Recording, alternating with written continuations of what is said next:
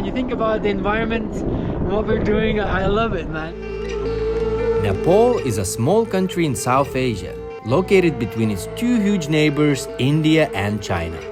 Despite its size, it is home to 8 of the 10 tallest peaks, all above 8,000 meters, including the biggest mountain in the world, Mount Everest. Its location being primarily in the Himalayas makes Nepal an extremely popular trekking destination, and this is exactly why we're here. Our plan is to trek to Everest Base Camp as well as attempt the Three Passes trek, a route which takes you over 3 high mountain passes over 5,000 meters. We're also going to be doing this trek along the original trailhead, which was where the first people to summit Everest in the 1950s started their journey. Not only that, but we're also going to be doing all of this without a guide or a porter, and it's also our first time doing a big trek like this in our lives. We are absolute beginners and we have never been at high altitude before. So let's find out how far we can go. Boom. Here we go. The mules are walking and fighting right next to us. Landslides, can you hear it? Olivia! Oh man, we're by this big landslide. Oh shit. Like, we could have died. So this looks like a wildcat. Don't panic, don't panic. Mari's about to throw up. Not very fun times at all. Thinking of going back home. I'm just glad I'm here to live and see another day. The starting point for any trekking adventure here is Kathmandu, the capital of Nepal. This bustling city has one of the highest concentrations of UNESCO World Heritage Sites, alongside loads of shops where you can buy any gear you need for your trek. From Kathmandu, most people fly to Lukla, which is considered to be the most dangerous airport in the world, and the most popular starting point for the Everest Base Camp trek. But since we wanted to trek along the original route, which begins in a small village called Jiri, we had to take a long bus ride through the mountains to get to our starting point. The roads were our first experience of how terrifying landslides and mountains are here.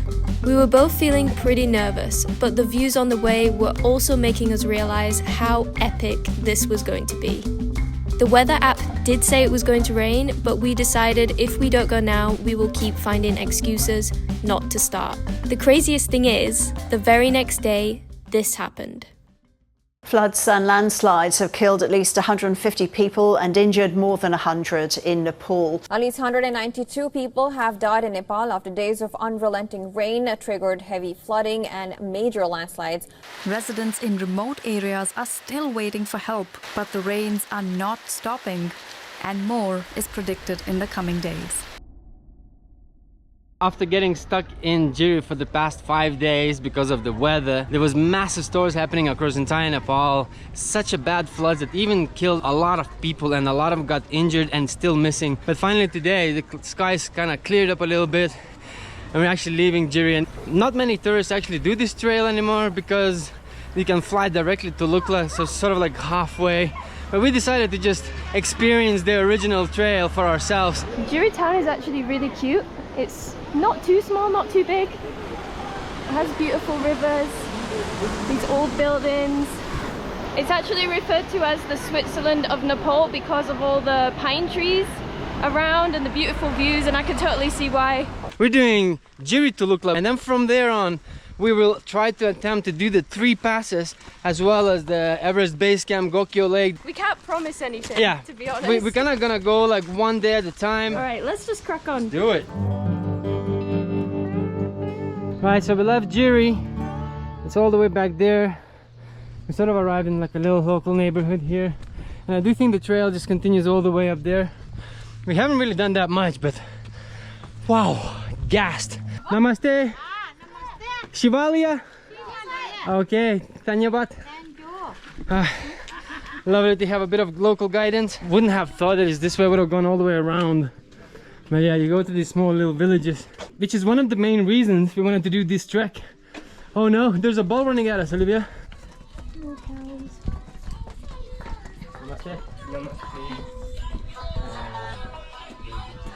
This generally looks a little bit like Europe. I was not expecting Nepal to look like this with a bunch of like pine trees. It feels like France in summer in the Pyrenees or something. A little bit, yeah. In the mountains. But obviously you still can't see very tall mountains. But the tall mountains are coming. You can see a bunch of landslides that just happened like probably last night here as well because of all the storms. Let's see if we can cross. The path looks pretty destroyed from yesterday. Jump! There we go. Nice. The weight on my bag is like throwing me everywhere. First obstacle completed. There we go. That was way easier than I thought. I haven't seen raspberries in so long. They don't grow in Southeast Asia usually, but you can see them here. They're still a bit unripe. And I think in like 2-3 weeks we'll have berries. It's pretty cool seeing all like familiar plants that you know from back home. Which way? No idea. I don't know. This keeps happening. Let's probably follow the trail or something. There's so many little paths. Socks gotten wet, and because of that, starting to rub. Might need to start wearing my hiking socks only. I think that is the problem. Wrong socks. So we keep climbing up. It's getting hotter, although we are getting higher.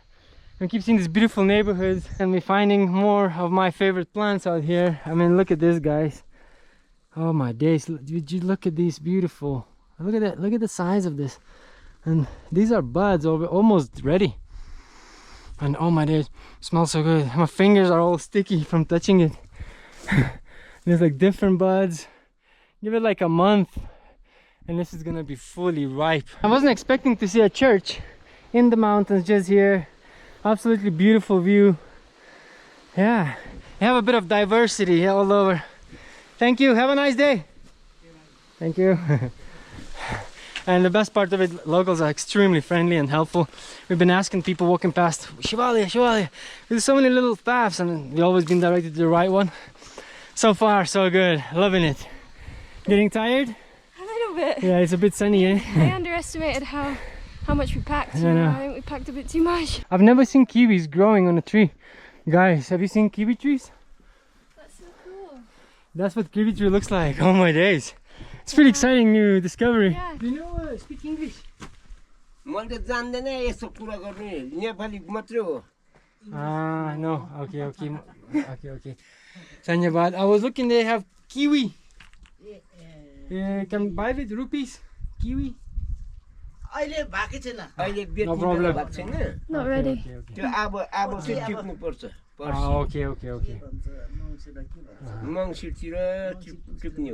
Okay. Dhanyabad.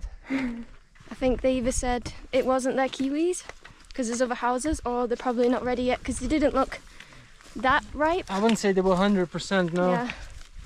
Damn, I'd love a kiwi though. Oh well, let's keep going. I do feel like this could be an ideal lunch place for us. Yeah. The shade. I think it's kind of made for that. It does seem like it's a little bit abandoned. People haven't come here for a while. A bit of poo on that one. Where? Maybe just sit here. Animal, yeah, animal poo. Chill there. We are doing this trip on a bit of a budget, so we do have like gas stove cooker for teas, coffees, even soups. You know, we have beef jerky. We're kind of saving this up for when we're a bit higher, a bit more remote, when there's not much civilization. The food is really much more expensive, very significantly. Instead, for lunch today, we just got a takeaway chapati with some omelette, some Tibetan bread, which I really love it from now on. Like, wow, I didn't know this even existed. Tastes like cake. Cheers. Boom. Cheers. Well needed, yeah. And just above us is a nice view.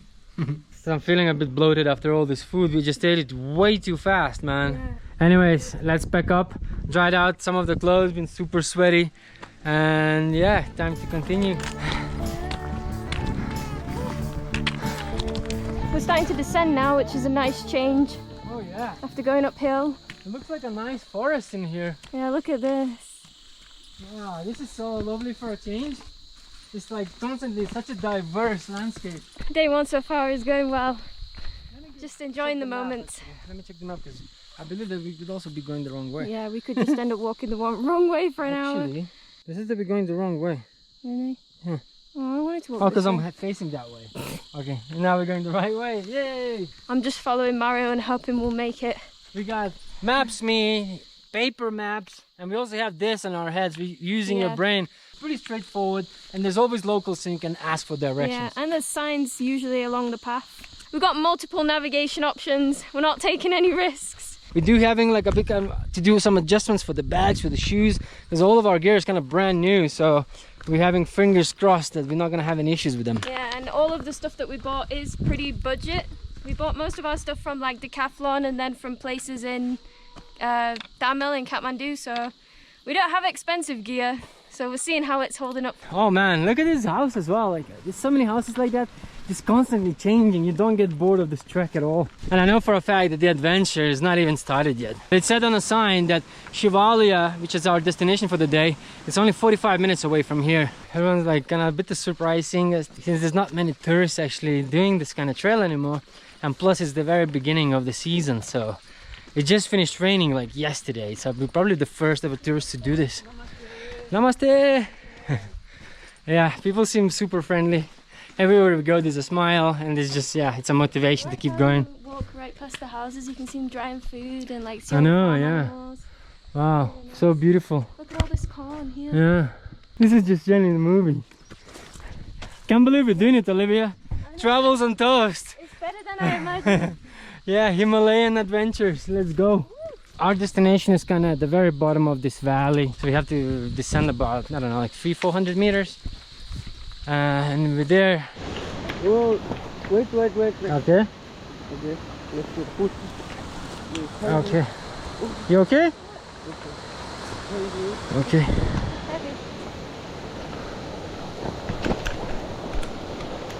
Careful. There we go. I think you're stronger than you think you are. Remember like Goku? In the tournament he takes off all the heavy clothes and then it's like way faster. And it's the same thing. Seems like they're building some bridge in here. Probably got knocked off because of the storm the other day. Namaste. Namaste. It says way to Shiavalaya 1 hour 5 minutes. How does that make sense? Because I remember it was 45 minutes. Now it's 1 hour and 5. Are we going in zigzags? I don't know. I think there was a shortcut we didn't know. Shiavalaya? Oh, okay. Seems like it's getting cloudy, but we're reaching our destination soon. Feel like we can see a village somewhere down there. But yeah, we're starting to feel a bit tired now. The feet hurt, legs hurt. Can't wait to get there. Baby. Where? Where? Oh no. Yeah, can you get more? Yeah. I think I might have some as well. Oh my but god, they're all over my pants. Show me. Ah, there's so many. A tiny one. I felt something, yeah. Don't worry. Oh, That's another one on the sock right here. God damn. Get away. I don't know if they're in my sock. Do you Could see be. anything? Oh my god, there's a massive one. I'm only joking. Yeah. Okay, I'm just gonna take it and squish it. I don't know if that I know you're supposed to burn them, but because they're all from the ground in here, don't worry. I think once we get to the accommodation, we'll just check ourselves properly. But yeah. Oh, they're all over. We're nearly there, don't worry. Let's just keep going. Okay, we got some goats in here. Are they gonna move? Yeah, they're gonna. Little goats family. Come on goats, time to go to the village. Wow guys, look at the intensity of this river right here. That looks so dangerous, and it's all because of the rainy season, so all of the water that rained off the mountains is draining down now, and is absolutely flooding these rivers.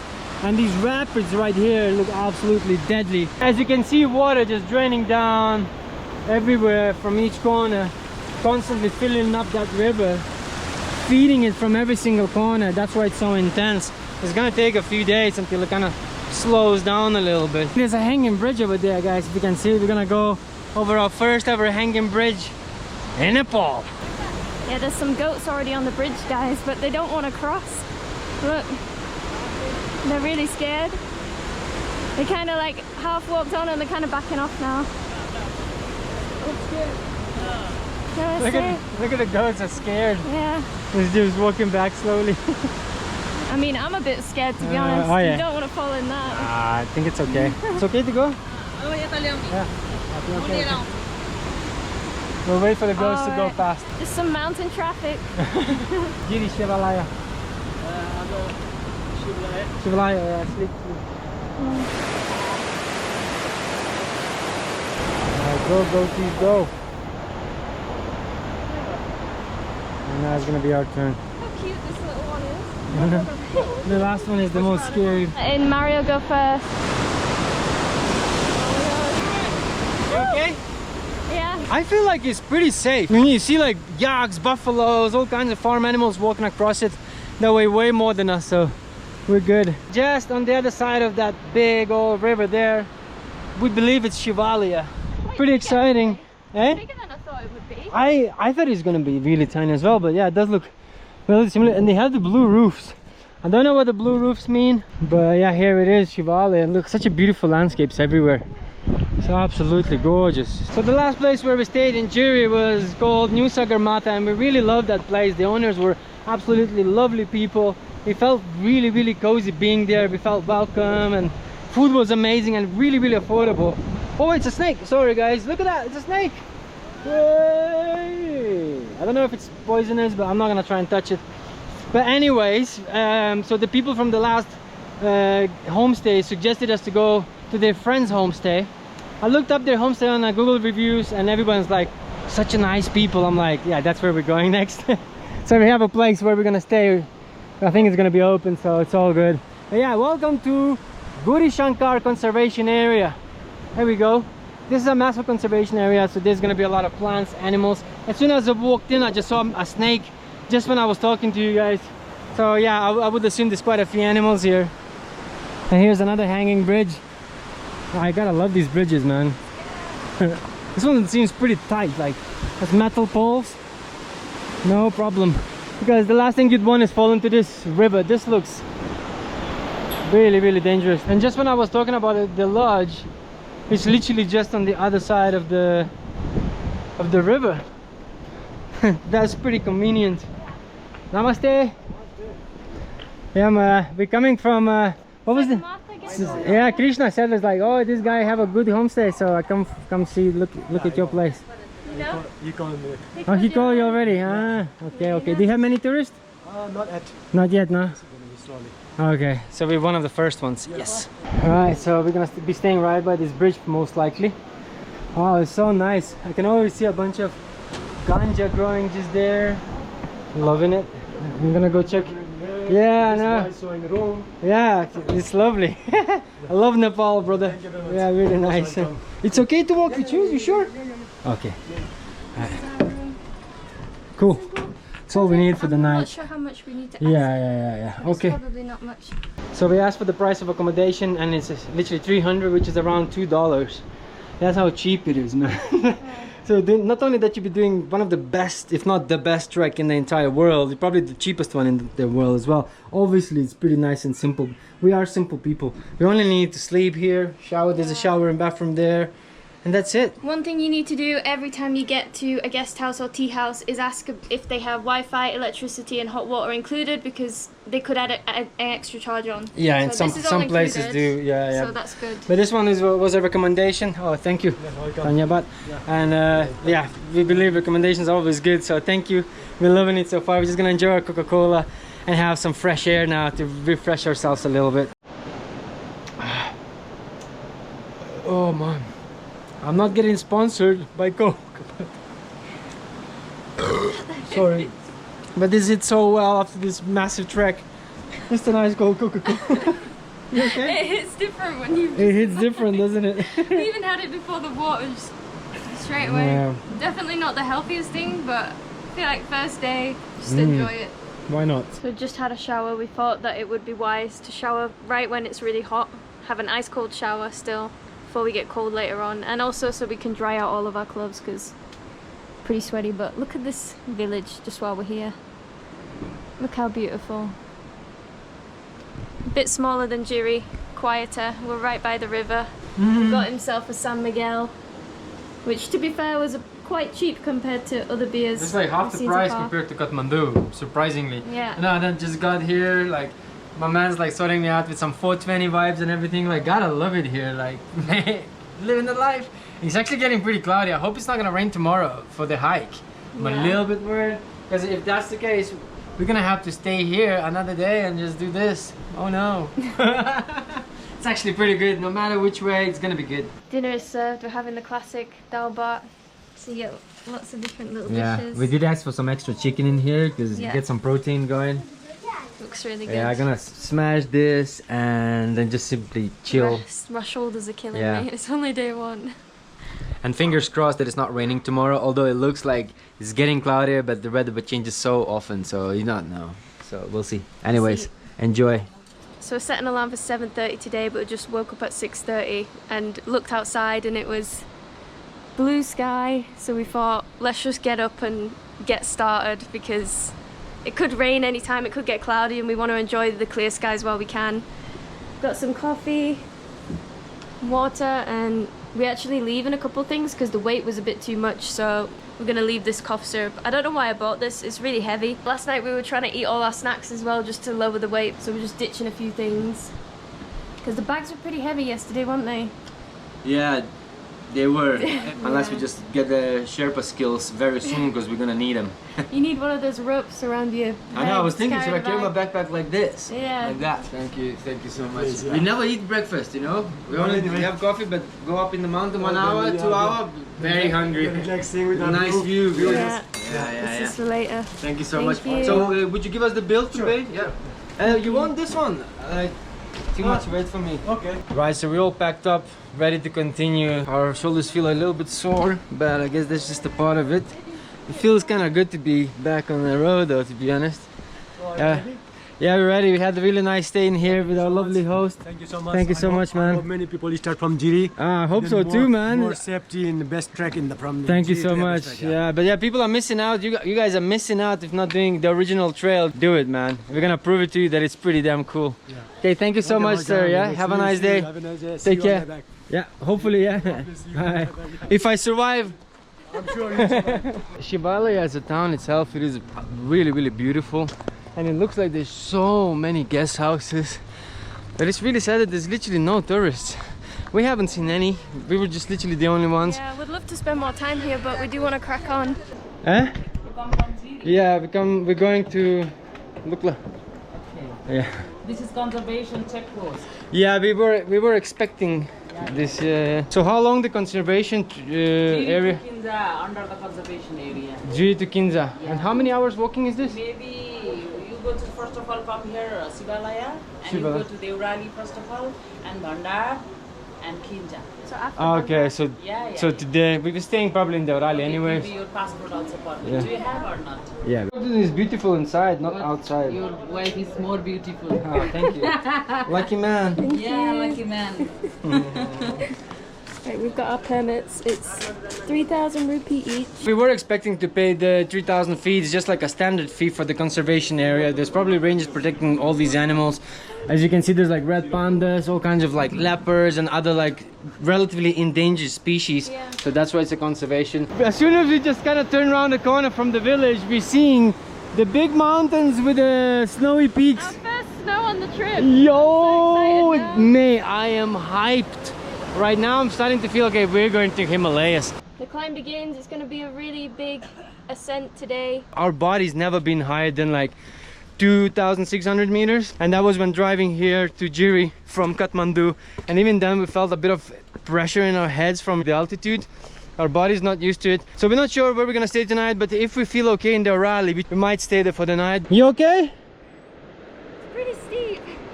Yeah, it is a bit. So this is the conservation area all the way there. There's a bunch of leopards and pangolins, red pandas, and you can tell that the environment's kind of changing a little bit. You can see the snowy peaks more and stuff like that. This is just the very beginning. I think we're going this way. Yeah. Let's do it. Man, this looks pretty scary. Careful. Good thing we didn't go when it was raining, because this would be absolute death trap. Namaste. Another local village in the mountains. And here's some water. I'm pretty sure we can refill our filter. Yeah, it's hydration time. We have a life straw, which is really useful, so we can drink from pretty much anywhere. To be honest, you can drink with this filter. I'm not advertising it, but it lasts 5,000 liters. Free water. Mate, this is amazing. We're at a school. Yeah, looks like it. The highest school I've ever seen. Hello. Hello, namaste. I'm pretty sure the school is high. A school. I'm not sure if it's high school or primary school, but definitely it's a school pretty high up. Look at the view behind it with the mountains. This is such a nice All the children. school. Okay, namaste. Oh, candy. You have candies. I don't have. We're supposed to give candy. Oh no. Since we try not to eat sugar, we don't have any candy. You don't have candy? Oh no. Candy, okay, give me money. Namaste. Namaste, namaste. Stopped in this lovely neighborhood looking at the mountains all the way there. Wow, it looks so beautiful. Like that's starting to feel like real Nepal now. What is your journey? 3 passes. 3 passes, Everest Base Camp, Gokyo. Gokyo. So behind those mountains, behind it is the Everest, yeah? Yeah. No. Everest is so many towers. So far. Big journey, still left, long time. It's okay though. It will be so pleasure to walk. Yeah, so of course. You just enjoy. It's an adventure, no? Exactly. It's a kind of adventure. That's it, boss. Okay. Can I take one stick? Yeah. Only one. You look like you're hiking. A new guide from Nepal. Put some water on your face so you look you're hiking long time. Thank you very much. No problem. Our pleasure. Have a safe journey. Thank you guys. You too. Have a nice day. Here's another mountain village. So beautiful. I absolutely love this kind of architecture. They're all looking bricks, really like traditional style and white and blue colors in such a beautiful valley. Would you live here? I would live here 100%. I know, right? Namaste.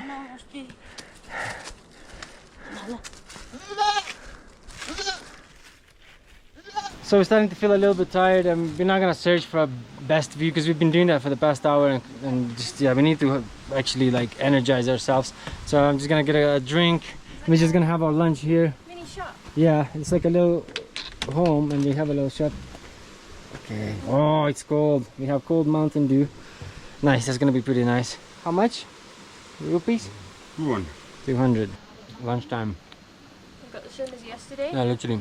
Chapati and omelette. They're so good, it's like a wrap. Right? Right? So good. And we're gonna smash this meal. Continue. Take a tiny bit of rest, a couple minutes, and then crack on with the road. The sky is starting to look a bit dark and cloudy, and we're gonna be reaching almost 3,000 meters. We don't want it to be cloudy, and I think there's nothing you can do about it really, but just keep going and hope for the best. All right, now this way. Now we're gonna go. Nice, never-ending stairs, eh? Yeah. Kilometers upon kilometers of just stairs. This literally looks like from Tomb Raider, the video game, or Uncharted. Yeah. Looks like that, just kind of crazy. Half of it wild nature, half of it like that kind of artificial staircase. No one else doing this trek. No one else right now. It's me and Olivia doing this at the moment in the whole of the trek, which is kind of cool. No rush, careful. Really good to do this right after rainy season because everything's green. Yeah, I know, right? So you can enjoy it. Super green, yeah. We also seen a lot of little ruins like that on the way up here, like little cozy spot on a cliff, and like a ruin from probably old villages, old tea houses that probably maybe been affected after the earthquake. And as you can see, it's all this sort of collapsed in. So that looks like some kind of like earthquake aftermath. Been here a long time. Yeah. Yeah, well, nature claims everything really fast. So obviously we are in a conservation area. Supposedly there's animals. Maybe not on the trail, I thought, you know, but then I'm looking at these really fresh tracks. Look at this, guys. That is not a dog. Look at the size of it. That is to me that's a wild cat. It's not a bear because it's not heavy enough, but that looks generally like a wild cat. 1, 2, 3, 4, like, oh my days. I don't know what this means, but this looks like a something. It's like a memoir. Is it a grave? I think it's Buddhist. Like yeah. Buddhist or Hindu. I think Buddhist. Buddhist, yeah. I don't know what that means. What does them tablets mean? Is it a burial? Yeah, there's a mandala, very beautiful. And all these beautiful tablets like carved in. No clue. Namaste.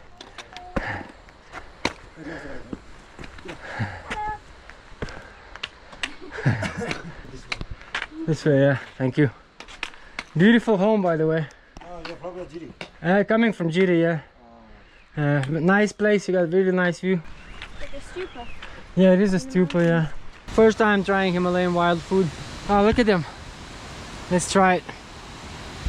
I'd say they need to ripe like another week or two, but it's pretty good.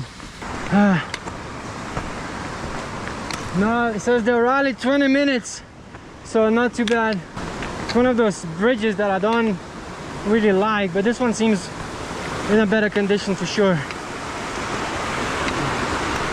I would have loved to count the amount of steps we did, just out of interest. How many thousand steps we actually did? I'd say 10-15 minutes, and we're gonna be chilling with a cold drink. I know we have to rush because we don't have time, but man, I want to show you this mushroom. It kind of grows the same in my country, Lithuania. So look at this. That's the mushroom. You step on it, it goes back up, and it's full of dust. It's like boom. I see the dust. Yeah. Really wish we went in the right season, because I can see so many wild strawberries growing here. Not the red little berries, but these are wild strawberry leaves. The visibility is kind of disappearing. We are getting covered in the cloud, but that's the lie right there. Somewhere in that cloud is our destination. Let's go check in somewhere, grab a little meal or something. Shower. Man, look at this view. That is out of this world. Wow. All the tractors and buses, they all look well decorated. Looks the trippiest tractor I've ever seen. And this is our village. It's so kind of misty and mystical. It's like a perfect place to watch a horror film, right? Ah, look at this, guys. Look at that. A bunch of like sort of the tablets carved in. This is really cool. And if you look, it's like a little maze built up. I don't know what it is for. This might be a cemetery. I have absolutely no idea, but always walk with respect. Okay, this is Highland Sherpa. That's our place. Wow, that looks like out of a fairy tale. So nice. So much detail and decoration. Wow. Very beautiful. Namaste. Yeah. Kalopata. Yeah. Stay here? Yes. I like to stay here. You put back here. Yeah, okay. You have many tourists? No many. Zero. No zero. We have some. Yes. Ah, okay. Sometimes you have 4, 5, 3. Okay. Yes. You have today? No, each day. Just me and me. We are the only. Wow. Okay. So we feel very special people. Thank you. You want inside toilet or outside toilet? What is the price for inside toilet? Yes, inside toilet is 800. Yeah. Outside toilet is only 500. 500. Okay. We can look. Yeah. I have a window. Yes. Oh, nice. Very nice. Yes. Right. So this is our room for the day, hopefully, and not longer. Hope it's not gonna rain. This is a view of nothingness, just full on mist. Unfortunately, we're in the cloud, but I'm very happy This room that we're is already here. 500 a night, which is like cheap. It's cheap. It's like $3, $4, The yeah. shower costs an extra $1, but I know, right? I'd like to go down and check the menu. yeah, I might have a shower first. Okay. It's wet. I might just go get a look at the menu first. We completely forgot to vlog and we just started eating because we were so hungry, but we've ordered some cheese mamas. Yeah, I never tried cheeses. Yak cheese, apparently. It looks pretty good. It kind of tastes like mozzarella, to be honest. Yeah. And then I've got a mushroom pie, which is pretty different. We just fancied something a bit different today. And this is only lunch because it's only about 2 o'clock, 2:30 now. So we've kind of got loads of time left of the day. We did leave quite early this morning. So probably just going to chill. It's actually quite cold up here because it's gotten a bit cloudy. So, yeah. Probably eat this, go upstairs, maybe do a bit of editing, and probably chill for the rest of the day, and hope that tomorrow it's not raining so we can continue our trek. We've just woken up this morning in Derali village, and the first thing that I saw when I woke up was the windows were clouded over with condensation, so I thought it was really, really cloudy outside. But it's actually blue skies today. We can see all the views around us, so we're really happy that we get to continue today. Yeah, I hope it lasts. I really hope it lasts. So today's trip, we were gonna go to Bandar yesterday, which is just over an hour away from here. So we're not staying in Bandar. Today we're gonna go past Bandar and hopefully we can reach Kinja, which is about like 6 hours away, non-stop walking from here. So it's gonna be pretty much the whole day. The only thing, I'm looking at the map and it says in Kinja there's only one guest house. Really? Yeah, on the maps. I might be wrong, you know, I hope I am, because if that one guest house is closed, there's not really anything much nearby. Well, it's all downhill today, which is a nice change from yesterday because it was all uphill, but I feel like downhill actually hurts more. Like, it really hurts your knees, so this is going to be a fun day. Another crazy thing, like the first thing you wake up, it feels like everything is damp. Like all your clothes are damp. Even though it dried everything yesterday, I'm putting my trousers on, they're kind of wet. This is wet, I'm like, and it's so cold first thing in the morning. But yeah, you put it on and like 15 minutes to half an hour later, it dries out. I'm actually drying mine top from yesterday in the sun. Okay, here we are, day 3, in a good mood because it's sunny. You know, we were expecting it's gonna rain yesterday as well as today, and so far it's not raining, which is pretty damn cool. And we're seeing a sign right here that says way to Everest. Exciting, right? I love it. Feels like there's a lot of morning dew on the grass, so it's kind of like slippery. You gotta be really careful. One mistake, one torn ankle, and this trip is over. We're doing it slow. I think it's just wiser. I told the lady like, oh, we're going to Kinja today. She's like, Kinja only? I'm like, oh shit, I thought that was pretty far. So today we're doing a bit of a different route, not as popular. We're going to this village called Kinja, and Kinja is not on maps, you know, it's just not there. So I found it through Google Maps. I found this police station, and now I'm gonna set it up to that police station in Kinja. We're guessing that the route's pretty old as well, since not many people doing it. It means that it might be a little bit more sketchy, so you gotta be extra careful today. And it happened something that I was scared of the most of, twisting my ankle. Basically, I have like broken ligaments on both of my ankles. They are really weak, and I was just like walking along and I just twisted my ankle. Just landed with my foot kind of sideways like this. You're lucky that you saved yourself, because you nearly started falling all the way down. I know. I managed to like kind of jump with my one leg, just kind of saving it to not land my full weight on that ankle. I do think it's okay. It's just now a bit swollen probably, but I didn't actually like twisted it or break it, so I'll be able to continue after a really short break if that's okay. Yeah. Do you want to sit here? Yeah, maybe. Oh, whoa, whoa, whoa, whoa, whoa, whoa, whoa. Okay. Oh, this is nice. It's kind of nice to walk on a flat ground for a minute. It looks really beautiful.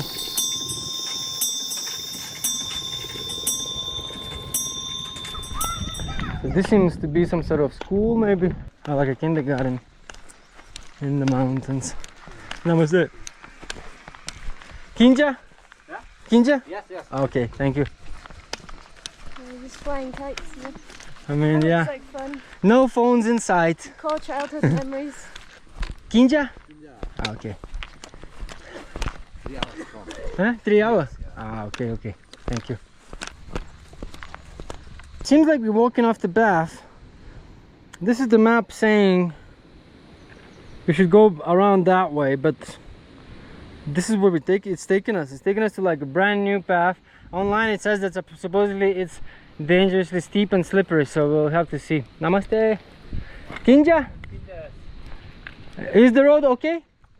Okay. This they're downside. Down in the river.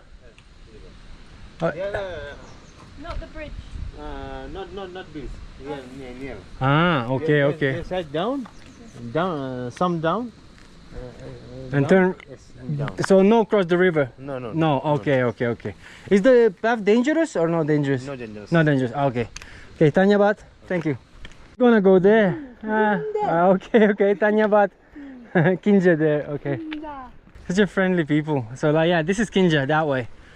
So this hanging bridge over there that we were gonna go, it leads you to some wilderness, man. Looks like absolutely like steeple cliffs. So we're not going there. Good. It seems like we're going off the beaten path, which is something we want to do, we enjoy doing, but we did not plan. Yeah. But I mean, this is it, you know, everything happens for a reason, I guess. Actually, he's scared of you. It's okay. This way, Kinja? Okay. Thank you. Definitely gonna get lost. Man, this is a bit of a zigzaggy route, and it's not on maps. It's not on Google Maps, it's not on Maps.me. I think it's just like the locals take these paths. And you know, on the paper map, this also does not exist, because the paper map suggesting us to go over the bridge or through Bandar, but it doesn't show that other route. This is like a completely new off the beaten path for us. Okay, so that's the river. There's got to be some kind of bridge though, right? It looks pretty intense. I'm sure there is. There we go. Nice bridge. Wow, you don't want to fall in there. Okay, we should go there. So if any of you guys are wondering what it's like to hike with Mario, It's a combination of annoying singing and stopping every 5 minutes to show me a plant or a bird and tell me in-depth information about all of it. Yeah, apparently not very long ago we found out that apparently I most likely have ADHD, so I'm my brain's very active, so constantly sing, talk, I'm not walk, surprised. super hyperactive. And Olivia's kind of the opposite.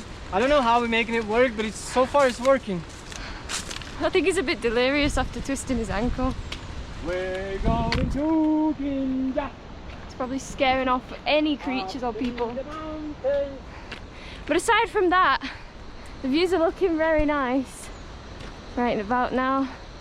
And I think we're going to stop for some lunch really soon, because I'm actually thinking that I'm starting to get blisters on the bottom of my big toes. I can feel it rubbing, and I think I need to rest, maybe take off my shoes for a minute. Make sure it's not going to be a future problem.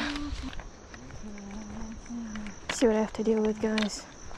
Look at this ridiculousness. The only way is to actually, when you sing, you get so much energy. I think it's dopamine. Did you just fart? Yeah, I don't know, I've been farting like for the past 2 days non-stop. I'm so sorry. Maybe you should go for Yeah, you're just farting and I'm having to walk into it and breathe it in. Talk about fresh mountain air. I'll be having a bit of traffic. There's like a little tractor going past. And look at how cool that looks. It looks so trippy. And like, we have the exact same tractors in Europe, but we don't decorate them like this. Why don't we do that? I don't know. Look at the amount of rocks it's carrying. Kinja. Okay? Dhanyabad.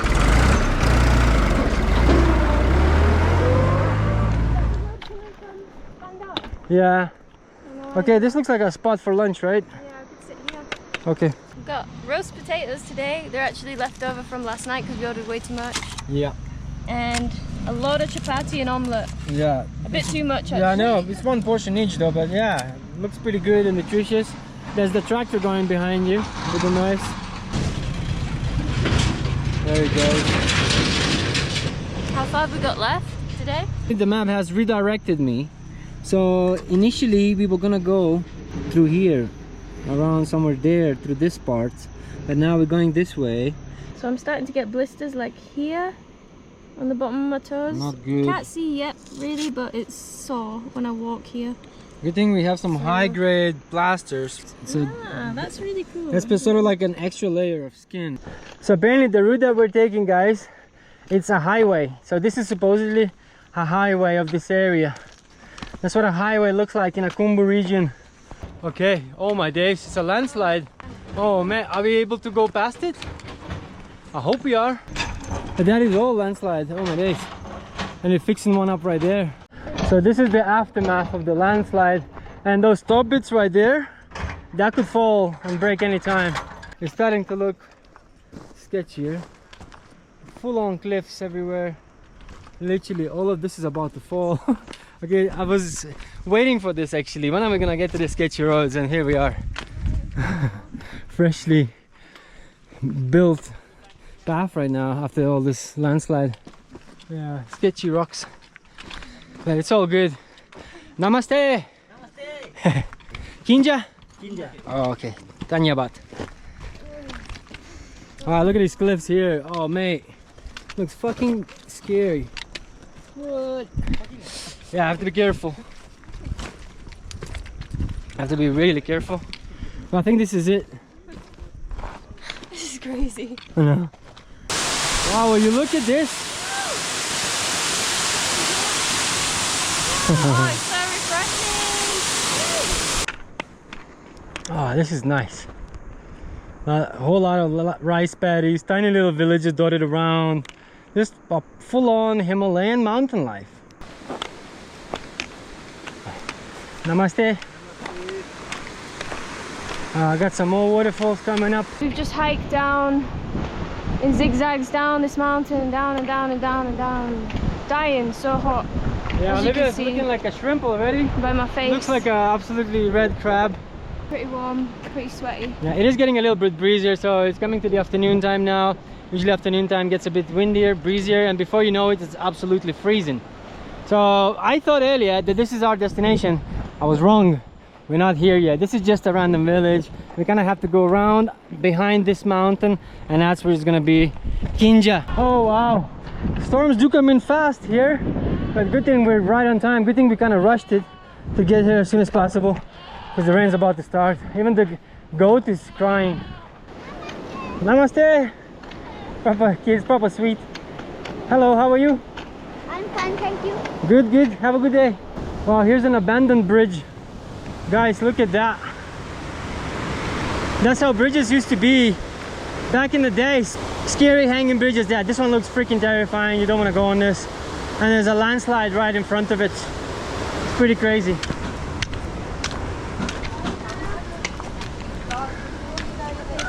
Namaste. Just giving me a card for a Sherpa guest house. Yeah. Okay. Room is 200.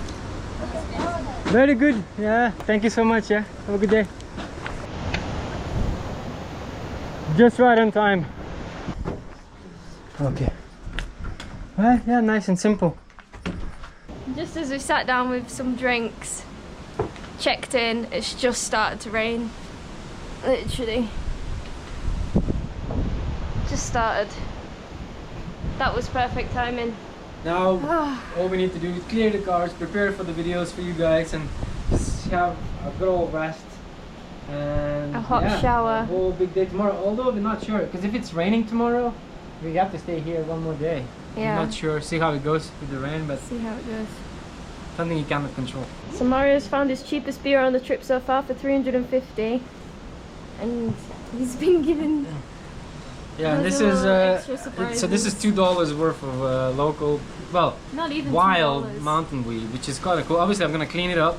It's like and take out all the buds in here, and then obviously it's gonna be good. But as soon as I walk into the village, it's just growing everywhere. I'm like, bro, it'll be no big issue. It's tickling my ear though. It's really tickling my ear. What the hell? Why is it there? Probably all that sweat. But to be honest, they always come to me. You've seen in a lot of jungle videos, they just come and land all the time. So Mario's trying what looks like a Nepali style pizza. Yeah, so this is Nepali style cheese and potato pizza. And vegetable. The vegetable, yeah. What's the base like? So it's like it's basically, wow, I've never seen anything like that. We'll give it a try. It's like a... It's really good, actually. You want to try? Yeah, you should try. You should try. It's so good. Just woken up here in Kinja. It's 7 in the morning, and yesterday we forgot to ask for a blanket, so I've made a little blanket out of all my coats, which actually worked quite well. It's kind of like a sleeping bag. But Mario was a bit cold. He couldn't find his last night. Feels like everything is hurting. Oh, I'm still deciding if we should go or not. The weather is not necessarily the best. It is pretty cloudy. If you're gonna go today, we're gonna have to climb to almost 3,000 meters, and that's where we're gonna stay. And that's high. Last time it was in Gaurishankar, it was so high, it's so cold. So this one's gonna be even higher. Yeah. Hopefully it doesn't rain. 1,300 meters to climb today. Yeah. So we decided in the end to stay in Kinja for the day and just get a bit of work done on the laptop because we have a lot of footage to edit. Mario's just working on the video now, and we're actually happy that we made that decision because it's raining. It's actually the first time on this whole trek today that we saw some other travellers. We actually saw quite a few foreigners passing through and having lunch downstairs, and yeah, this is the first time we've seen people on the trek this week. I think it's because some of the roads might have been fixed from Kathmandu to Jiri, so people were able to come from the capital and start their trek, but the rain's starting heavily again, so who knows. And I'm just pretty happy that we decided to stay today and just edit and wait it all out. Yeah, they're all just hiking in this right now, which I'm glad I'm not, but some people who come to hike here do have a time limit on their hikes, and the guides are like rushing them up, coming back down because they're probably already delayed anyway. So at least we're nice and dry in the room, and we're just gonna relax for the day. Thank you, Riverside Guest House here in Kinja. Thank you very much, guys. Tanyabad. Have a good day, yeah? Hope you have a good business. Today it looks like the weather is on our side. We're gonna be trying to hike all the way up past 3,000 meters, Dakchu. So as we're walking, we just kind of looked left and we just saw this massive icy mountains, man. Looks like proper from a picture, from a calendar or something like that. They look close, but they're really far away. They're like to the west of Namche, which is about 2 weeks away in our time walking. Yeah. It's so far away. Wow, after having one day off, you're starting to feel a bit more gassed now. It feels harder. I know. I mean, we are going very steep. So right now we're actually passing by Pikey Peak, which is a separate hike that you can do, like kind of like a side quest. It's about 4,000 meters. We decided not to do it and just go over the other passes. Right now it looks like Pikey Peak is not very visible. It's surrounded by clouds, so it's pretty high. So good thing we didn't go, because you won't be able to see anything.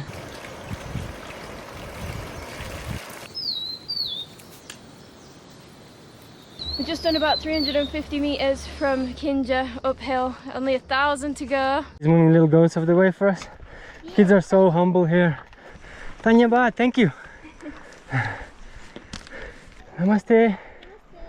As we're going higher and higher, it feels like there's more and more landslides. And the path is looking sketchier. Especially when you're tired and gassed, you kind of just, you know, get a bit disorientated sometimes. Also the view is kind of like overwhelming. So you gotta be really careful. So we just stopped at this beautiful house here. We've asked this lady if we can just fill up in her tap. So we just stopped in this mountain village and I see some really nice weed growing over there. The higher up you go, the buds are kind of changing a little bit. And then you can see these have wide buds like. So in the mountain it's a little bit stronger. Really nice homemade charas from the Himalayan mountains. So basically guys, the way charas is made, you don't kill the plant, you sort of like rub it in your fingers, in your hands, and you stick it. It takes hours, if not days, to make this much of like Nepalese charas. You can actually see a tiny little bits of like actual like buds in there, like a little bit of resin. She makes herself. She makes herself with her own hands. Yeah, I make. Less. Wow, this is very nice. Yeah. Wow, these are biggest buds I've seen so far in Nepal. I have some that very small.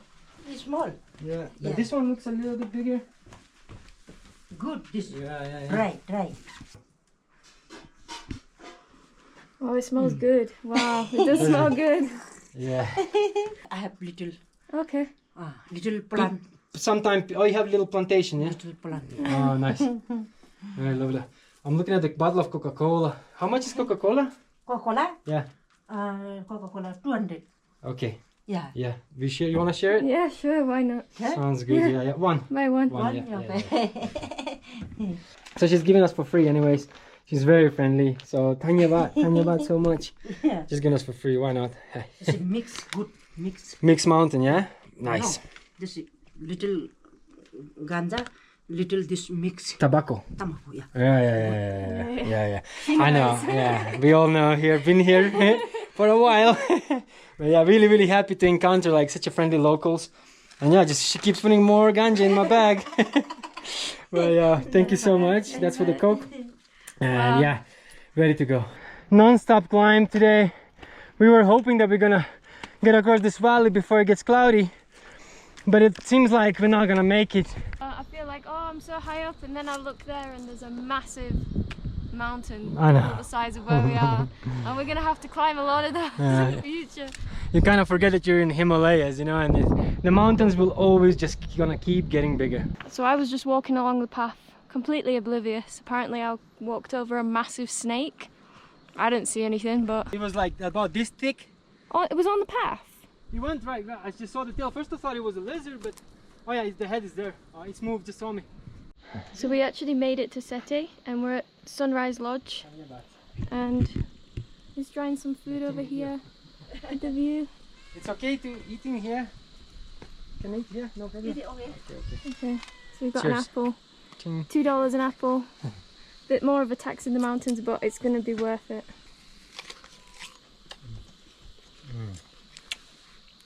Wow.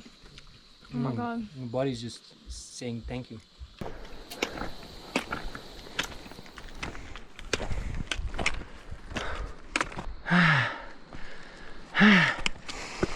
Oh my days. We are getting gassed. I can tell it's not easy. So for someone like us without prior experience, it's not easy, but I believe it's possible. So We're not too far from our destination actually. My favorite thing so far is the smells. Like all I can smell is rosemary, mint. Kind of smells like lavender as well. Just all of the plants. There's beautiful wildflowers everywhere. Smells amazing. So we were looking at these like white lotuses here. Oh man, it smells so good. Yeah, it smells like tea, you know, like probably make it. I do believe this is all medicinal plants everywhere around us. We just don't know how to identify them. It's crazy how fast the surroundings change as you get higher up. Yeah. Different like plants and climate and temperature. Yeah, it's cooler now, yeah, way cooler. I like it, it's quite nice actually. Happy days, guys, happy days. Can see civilization. Finally. Yeah. Woohoo! Yes. Yay! That's cool. Very nice. It's always nice to reach your goal, right? Right. I need ice cold drink, some protein, and a big old shower. You alright? Yeah, happy. We're at Sonam guest house. There was a couple of us before this one, but they look quite closed. I think that's the only one that's open. And I just saw a lady go and see if you can check in, if there's any room. Hello. Hello. You have room to check in? You can check in? Yes. For guest house? Okay. Check in? Check in, yeah. Stay here. Yeah, looks like a really nice area. It's only been about 40 minutes since we got here and it's already gotten so cold. It's probably because we're not moving as well, the altitude, you know. But anyways, we're gonna have a hot shower. This is gonna be my first hot shower on this trip. I don't even remember what that feels like. It's gonna be pretty exciting, but yeah, it's time to do a bit of deep cleanse. When it's cold shower, you just kind of like quickly do your armpits, your rack, and that's it, you know. So hot shower is what I need right now. Is our room? It's our room, yeah. I've asked them to join 2 single beds, so we have a double. You know what I mean? So it's warm. Yeah, it's all good. All you need really, power. So yeah, that's where we're gonna spend the night. 500 for the night, which is still really cheap. So last night we were so tired, so we didn't vlog much. We just had our shower, dinner, and just kind of chilled for the rest of the night and had a super early sleep about like 8:30 or 9 o'clock. And it's about 7 o'clock in the morning right now. Having a little morning shower, morning wash. Just chilling with my new friend. Just by the car, brushing our teeth. Not too bad. We were hoping that the sky's gonna be clearer, and it was about an hour ago, but it just gotten cloudy again, unfortunately. We are gonna be heading kind of towards that direction. Gonna be climbing up the mountain to the highest elevation we have ever stepped our feet in our lives. Standing on the corner of the mountain because it's the only place that gives you the 4G. Apparently there's a tower over there and you can connect to some internet. Check the weather app, you know. Check your horoscope. Good morning. Good morning. Morning. Morning. This is just where we're gonna have our coffee. Yeah, I mean, you gotta appreciate all the traditional decorations in here with plates. And yeah, it's very otherworldly for us. And he was actually just milking the cow outside, and I wouldn't be surprised if that's actually the milk going in our coffee. It is, yeah, fresh. Yeah. Very fresh. I don't think I've ever actually heard that in my life. Non-pasteurized. Right. Off we go. So let's go. Today we are going to be climbing to 3,500 meters. Today we're heading to Jumbesi, which is I think a little bit of a bigger village slash town.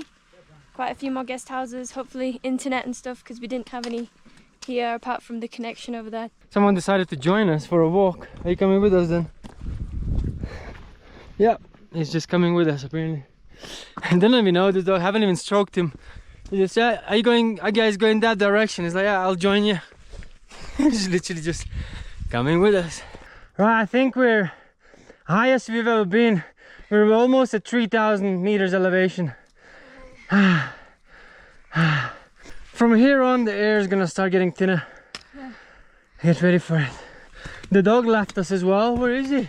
I was gonna go the other way, and the dog gonna lead us to the right path. Look at all these Christmas trees right here. Kind of reminds you of home a little bit. Look what I'm looking at, guys. Like nothing but big old cliff to absolutely nothingness. It's kind of beautiful and terrifying at the same time. Ah, here we go. The hazier it's getting. And now we reached some old abandoned ruins. This must have been like a small little village back in days. There's quite a few buildings, but we have seen quite a few of them on the way. I would assume it's like the earthquake that happened. So we were just passing by the main road down here, and a guy on a bike went past. I do feel like it is starting to rain up here. The guy was a bit wet. He was wearing a raincoat, so hopefully we won't get stuck in any rain as we get higher. Namaste. Looks like it's the same dog from the other village. Just kind of following us. This is the Goyam. Yeah. Yeah, we're going to Jumbesi. I know. Yeah. This place name is Goyam. Yeah, I know. Which country from you? Lithuania. Sorry? Lithuania. Lithuania. Yeah. Lithuania is the Europe. Yes, sir. Lithuania, Latvia. Yeah, that's right. Yeah. And today Nice from one. Sete?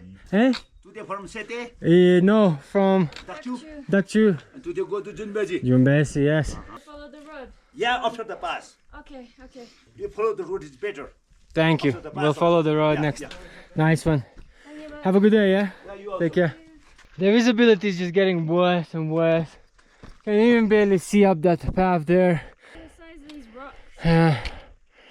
So I don't know if this is artificial rocks to make, you know, like stupas and roads. I would assume it is, you know, I would assume it is. They can just break naturally like that.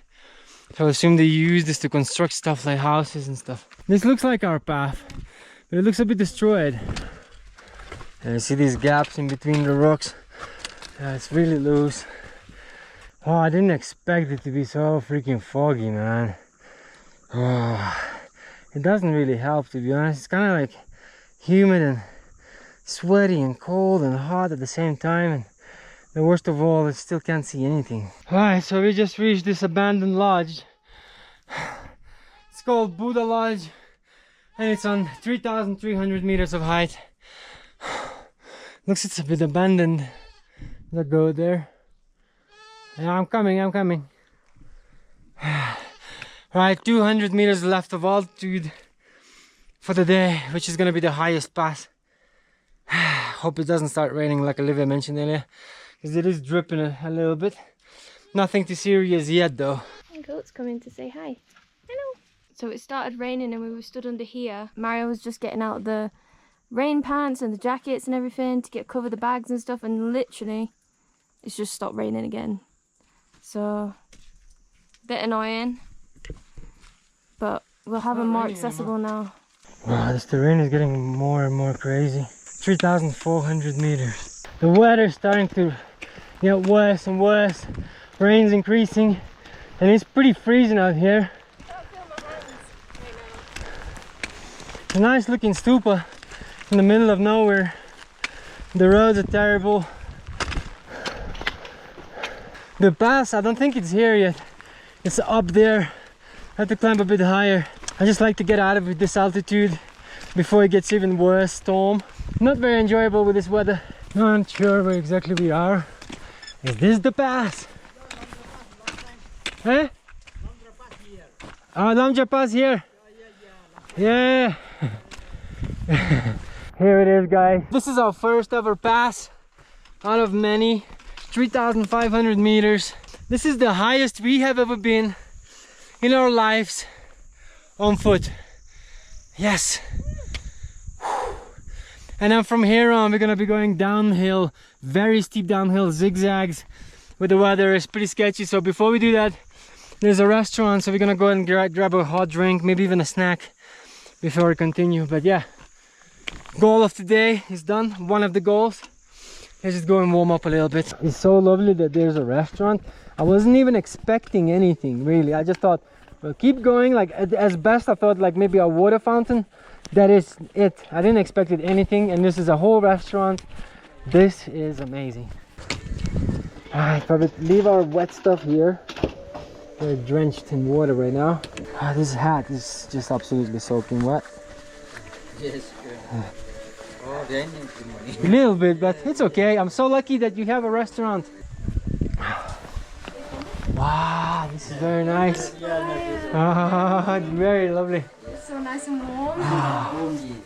Yes. My hands are turning a bit red out there. Thank you.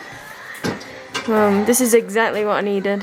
How much temperature night there? Temperature then 0 60 and 6 7 6 7. Yeah.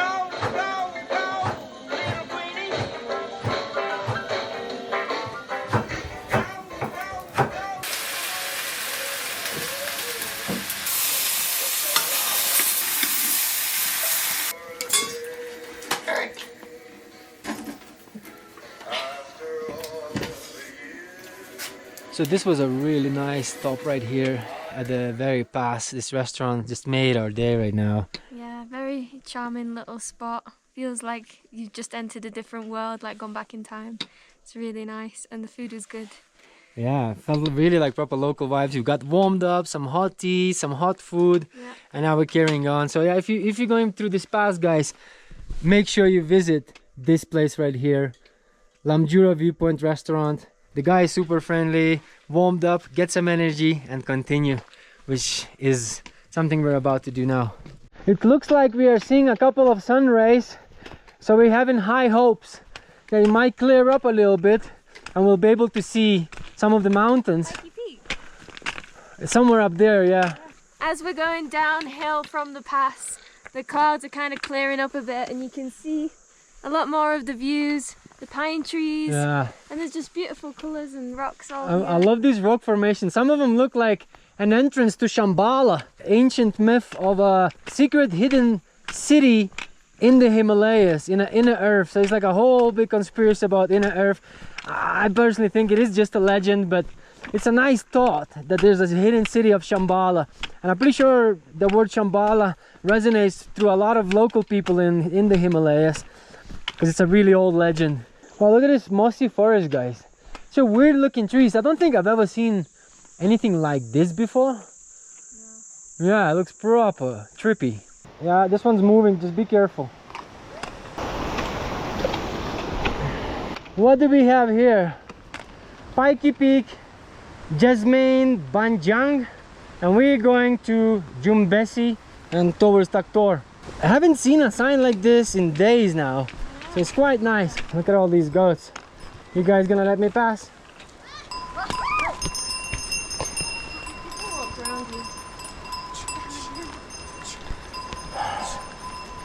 Namaste. Namaste. Oh, they've got a lot of goats. Namaste. Okay. Eh? No have. Sorry, no sugar, no good. There we go. Our buddy's coming with us. It's nice to have some more company for a change. Dogs are here so far really friendly. Loki just coming with us. And that hat's about to fall off of you. It's okay though. We're heading towards blue skies. So as I was gonna continue on the main path, the dog went there, and I looked up in the map. Apparently that is the right way. So dog is actually leading us. How nice is that? Looks like we're about to see a Himalaya Buddhist Academy. And I think that's that building over there where the dog is taking us. Yeah, so he's protecting us now. He just heard a massive dog over there. Can you see it? And he's like, look at him. He's gently protecting us. Oh, big German Shepherd. No. No, it's okay. You're good. I really wanted to treat this doggo. It really helped us out, but I think he's smelling other dogs and he's probably gonna stay there. So goodbye, doggo. It was really nice meeting you, bro. But yeah, let's crack on. Starting to feel aches in the legs now. It is the sort of end of the day. We've been walking a lot up and down, and this is a Buddhist Himalayan Buddhist Academy. It looks really beautiful art and stuff like that. Wow, I haven't seen anything like that before, so really enjoying it. The stupa looks really nice right here. Namaste. Yeah, bunch of kids.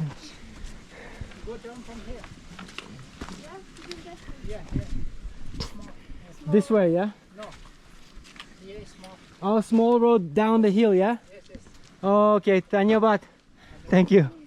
Okay, we are lucky, so the monk just helped us. So we're supposed to go this way, otherwise we're just gonna end up going up the mountain again.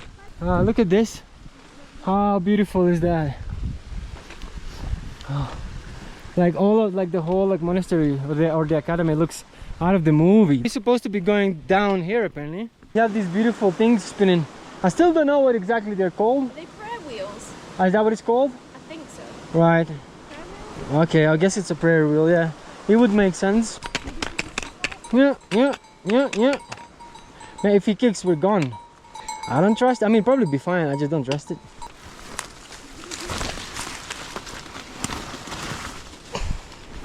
Alright then, follow. Here's another little homestay. Pretty lovely. Namaste. Up in the mountains with the view. Pretty sick. Some travelers as well for a change. Hey up guys. Hello. How you doing? Naked but alright. Nice. What was it called? Dakchu? Dakchu, yeah. Are you guys going from Pikey Peak? We just did Lamjura Pass. Nice one guys, enjoy. This is the Jumbesi town. It looks really nice. It looks like a lot of modern looking buildings. Look like kind of freshly built or freshly decorated. Looks really nice. I wonder where should we check in? Randomly walk up to any place and check in. It looks pretty modern. See all these balconies there? It looks so beautiful. Yeah, it looks really cool. Like brand new buildings. This looks really cool. Look at all these houses up there with the rocks and mountains. Looks really trippy, man. So after hours walking an entire day through the mountains, we have finally reached the destination, and the best part is we actually managed to check into a really nice place. Yeah, there was so many places in Jumbesi, but I feel like we chose one of the best ones. Yeah, we were actually thinking like, which one do we go? We're like, not sure, man. Looking there, but then we saw this balcony. And we actually were gonna go to this place, but this owner's wife was like, you should totally come to this place because they have a balcony. So we just came in, and look, this place looks really chilling, and the room is actually really new, like very, very kind of modern, really, really brand new. So this is gonna be really nice to chill for the next 2 days because we have to do a lot of laundry. Just kind of rest the muscles a little bit, you know what I mean? And it's only 500, which is pretty cheap. Really nice wooden building. I can't wait to chill here and just have a rest. Yes, gonna be nice next 2 days. So yesterday we decided to just stay in, do a bit of chores like laundry, catch up with videos, rest our muscles. And this morning we woke up really early, just after 6 o'clock, and we realized the sky is really, really beautiful, and we decided to go because we might be able to see the Everest today. Yeah, there's a viewpoint to Everest that is on the way today, and we just thought it's better to leave early to avoid any clouds to make sure we see it. Alright, it's time to go. This is probably the earliest we've ever set off before.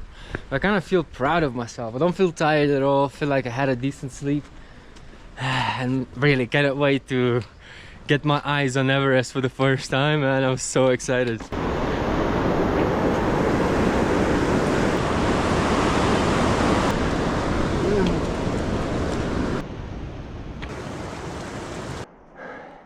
I'm not sure if anyone lives there. Or is it abandoned? It does look kind of closed and abandoned. I think today is my favorite day because there's so much nature, a really nice trail and beautiful weather so far. The pine trees in the mountains just look unbelievable, and the smells are amazing. It smells like Europe in summer. Yeah. It's so nice. And I believe if you kind of walk around up this mountain and behind it, from there on we'll be able to see Everest! Yo! Looks like a landslide just happened on our path. Whoa, look at that, guys. That is sketchy. This whole thing is hollow. This just happened now. Maybe you can walk this way. It looks like somebody walked through there. Yeah, I guess so. That's our way, yeah. Through the bush. Yeah. Okay. I think this is our path. Look, just landslides after landslides. There's another one happening. This one, it could injure you. Look how high this is. Slowing us down, these landslides a little bit. And the clouds are coming closer there. I don't think they'll be able to catch up with us. Our ambition is higher than those clouds. Welcome to Everest Eco Lodge and Homestay. It looks like a really cool place to stay. Have everything, food, hot shower. The Everest Lodge. It's a really nice looking place. Namaste. Oh my days, I'm seeing the mountain for the first time. Yo! I don't know which one is Everest. I don't think we can even see it because we are kind of like, this is covered by mountains, but I mean, look at that, guys. These are the top peaks of the world, by the way. Why do they look so close? So the local guy said that we're late about 10 minutes. All of this was clear, but we left our house kind of like 15-20 minutes later than we planned, and we missed it. Sometimes, you know, you don't realize how important those 10-15 minutes are. That's a shame, but I guess we are heading there, as well as this helicopter. There's actually a little shop just here, 1,200 per kilo. and they sell cheese. Total, yeah. Minimum you get 501. Okay, it's too much for me. Yeah, because I have a big bag. So it's okay, never mind. I just so pay this for is them. yak cheese. Yak cheese, yeah. It looks so good. Yeah, we'll calculate if you want. Right now, okay, 100 gram we will provide you. Yeah? Okay. Okay, yeah, that would be good. Okay. So I'll go to and give you. Okay, thank you so much. We're just buying some cheese to take away because the yak cheese is so good and gives you a bit of energy while you're on the hikes and stuff. It tastes like Swiss cheese. It has actually a bit of that flavor of mature cheddar, like British cheddar. British cheddar is one of my favorite cheeses. And that's just a bit like that. I would not tell the difference between cow or yak. It tastes exactly the same. Yeah. What do you think? Try. It should taste like cheddar cheese. Cheddar cheese, right? Like mature cheddar. So good. This cheese is so good. These views are even better. So we simply decided to change a bit of the plan and stay here for the day. There's a guest house right here. So you're actually looking at the mountains. Really cool room, 2 double beds. We'll show you that in a minute. The best part about traveling is to have the freedom to change your plans whenever you feel like it. And you know what, me and Olivia just kind of felt like it because we have literally $1 billion view right there. And in the morning we'll be able to see it clear with no clouds, with the view of Everest and so on. Is it worth staying there? Definitely. For us, definitely. Yeah. And it's only 9 o'clock right now, but we'll get some work done while we enjoy the views. And we've already done like 2 hours of the hike from Jumbesi. Yeah, we did almost half of the day in such a short time because we were running up the hills like so hyped to see the Everest mountain, and then we got here and it just got cloudy like 15 minutes ago. At least we can wake up at like 6 tomorrow morning and walk, and we'll see it all while it's clear, so that'll be really good. So this is the room. Cozy. It's like the size of a big bed. Sorry. And then here you can actually see the mountains through the window. Yay. Tomorrow morning you will see. It's very bad. Yeah. This morning until 9 it was clear. Yeah, 9. Okay. We have seen Everest, but now it's cloudy. After 9 it's always cloudy. But early in the morning, after 5:30 it's getting morning. Okay. And after that, well, always. No. But since 2 days before it was always rain. Always I remember rain, we were stuck a little bit in Kinja. Yeah. But yeah, we wake up 6 in the morning and wait. That'd be nice. This morning we woken up really early to come up to this viewpoint, which is above our accommodation where we stayed last night, to come and see the mountain range. And believe it or not, guys, that over there is Mount Everest. Mount Everest, the tallest mountain in the world. And the crazy thing is that it doesn't look that tall, right? It's because it's so far away. It looks smaller.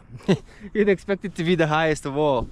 I definitely just saw wild animal tracks. It does look like a wild cat. I gotta be very careful. Apparently the owner from where we're staying right now said that last week a tiger killed his dog named Tiger. Morning. The Sherpa that owns this land and lives here for the past 32 years said that about a week or so ago there was a bear who kind of like was chasing the cows, and the bear basically come here for the corn. I can't believe like there's so much wildlife, and I'm seeing like literally wildcat prints on the ground. It makes you realize this plant has been growing here for 2 years. So what it does, it just cuts the top and it keeps growing And it's like, if you want it, you can take it with you. I don't really need it because I don't have it dry, but like it's purple. If you look at it, it generally looks purple. And after touching it, it's literally all sticky. And it smells so damn good. Oh wow. And it's literally facing the mountains and the Mount Everest. We do need a bit of energy before we go, so we ordered some omelette with some chapati. So we're just enjoying the view right now while eating our breakfast. Power up and continue. Yeah, we're gonna try and go a bit further today than we planned yesterday to catch up a bit. So we're gonna try and make it to Nantala today. We'll see though, because there's a lot of down and then up and then down again. I'd like to say a big thank you to the Sherpa family here who looked after us. Thank you. Yeah, Tanyabad so much. Hardly welcome. Yeah, it was really, really good stay. Totally suggest you to come and stay here, because if you do want to wake up with Everest view, this is the place to do it. So thank you very much, yeah. And maybe see you again on the way back. Okay, and have a nice journey. Thank you so much, yeah. All right, you ready? Yeah. Let's do it. There's a beautiful waterfall here, and then we have to walk along this, and you can see that a little bit. It's already happened, a little landslide, and it looks like that path is gonna fall anytime soon. Oh, so scary. Right? You did it. It's honestly even more terrifying after the guy at the guest house told us the other day that his nephew's wife actually died in a landslide with her baby like last week, not too far from here, during the crazy storms and floods that were happening, which is really sad, and it happened to a lot of people. Yeah. And there's loads of people still missing. Yeah, so we gotta be careful. It kind of opened our eyes a little bit of the dangers that are lurking on every corner here in the Himalayas. Like, we were relatively naive. I was kind of careful with landslides the whole time, but I wasn't expecting that there's tigers and bears coming so close. Here's that stupa that we saw from a distance. What a magical place. Just facing the highest peaks in the world. And unfortunately, Everest is now covered by clouds. What a beautiful place to live. Wow. Wow. Insane. These are winter apples. We have similar ones in Europe. We have a little bit of mountain traffic. Hello, cows. The big bull there is like, mountain tax. Good cow. No. Good cow. Yes, you are. Yes, you are a good cow. Are you gonna let us go past then, cowsy? Yeah? Let us go past. Alright then. Have a lovely day. I'm always scared they're gonna like kick you or run into you, but you can actually just pet them and chill with them, and they're really cute.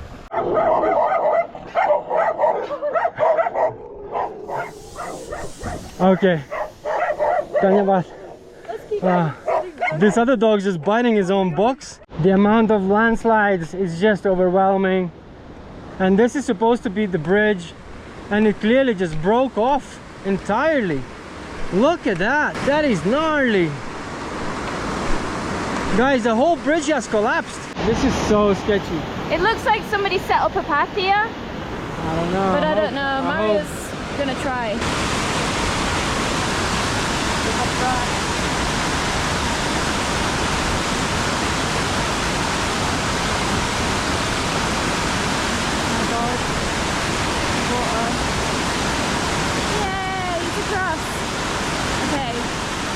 It's my turn. This is so scary. There she is. Nice. So you know how it is, guys. There ain't no adventure without some sort of challenges. Olivia's having a bit of issue with the bag. You can rest here in the shade on those stairs if you like. Hell yeah. Really, Lukla? I wouldn't say nearly, but that's the way to Lukla. So we just stopped for a rest on the path. Mainly for me. Mario could probably walk there in half the time that it takes us both. I'm just really slow. For some reason today I just have pain everywhere, like my bag's pulling on my shoulders, and the pain kind of spreads to your ears, and I've got this new pain just on the side of my feet here. It happened when we climbed up this mountain this morning. Maybe I was a bit too sleepy and just kind of rushed it, but I'm trying to take it slow so I don't cause anything worse, because we're not even at what most people's starting point is, which is Lukla, to do the 3 passes and base camp. So we're almost in Ringmu. This is just the first lodge. Ringmu is just a tiny bit further up. The weather's not looking very good, but it's quite nice to see a sign that says way to Everest Base Camp. That's where we're heading. It is still pretty damn far from here. How are you? Guess, but I think we could make it to Nantala today. You reckon, yeah? I think so. If it doesn't start raining. We have to go up, I think, 200 more meters. Up. And then it'll all just down. So Yeah. we could do it. Don't know what they are, but these birds look really cool. So many of them. That's really cool to have birds so close to you. It's probably they're nesting here or something. Okay, sure. So we just stopped in Ringmu and we're buying some tomatoes because we have some chapati and cheese still from earlier. So we're gonna have some lunch. What do you want to prepare? Huh? Okay. I think this is enough. Yeah, it's just We for only a have quick one lunch. each. Okay. How much you want to pay? I don't know, $1,000? Okay, $1,000. Can I pay by MasterCard? Okay, $1,000. Okay, it's enough for me. I wish I had that much with me. Yeah, how much is this? Like, just tell me. Okay, 20 rupees. Okay, I'm gonna give you a little bit more than that. Yeah, that's really cheap. This is really cheap. So we're getting closer to Taksindula Pass, our second big pass on this trip. But before that, there's like a really old stupa. Beautiful, as always, really beautiful. And for some reason, the older, the nicer looking it is to me. Taksindu Pass. It's a bit lower than the last pass we've been on. This one's only 3,071 meters. You're nearly there. Yeah? What do you think?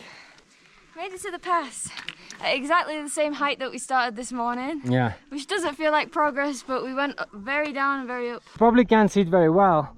But this morning we have started somewhere on that very corner, somewhat there. That's the accommodation where we left this morning. It's about the same altitude, just there, kind of behind those clouds. Which means these mountains should be right behind us. Yeah. But it's cloudy. Yeah, you only see mountains early in the morning. It's okay though. You wanna find a place for lunch? Yeah.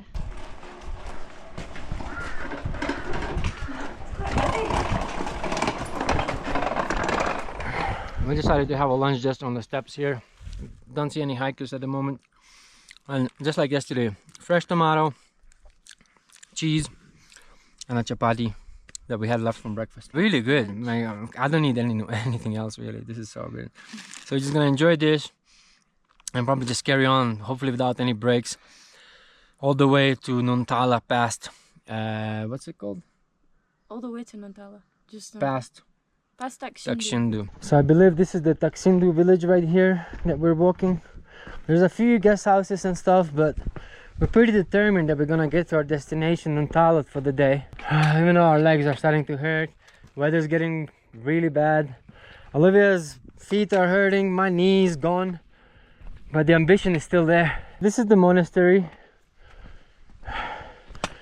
We're gonna go past that. It looks like it's in the clouds, in the sky. Really beautiful.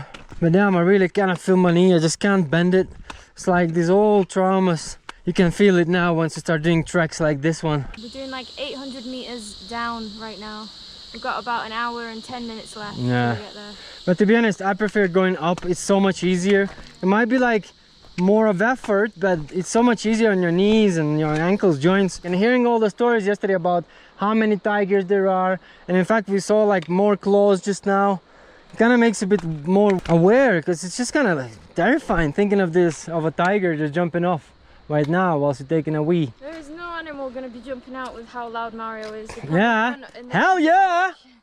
I mean, it's a good thing to stay loud because there's also bears. But tigers, man, I know they don't attack humans, but if they wanted to, they would mess you up. That is where we're gonna be staying. I'm pretty sure that's Nantala, so it's not that bad, not too much left. There's this massive river and there's no freaking bridge. And by the looks of it, it looks like it's just no other way but getting super wet. Oh shit, no. This is quite deep right here.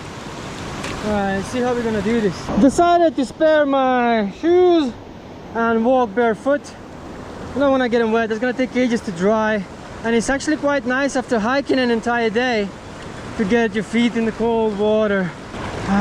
Really cold water, but really refreshing. Me and Olivia actually have split up for a little bit. Just had a little argument. Classic, you know, couple traveling. She's probably too tired, you know, and gonna annoy each other. And I just saw her walking down this bridge right there. After going through windy roads, a bit of the map, thought I'm not gonna go the right way. I got a bit worried, but I managed. And it says welcome to Nuntala, and I just saw Olivia just walking there. Proper grumpy. He's just walking there, look at that. Just over there, that little silhouette.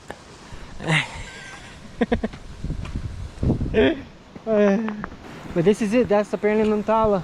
It's kind of in the valley of this forest. I mean, look at this forest, it's so big. So we finally made it to Nuntala. I actually beat Mario here because he went the wrong way. Just drying off our clothes, and this is our room for the night. We've actually got our own bathroom today, which is quite nice for a change. We don't have to go outside at night. And this was 1,000, so this was a bit more expensive than what we usually pay. The most we've ever paid so far is 500 rupees. This is double, but it's still only like $7.50 a night, which is really cheap. So we're gonna relax and then we're gonna go have some food in a bit. And Mario's not grumpy anymore. Because you were the one that was grumpy. I wasn't grumpy. Yeah, you were. As you guys remember from the previous vlogs, I wasn't grumpy.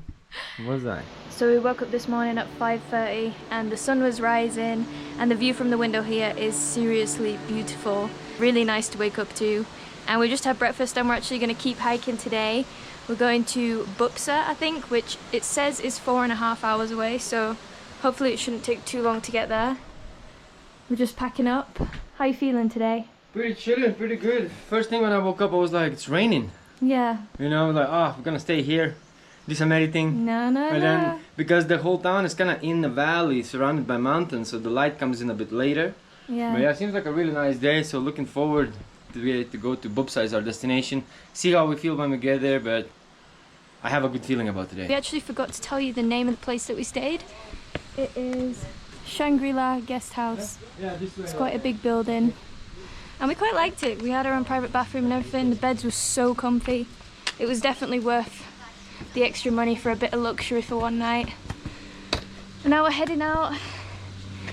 I think we're starting going downhill and then uphill. So it's this way. It's going to be on the knees again right now, which is not going to be that fun because it's still a bit sore from yesterday, but we'll get there. Right now we are actually walking in Nuntala town for the very first time because we were too tired yesterday, so we just checked in and didn't walk anywhere. And it looks pretty nice, really like kind of like old architecture. So here's a sign to Lukla. It shows that we have to go up in the sky. It's a shame I didn't bring anything to fly with. Ah, look at these landslides here. All of this is a landslide. This used to be something. In fact, this used to be a building. And yeah, it's all landslide. A beautiful valley though. Just as we were gonna walk the wrong way, the porters redirected us the right way. In the way here. Wow, look at the amount of bags that they're carrying. It is really difficult job. Man, we're just complaining with our little backpacks like, oh no, it's too heavy. How do they not slip? But then seeing the porters, you kind of humbles you, you know, it makes you realize that it's not easy out there, man. Wow, guys, this is so mind-blowing. Like the top of that peak over there, when you walk here, it feels absolutely CGI. It does not look real. I can't believe it's that high up. Wow. Mate, I cannot wait. I cannot wait to get to that mountain range. Look at that hanging bridge all the way there. I think we might gonna have to go over it. So we're just enjoying our path, and look at this landslide here, guys. Just happened recently. Wow. Still a bit of path left, but man, that looks really bad and pretty scary. If this happened while you walk, bye. So these paths can be pretty slippery. Mario just slipped here and nearly twisted his ankle again. Is it as bad as last time? No, it's the same. It's the same pain, same accident, same ankle with the same problem. It's because I have this ankle injured so many times sprained. It's my weak ankle. Yeah. So what I'm gonna do, I'm gonna tighten up my shoe as tight as I can. And basically because of all this water, I simply just slipped on the stones. And if it wasn't for the sticks, I would have broken my ankle. Yeah, fully. We did buy, a lot of people trek this trek with like non-ankle supports, like lower shoes, but we just bought ones that go up the ankle for this reason, because Mario has problems with his ankles. I also have quite weak ankles. Yeah, we're both just trying to be as careful as possible. I can't believe how much the walking sticks help you. Yeah. I remember one of my friends is doing Annapurna circuits. He didn't want to buy the sticks, and I convinced him to buy some. Yeah. Man, this is so useful, and it only costs like few dollars, like $10 for both of them, so it's like absolute bargain. Yeah. If you're gonna do any of these hikes in Nepal, just take the sticks. Even if you don't use them, just have them in case, because they've saved us like multiple times now. So we're just walking along, enjoying the beautiful mountain views behind us. Really looks spectacular. I think that's the word that needs to be used, and we're not even close to the best views yet on this trip. Since Jumbesi, it has gotten a bit busier, the trail. There's a few more people, but I think altogether we've seen about 20 foreigners overall since Jiri, maybe. Yeah. Not that many, really. It's getting busier though. It's getting busier for sure. And I think in the next 2-3 days, once we get to Lukla, it's gonna be busy for a little while. We've heard it's like being back in a city on a highway when you're walking from Lukla up to Everest Base Camp, so that will be a very different experience to what we're experiencing right now. So we have entered this mossy forest, and now we've been walking here for a while.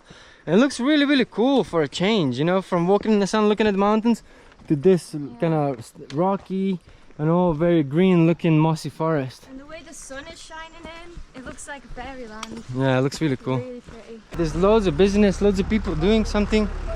I'm not sure what it is. They're building something, but yeah, it looks like a bunch of supplies, things like that. Kind of busy looking place, but yeah, it looks like a whole lot of supplies probably getting delivered to the locals in the villages. Here's some donkeys. Bless them, they're about to work very hard with all the deliveries that just arrived. Wish you all the best, guys. But yeah, this is the hanging bridge, guys, and as you can see, they're building another one for vehicles. But man, look at this river. That is a furious looking river. You don't want to fall in there. I think this one is the most furious I've seen so far on this hike. I'm gonna make Olivia bounce. Look, she's getting a bit sorry. Oh, that looks pretty scary, but also pretty cool. Landslide on one side and then a beautiful view. Yeah. Nice river. Crazy looking river. Wow, you don't want to fall in there. Yeah. Yeah, it looks so gnarly. The rapids, they will suck you underneath. Let's get out the middle because I'm getting like serious vertigo. So if you thought it's quite scary to walk over the bridge, imagine driving a motorbike over the bridge with two people as well, and this guy is driving. But if you just turn the wrong way, you could just gently slip down through the side. It's not supported, so yeah, this guy's going for a yes, mate. Wow, he's doing it. Look at the size of this landslide, and obviously all of this could be a landslide as well. And look at that, look how far it stretches. One massive one. It does seem that because of the landslide, a lot of the supplies got stuck here. So you can see like this, everything's just out here. People even setting up little temporary tents to stay overnight because of the landslide. It's kind of crazy to think, you know, it's gonna happen anytime, anywhere. 20 rupees. 20 rupees. Okay, we'll try 2. Okay. Oh, Tanya, thank you. So I'm gonna try this local fruit. It looks like a pear or an apple. Let's see what it is. It's a pear. Tanya, thank you. Tanya. With pear? It's winter pear, yeah? It's organic. Organic, nice. Organic. Really good. It's like a winter pear, right? Oh, upside in. Nice. It's really refreshing, thank you. So we just arrived in Jubing, and it's a lot lower than other places we've been so far, so we're back in the Greenland. There's loads of flowers, waterfalls, farmland. It's really beautiful, really colourful. Nice houses too. So we're going to keep walking for another hour to Karakola, I think that's how you say it. Change of plan. I need to take my bag off for 5 minutes because my shoulder was starting to hurt, and it's all uphill from here, so do it now before we continue. Quite nice to have like a little soda, sugar, you know, for energy. And I got a Mountain Dew. It's actually, it says Macho Dew, made in Nepal. Macho Dew for that macho, man, you know what I'm saying? So you can't have any. What? Flat. It's terrible. Oh, it's terrible. Oh, seriously. Flat? It's so shit, yeah. Are you sure it's supposed to be?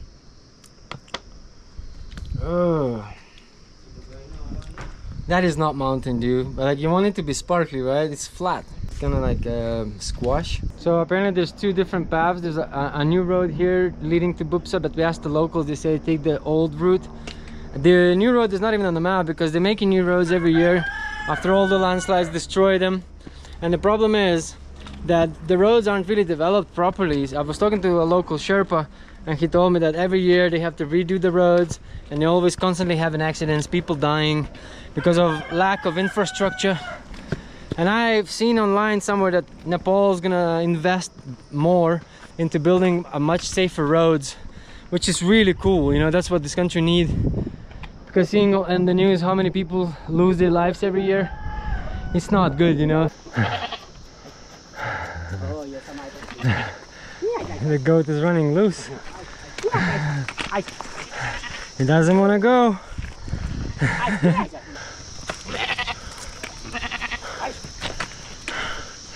Whipping the hell out of this goat. I'm glad I'm not that goat. I think that's why Nepalese people are so strong running up and down the mountains, chasing these goats. I know. Mental, they're so fast. Just stopped on the side of the mountain with this view, which looks pretty cool actually.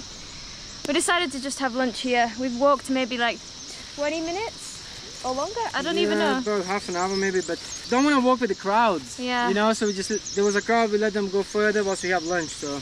Yeah, you kind of want to walk alone, it's more enjoyable. Yeah. Look at this cheese, looks different today. Looks like Swiss cheese, right? Looks like with the mouses bitten it. We don't want to eat the corners, these are just wax and wedges, but around it, it's fine. So we got more yak cheese today. It's actually just really cheap to just buy this and tomatoes. It's like $4 for a really big piece, and then we saved some of our chapati from breakfast and boom, got a lunch. Yeah, fresh tomatoes as well. Mario actually told me today that this is the healthiest kind of cheese. Yeah, I've googled really it healthy. because yak is obviously here free range, so it's eating like, you know, wild grass and stuff like that. So this is one of the healthiest cheeses you could eat. So for the past almost 2 hours we've been climbing up non-stop the stairs. How are you, Olivia? Oh my god, I think our legs are gonna fall off. Difficult roads leads to beautiful destinations. And I mean, look at this, guys. There's a nice monastery here. Looks really cool. Can we fill some water? That hill was probably the hardest on this trip so far. That was steep. Did you say hill? It's hill, yeah, mountain, whatever. It's definitely a mountain. Look how red I am. This is... Why does nobody else ever look like this on the trail? It's just me. It looks like a tomato. Look ridiculous, but we're just stopping for 5 minutes to enjoy this view.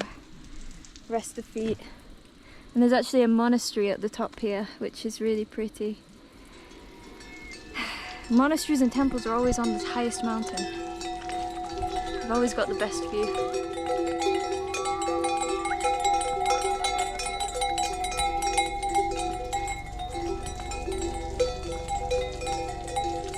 Nice video.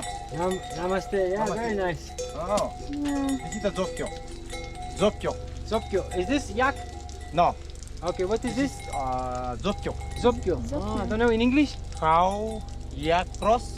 Oh, and cow and yak have a baby. Baby. Ah, I didn't know cow and have together relationship. Yeah, Really beautiful. Okay, very nice. Never seen before. Yes. Okay, thank you, boss. Have a good day. Wow. Yeah, I was gonna say they're huge and the horns are massive. Namaste. Namaste. So this is Karikola town, right? Yeah, I think Yeah. Namaste. How are you? Good, yeah, good. Having fun. That's a nice looking town with some epic views. Can you think of a town or village that wasn't epic so far? I know, right? And what I like about this trek is that the further and the higher you go, the views are getting crazier and better, you know, and like the mountains looking bigger and bigger. They build these walls to protect from landslide, but it looks like this wall ain't gonna hold for very much longer. It's just a matter of time until they're all burst. Namaste. Namaste. Namaste. Bupsa. Ah, thank you. Our destination for the day is at the top of this mountain there. That's where we're heading now. So whilst we're going through very steep path. At least we're getting entertained by the local vegetable here. Would you guess that this is a cucumber, guys? Look at that. Yeah, that's a cucumber. It's a crazy looking cucumber. And they're all kind of like that. Looks like melon. Some of them are like really long and thick, kind of like a watermelon. And it almost tastes a little bit like a melon, like an unripe melon. It's really weird.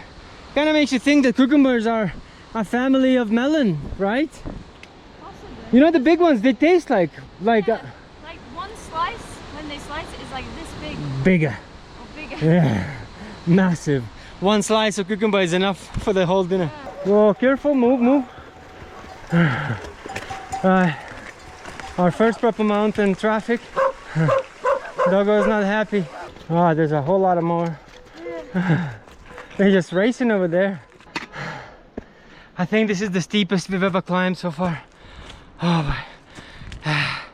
That's how steep it goes. Wow. You okay, Olivia? Nearly there. Olive, we're here. And this is the place where we can check in. Right, so this is it for the day. We have arrived, and the very first guest house that we just saw, Bupsa guest house, is where we decided to stay. Nice, simple, clean, Wi-Fi, restaurant is here, little chilling area, and obviously this is gonna be our bedroom. Small but chilling. The view, not too shabby, not too shabby. Pretty damn cool. This is Olivia's face. I don't know how to It's time to get a cold drink and just relax. Time to get some protein. It's pretty simple, just chow mein with mixed veg and stuff. But Olivia is going for the big old dessert with Snickers. I never even thought they make Snickers, but look at that. Wow, that's actual real Snickers melted. This is so with unhealthy, peanut. but Enjoy. I feel like I deserve this. Life is to enjoy, right? So yeah, just gonna probably eat the food and just chill for the day. There's not much to say, guys. You know, it was another beautiful day, just another beautiful day, and really looking forward to tomorrow. And we're only like a couple days away from Lukla. Just pretty exciting, pretty gassed for it. But yeah, apparently we are moving. Apparently we are getting closer. I thought we're not gonna make it, but here we are, 2 days away. It's stealing my chow mein. I want savoury before sweet, yeah. So we woke up in Bupsa today, and we actually decided to stay here for the day because both me and Mario are having issues with our feet. We've done 2 huge days in a row walking over 12 kilometers up and down the mountains, and I've got really weird pain here on the side of my foot. It's a bit swollen, so I'm walking in these today just around the village, and Mario's got a swollen ankle from when he twisted it again. Yeah, but I think it's alright. It's just a bit swollen, but I've done it like dozens and dozens of times on the same ankle. Yeah, it swells really easily, but we just thought it's better to take a rest day, not force ourselves to do some crazy hike, because we don't want to get to Lukla and already be destroyed before we even start the proper hike. So we're just going to explore Bupsa today. We're going to walk around a bit. I made a little friend here. Hello. Aw, yes, you are a sweet dog. You're a lovely dog. This village is only very small with a few guest houses, but there's a nice stupa here on the mountain. We're actually not that high up. We're only about 2,300 meters. Today we were supposed to go up to the pass at 3,000 meters, but it's actually a bit cloudy for 2,300. It's not as clear as we were hoping. It was actually way cloudier this morning. You couldn't see any of this, so another good reason to stay for the day and wait for it to clear up. So we're just watching these donkeys, and one of them just keeps rolling around in the dirt. I don't know if he's got an itchy back or if he's just playing. Maybe he's trying to rub the sore back after carrying all those bags. Getting prepared, getting all the bags attached to them, probably off on a big journey, delivering supplies somewhere. It's time for us to hit the road again and do a whole lot of trekking today. It looks like the sky is on our side. I feel like today we'll be able to see some really nice views. Yeah, feeling a bit better today. Can walk again, so let's try and make it to Paya. Look at this terrain, guys. That's where vehicles drive and bring all the supplies. Absolute landslide country. Just cliffs everywhere, landslides everywhere. It's sketchy to even walk. Can't imagine what it's like driving here. We're not far from Kari La Paz and there's a whole lot of different detours, tiny little paths. There's a massive cliff all the way down there. Really sketchy path. Whoa. Yo. Okay, we're good. Yeah, you're good, Olivia. Just really careful, please. If you slip here, it's goodbye. Looks like we're getting closer to the pass for the day. We're walking near the Kari La Paz and it seems like this used to be an old main road for cars. Definitely not anymore. If you look at it, it's so sketchy. It's just landslides everywhere. I feel like this is the steepest part of the day and the highest. I know. Almost. We're really high up, you can't see anything anymore. Wow. It's hard after having a day off. Need to keep on pushing.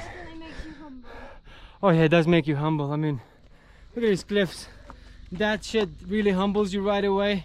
I believe we have reached the Kari La Paz. Well, one of the two passes at the top. There's this Sanam Lodge and restaurant, probably like the highest restaurant you can stay in this pass. Felt like we got here faster than I expected actually. Yeah, I mean, just keep on pushing, you'll be just fine. What? Yeah, Olivia's doing alright. She's actually walking faster than a lot of the men. And she's even carrying her own weight, her own backpack. This tiny little girl doing it. Yeah, my hip. Yes, mate, high five. My hip nearly popped out Boom. like 5 times. I think I've got bad joints. Right, does any of you guys want to take me to Lukla then? Be nice to hop onto one of them. You can actually smell the donkeys. There's so much donkey shit. It really, really smells. Look, this one's so tired, bless him. Oh, get down, buddy. It's okay. Whoa. But yeah, apparently from here you can take a jeep. But looking at this path right here, I don't know if I would like to get a jeep down. I mean, would you? Look at this. This looks fucking scary, man. Yeah. Right next to this landslide cliff. You kind of don't really want to go to the edge. But it looks pretty gnarly. And this is the road that you would be driving on. Yeah, no thanks. What is this place? This looks like nothing. Like This is always like just like desolate. Yeah. And scary and there's. It looks very desolate. You can't see far ahead. There's rocks everywhere. It looks like if Mad Max was in the mountains. I know, right? An accident already happened. Holy shit! Like this guy was building up the road and it just fell out. This is not good. When you see these big tractors falling off the road, and the tractors are the ones who are supposed to kind of clear the road, you know, when a landslide happen. If you see them big things on the side of the road, you know it's not good. Yeah, you gotta be really careful. This is probably the sketchiest road I've ever seen in Nepal so far. We're having some mule traffic, but we want to stay on the side.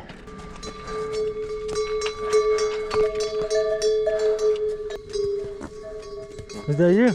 No, Where's the mules farting? The mules are walking and farting right next to us. I thought it was you. Oh, it just farted again in the face.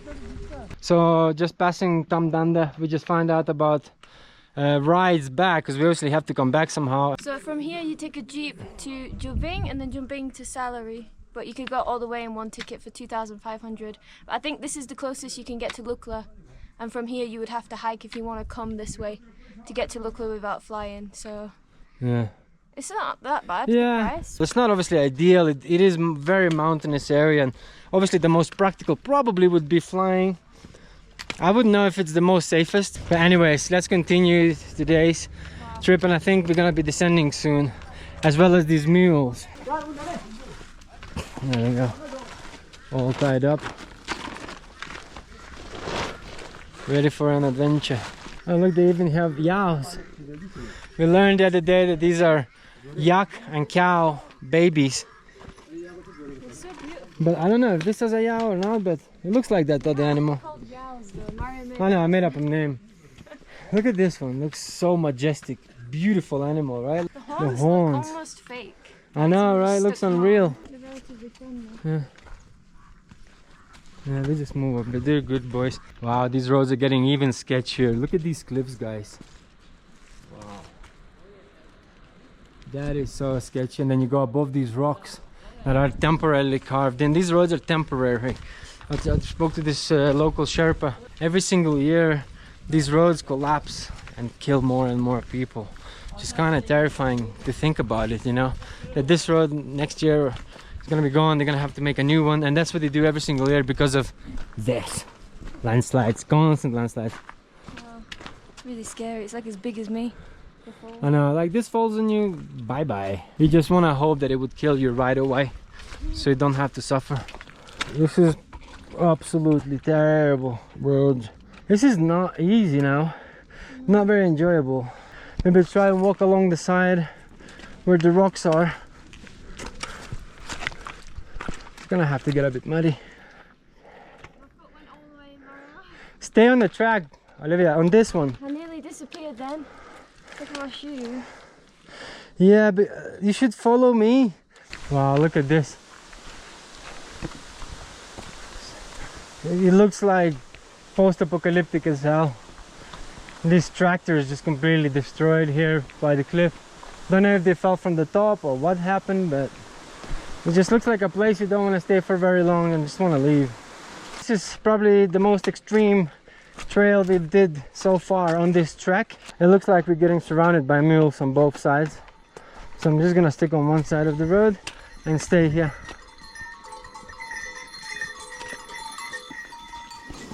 And then right above me, full-on landslide rocks. Let's keep going. Oh!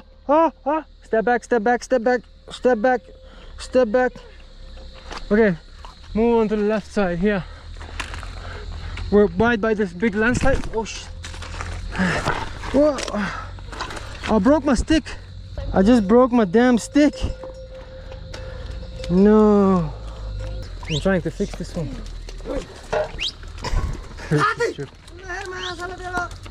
You having to walk on the cliff, like it or not, because this is just literally a bath of mud. I did not expect this an hour ago. Careful here, Olivia, don't slide down.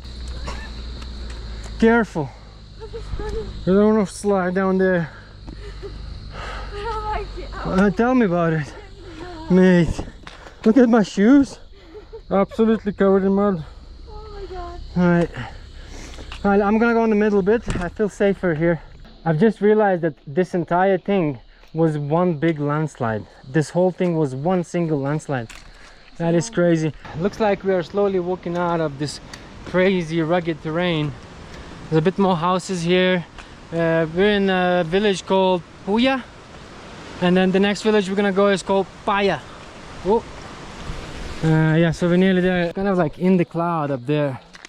As soon as you get down, it's so hot right now. It's happier though. Yeah, sun is shining. You know, it feels like, yeah, a happier place than earlier. But we have arrived to Paya now, so we're only gonna have lunch here and continue going. Ready?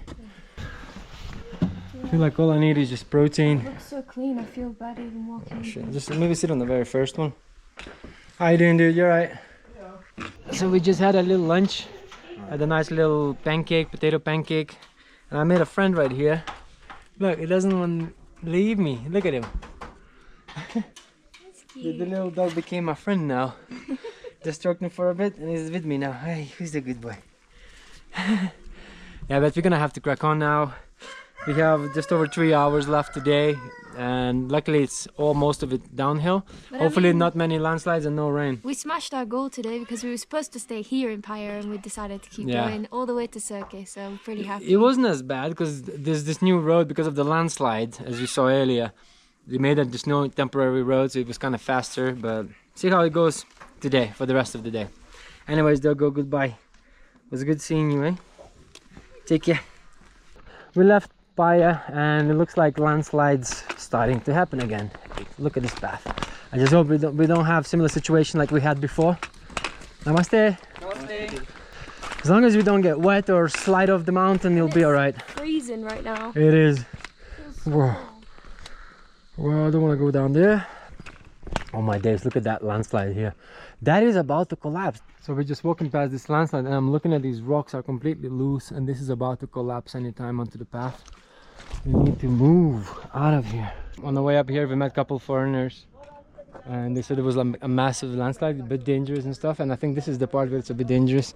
You can see like a man walking with the fridge over the edge. It looks pretty dangerous, and you only see this in Nepal, man. It looks proper crazy. So I feel a little bit nervous, but I think it's okay. As long as we make it to Lukla in one piece, I'll be We just happy. seen some locals trekking. Namaste. They say it's okay, it's just this part is a little bit dangerous. Oh, one more there. Oh, that. Oh, yeah. Okay. I mean, if a man with a fridge can go, I think we can go also. Yeah, I will try and go first. Namaste. Namaste. Namaste. How's the path there, bro? It's pretty caved in a little. Is it? A little bit. These rocks are all loose, so careful.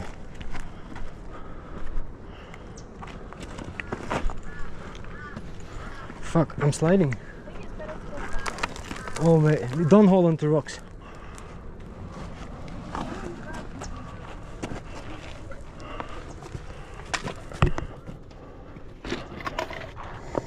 Fuck, I hate it.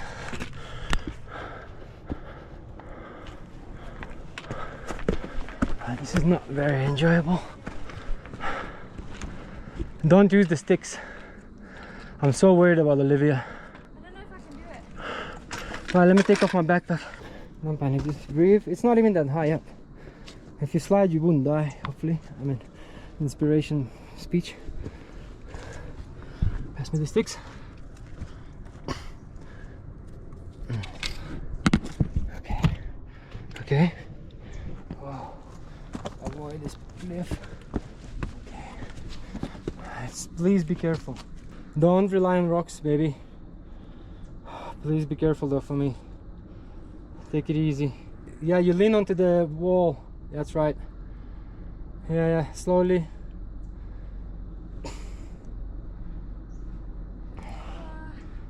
You can do it. Just please be careful, eh? Please be careful. Don't panic, don't panic. Oh, you can do it. You're nearly there. You're nearly there. There you go. Good. It's shaking. That is fucking scary, mate. The bag is like pulling me that way. Like the weight of my bag is like, if it just throws me off a little bit. Apparently there's one more like this and that's it. You know, there's just one more part like this. So My legs are shaking so same. bad right So now. I'm shitting myself. Let's get off this cliff, yeah? Yeah. Makes you consider a lot of things when you're on that edge. Namaste. How is the little bit landslide? Yeah, you have to be careful. Okay. And be safe. Have Be a safe. good journey. Thank you. Dhanyabad. Dhanyabad. Safe journey. Thank you very much, brother. Have a good day. See, this is like combined. It looks like a Jenga. And this is very steep cliff. So what we want to do is go slowly, like the local just said. Slowly. Just stay here, okay? I'll climb up first. Exactly, in case it falls. Just stay there. Give me your sticks, I'll carry up. I'll try to. No, you trust me, I don't want you to get injured. Give me this thing. Probably should have, but I think I might be alright. Alright, wish me luck. Okay, it is pretty steep. Yeah, you just don't want to look down, that's the only thing. You just don't look down, that's all.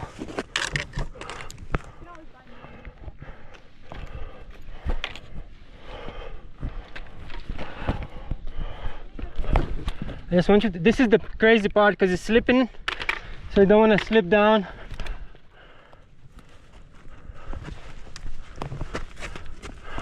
Wow, it's very slippery.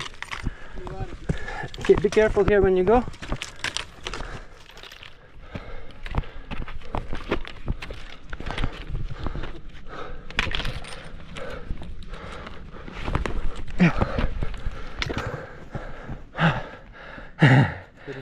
A little bit, yeah. It looks a bit scary. Okay. First time Nepal, brother. Oh, yeah. Yeah. Slowly. Yeah, use all your fours. Yeah, almost there. You got it. Just make sure you don't slip. You don't trust any stones. Yeah, good. Boom. Nice.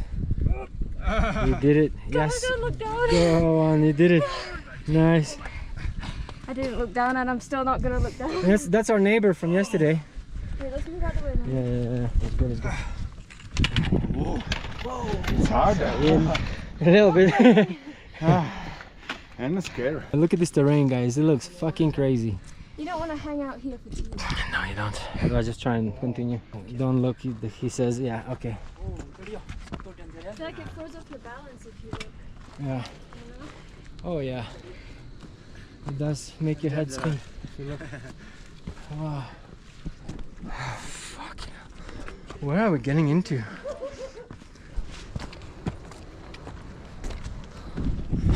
Woo. It is something. Yes. Well, that was a nice little experience. Very good. I'm so glad that we're not the only ones doing this. It would feel wrong if you'd be the only ones doing it. Makes you feel safer that other people struggling the same way. Yeah. What do you think? I'm just glad I'm here to live and see another day. Starting to hear the helicopters of Lukla. I feel like this is the vibe of Lukla on a daily. Is here the brrr every single day, all day. We're here with a little group, an Italian Instagram creator right here with us, and 2 locals at the back guarding us to make sure we don't die on the way up here, down here. But we only got very little left of the day, and I feel like today was like a bit of the real taste of the Himalayas. On that cliff, I thought I'm gonna shoot myself. So luckily this didn't happen, but to be honest, starting to realize that this is not a joke, you know, and you do really have to be prepared and be really careful. You know, all the way Jiri to here, it felt like, you know, just a beautiful walk, even though it was a bit scary, but it was pretty cool. The only kind of downside today was that like all day we're just walking and there's a lot of shit of the mule. That's the only thing. You kind of like feel the ammonia coming in your mouth, like straight inside of you. We have finally arrived to Surke. This is where we're gonna be staying tonight. We could go to Lukla today, but we just decided not to rush and just simply have a chill day and have an early one. So it's quite nice to get to the destination today. Not very busy, kind of what we expected. Lovely, surrounded by these beautiful rocky mountains. Like, first thing we're gonna get is like probably a cold drink or something like that. Find a place to check in. We made it. Boom. Oh. Yay. Right, so we just checked in and I'm gonna show you the room really quick. Simple, clean, that's all you need, right? I even have a view of the river. What do you think? I'm just happy to be here. You know how fast is the Wi-Fi? 50 megabytes per second. Really? On Lukla. Yeah. Wow. So it's about 8 in the morning right now. We did actually wake up about 5:30. We just couldn't go back to sleep. We've drank a whole small pot of coffee, which is not that small for 2 people, so we're just kind of on edge right now. Had way too much coffee. We've got 2 hours hike to Lukla today, and then we've done the first half of the journey, but all our clothes are really dirty. Literally, my pants are filthy from yesterday. All my tops stink, so we need laundry. But it's okay. In Lukla, we're planning to stay a couple of days, get some work done, get some laundry done, chill before we start the real challenge going up to Everest Base Camp. Yeah. Anyways, let's pack up and probably head to Lukla. Yeah. It's freezing out here this I morning. know. Yeah? Don't know why it's so cold, and we're gonna go even higher up today, so it's only gonna get colder from here. It is really exciting for us because we're about to see some really big mountains from here on. I can already see some. Yeah, I can already see some and I cannot wait. So the hike so far is relatively quiet, not many people on this trail. Apart from the helicopters and the planes going overhead. That's all the people going from Kathmandu and other places all the way to Lukla, where most people start the hike. It is a sunny day, well, first part of the day, and that's why they're probably trying to squeeze as many flights as possible since it was cloudy yesterday. So we're having fingers crossed that we'll be able to find some accommodation in Lukla, because I feel like more and more people are coming there. Constantly something's flying up there. If it's not an airplane, it's a helicopter.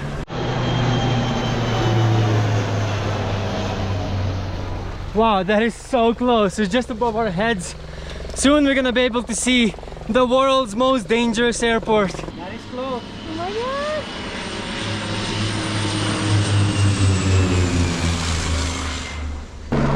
Yeah, this is it. This is the most dangerous airport in the world. Lukla Airport. If you actually look, the airport's kind of like going up because the landing strip is so short. So it's kind of uphill when you land, and it's probably why it's one of the most dangerous, because at the end of the landing strip is just a wall, like a big mountain. Really fun vibes entering the town. Music's blasting, air traffic's everywhere. And yeah, this is probably the biggest town we have seen since Kathmandu probably.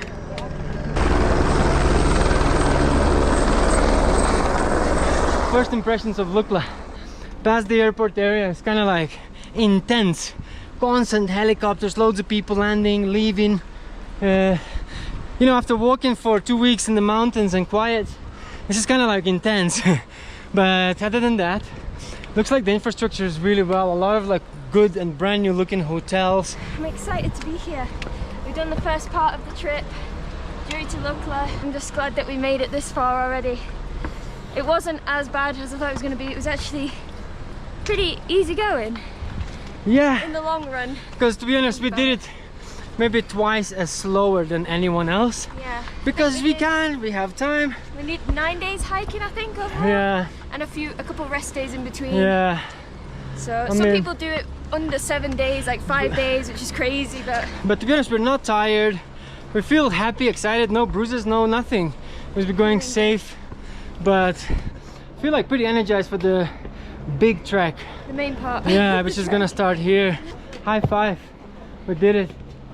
Yo. Jiri to Lukla, completed. Now Lukla to 3 passes. We'll see how it goes. So the first thing when you walk away from the airport, you'll see a whole lot of winter coats. I mean, it makes sense. People come here to start, you know, their trek to the peak of Everest and all the other treks and Gokyo and so on. If you forgot anything or something breaks on the way, you can buy it all here. And probably in Namche as well. Yeah, so no stress. We were kind of like a bit silly, just rushing it all. But you know how we are like turning. To be prepared. Yeah, we are kind of a bit like getting older, so we just like to be safe than sorry. But yeah, no problem here getting any of gear here. So there's like Ili Cafe and all that. It's quite nice coming from Jiri and seeing a bit of like, you know, developed stuff. There's ATMs and everything. So busy, so many people. I kind of feel a bit like culture shock in a way now. Too many people. Yeah. Yeah, but it's nice though. It feels quite rewarding. Well, let's go and find a place to check in now. We were trying to check in into this really cool place called Hikers Inn, but this morning, just as we thought, like we saw a lot of airplanes landing and it's completely full. So we're at Everest Plaza and they asked if you wanted a private bathroom or not. So shared bathroom is 500, private bathroom is 1000, and this is what you get for 1000 private bathroom. Not bad. Shower and everything. From what we actually had to this. Luxury. Finally feeling like a proper civilized person. I have washed my hair after 2 weeks of trekking. It felt so privileged to just be in a hot shower, you know, just washing your hair. Usually it's like a bucket, you know, just quickly freezing mountains, you know, and stuff like that. This is so lush right now. I feel like a civilized person, so really cool. Now just gonna go probably get some nice lunch. I saw the menu. They literally have everything you want. There's an Irish pub. What else do you need, right? Yeah, really happy. We have been chilling here in Lukla for the past 3 days. It is time for us to go and try the actual real adventure, which starts right here. We have been staying in Old Town Guest House, which they did all our laundry, Good you know, Wi-Fi. like good Wi-Fi, yeah, all of this. Come and check this place out. It's right next to the European Bakery Cafe, just the opposite, and the owner's pretty lovely. Thank you very much for your hospitality. Thank you so much. We appreciate it, yeah. And have a nice day, yeah? Nice day. Take care. Right, the adventure begins now. I haven't really shown much around Lukla, but to be honest, like the town is not really that big. It's a town where people sort of come and go. Town where people land off the airplane, stay here a night and leave. Lukla is pretty much the airport on one end, one main road, and then out the other end is the start of the hike. That's where we're walking right now. Just before you leave Lukla, I think you need to get like a permit card. You just come to this window. You cannot miss. It's kind of on the way out. Just on the way here. We kind of was expecting that as well. This is what it looks like. Pretty modern actually. You know, you have like a little barcode there. So we just gone through the police. We checked in. They know we're on the route. We promised them we come back in about 3 weeks. You have to give them a certain time that you're going to be back roughly, so they know when to expect you. You give an emergency contact number and your Nepalese phone number, so loads of information, but we're all good to go. Let's do this. So we started the hike. It's been pretty flat and easy right now. We've just arrived at this cute little small village, I think, and there's really nice restaurants by these mountains. I can see draft beer over there. This looks proper fancy. Yeah, this is a like vibe. it, yeah. Wow. Wish we could stay here and chill, but we do need to keep moving. But there's just so many different cafes, restaurants, lodges all along the path. You're always going to have somewhere to stop if you need to. We don't have any camping gear with us, if anybody's wondering if you need that kind of thing. You don't need a tent or anything because you stay in lodges every single night on the Everest Base Camp and Three Passes trek. So this is probably one of the scariest hanging bridges we've been walking on, just because it's shaking so much. Kind of gets you a little bit out of balance as well. How are you back there, Olivia? I don't like this. No? Yeah, it's something. I do think they're pretty safe and everything, but it's just the feeling of it. So I initially thought that as soon as you leave Lukla, that's it, you know, you're going into crazy mountains, really remote. But I realized that I was really wrong. Every 10 minutes or so, there's a bunch of villages, lodges, restaurants, and they all look really modern, like looks really well developed. So if you want to just continue walking past Lukla, you'll find so many lodges, and probably even better looking ones, because really nicely decorated with beautiful monasteries and temples. We just walked for like 5 minutes and there's a whole nother town just now. This is really populated. In fact, it feels more populated than the treks we did from Jiri to Lukla. So we're just walking, and I didn't want to film, but we just saw a bunch of police, a massive stick, and in the middle, in a carpet, a human body wrapped up, a dead human body they were just carrying. This kind of makes you think, you know, like, wow, they're just bringing dead bodies off the mountains. How many people die? Like, a lot. Does it happen every year? 100%. You know, it happens all the time. And that's why you need like these permits, so people know where you are, in case, you know, they need to find your body and things like that. Like, I don't like the sounds of finding your body, you know, I don't like it. But yeah, I just got hit a bit by reality. What do you think? Pretty like culture shock. Yeah, I thought it was just a roll of carpet at first, and then I saw like the head and the shape of the body. I don't think it's I don't think it's a culture shock. It's simply just shock, you know. Yeah. It's pretty crazy. So we've just arrived to Pakding, which is the very popular halfway point between Lukla and Namche Bazaar. Most people stay here the night on the first day, but it's 10 o'clock in the morning and we feel like the day hasn't even started, so we're probably going to keep walking. We were planning to go to Bengkar today maybe, which is a bit further. There's a lot of really nice guest houses and restaurants here. Seems like they all have Wi-Fi, coffee, have food, like everything. Really coffees, and I can pay by card and all that. You want to sit down for a drink real quick? Yeah, maybe. Yeah, let's do it. And I got a nice coffee, literally cafe style, really cute. Yeah, I am still very shocked that there's so much civilization, so much development, so many restaurants and stuff like that. We want some like extreme terrain, like rain. As much as we wanted to stay here, it looks really, really nice and cozy, but we just have to go. Otherwise, we'll feel really bad not doing enough distance in one day. I deserved it yet. Honestly, the nature here and the pine trees all around is seriously beautiful, and it doesn't get old even after you've walked from Jiri all the way here. It's still just as impressive as it was on the first day. I mean, have a look. Look at those mountains, and the river as well is so scary. It's like rapids. I would not want to fall in there. So after crossing that bridge, I thought that's it, that's where we're getting into the wild mountains now. But no, still really nice cafes, lodges. Beautiful gardens. Yeah. You gotta love the prayer wheels in every single village. It looks really nice. Like, look at that. Look at those vibes. It looks beautiful. Get some garns, ropes, shoes, in case you have some problems, blisters or any broken gear. You can get it all right here. It's not like it used to be 100 years ago when people climbed Everest for the first time. We're actually nearly there. We're almost at Bengkar. I can't believe it, and it's only 12 o'clock. Absolutely killing it. I'm kind of really proud of us, to be honest. Yeah, it looks alright. It almost looks artificial, right? Already arrived in Bengkar, got here really fast, and it's another 7 kilometers to Namche. We just decided we have time. This was our goal today, so we're just gonna chill. You know, like the best thing and the safest thing to do this kind of trek is to have extra time, and it's something that we do have. Olivia's foot was kind of rubbing first thing in the morning, not ideal, so having a shorter day is probably wiser. Yeah, same pain as always on the side of my feet. I think I've bruised it, so it's just gonna be like that for the rest of the hike now, but I'm just pushing through because nothing's gonna stop me, especially not my feet. But we're in Hotel Waterfall. This is our room. It's really nice new like wood. It smells like really nice. Yeah. We've got a double bed, and there's a view out there to the river, the pine trees. It's a really cool view. Really nice. So it's 500 and the bathroom's right there. So really affordable. I think most guest houses are about 500 rupees, which is like $3.50. A lot of people when they hike, they stop here to just enjoy this waterfall that we have for ourselves.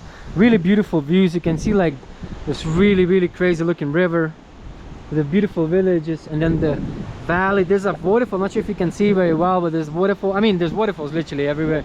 But the best part of all is that the internet, man. The internet is like 40 megabyte per second downloads, put in like almost 50 megabyte per second upload speed for us making content. This is just the paradise, right? Yeah, and the menu is actually really affordable here. We thought that from Lukla onwards it would get more expensive, but this is actually cheaper than Lukla for food. So we just ordered an interesting looking meal, Riki Kur. It's like a Sherpa meal. We have never tried anything like that. I'm always willing to try something new. Some homemade butter, the healthiest thing you could ever have, and some spicy chili sauce. This is like a potato pancake kind of thing. Yeah, it's kind of like, it said grinded potato bread. This is apparently a famous dish here in the region. So, look at the butter, just absolutely melted, and you have the spicy sauce. It's nice, not too spicy. I love potatoes, so really nice. So this morning we have woken up to some absolutely epic views, as well as the river, the waterfall. We just simply have no words for this beautiful valley. We're gonna continue today. We're going to Namche Bazaar. Yeah, never been there. We heard a lot of things about it. Pretty excited. The day seems to be relatively short. I think it's gonna be quite fun because the skies look pretty clear, so we're gonna be able to see a lot of views today. Okay. And instinct. Yeah. And smoke. And then also good luck. All right, nice. Good luck. Thank you so much. Not tea and Wow. Thank you so much for good luck. Okay. Dhanyabad. Thank you, yeah? Have a good day. Okay, sir. Take care. Thank you very much. Yeah, look at these views right here, just opening up. Cannot wait to get to the sun part. Like, it's pretty cold actually right now, but I know in like an hour we'll be absolutely sweating. Wow. Now this looks like a crazy terrain.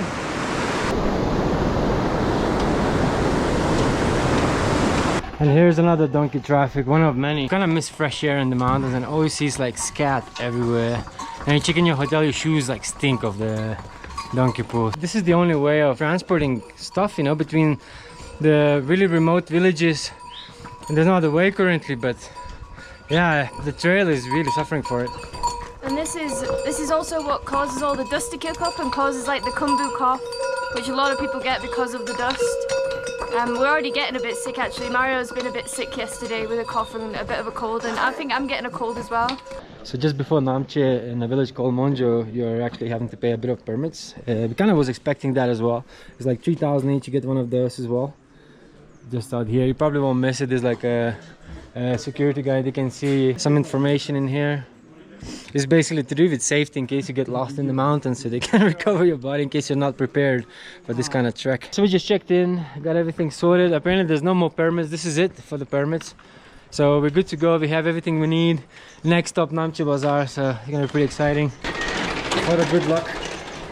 And there it is, the beginning of epicness. Are you ready? Epic view. Yeah, ready. We're getting through probably one of the busiest parts in this trip so far. So this bridge is really wonky because there's a lot of people here on it. If this breaks, we're all dead. Let's not think like that, but you can't stop but think that. That's the only thing you think. Everyone's just pushing, trying to go past. Wow. I feel like that's just how it's gonna be for the rest of the trip to Everest Base Camp, and then after Everest Base Camp it might get quiet again to the more kind of rugged areas on 3 passes. As you can see, there's a bit of a difference coming from Jiri to Lukla than to Lukla to Namche. It's like crazy busy. There's so many people. We've never once seen half of that many people. It's a full-on tourist attraction. You do see all kinds of trekkers. You see trekkers who are fully prepared, and then you do see trekkers who are completely out of shape with a tiny little backpack and a porter that's carrying like 3 different bags. Poor old guy. I feel that's just so wrong in so many ways. You could just hire 2 porters, you know. Namaste. someone's in a good mood. But yeah, I think if you're gonna do something like that, you want to make sure that you're actually prepared and ready. Right, so I've been waiting for this little spot for quite a while. It's a really, really famous place. It's the Hillary Bridge. You see the old one at the bottom and the new one at the top. I can't believe we're actually here ourselves. I mean, look at that. There's a bunch of animals walking and everything. There's like a little attraction as well. There's a little bungee jump. I'm kind of like considering it. Sounds pretty epic to do the bungee jump off that old Hillary Bridge. And Olivia, I want to do a bungee jump. Hey? Why not? I'm good. This is extreme enough. Yeah, this is terrifying. But if animals can walk over this, we can too. It's just very shaky. I don't want to drop my phone. Just holding it tight as I can. Smashed it. Going low, yes. Boom. You're doing it though. Yeah, to be honest, when I was slightly bit terrified, I was like, in the very center, I was like, should I hold them to the sides or just walk in the center? But yeah, you kind of feel like you're losing your balance a bit. I know. I was just trying to communicate with Olivia and she's just like not responding, just keep on going straight. Yeah, I know, but it's all good. You're catching your breath and all you can smell is the farts and the shit from these donkeys. Oh man, I really want some fresh air up in the mountains, but it's hard. I'm high, it's making me dizzy, all these farts, all the gas. How you doing, Olivia? Are you okay? You're getting high on gas. You can't probably see much because of time of the day and the sun shining right at us, but if you could only experience this feeling right here, and it is such a nice change to have some fresh air after all the donkey shit, walking in and like having some proper fresh mountain air. Like, yeah, living life, man. You don't realize how much dust is on the ground, so I've got this on now. I know. Mine's somewhat deep in the bag. I probably should wear that as well. I think one last push and we're there. How you doing there, B? I'm good. Just trying not to stop because you lose the pace. Yeah, exactly. Get into that momentum. We're nearly there. Yo, look at the views, guys. The valley and everything looks absolutely gorgeous. Yeah, it's a really nice sunny day today. Blue skies. Yeah, it feels like we reserved the weather. It's actually still really early. It's like not even 11 o'clock yet. Yeah, I'm so can't believe it. Happy we came here so fast. We only had one break in this whole time. I can't take it off my bag. You know, I'm really proud of Olivia.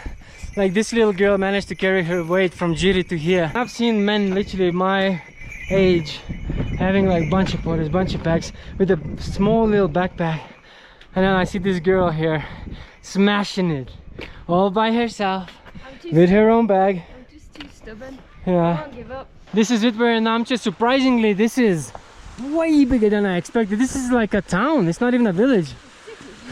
Yeah, like a small city. I know. I feel like we'll find everything here we need. Took us a bit longer than expected. Oi. This is the second time today I nearly killed Olivia. I'm so sorry. I thought it was mine. Classic.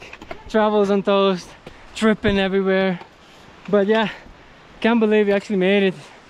Took us a bit longer than expected. 17 days, but we're here. Yeah, we're here.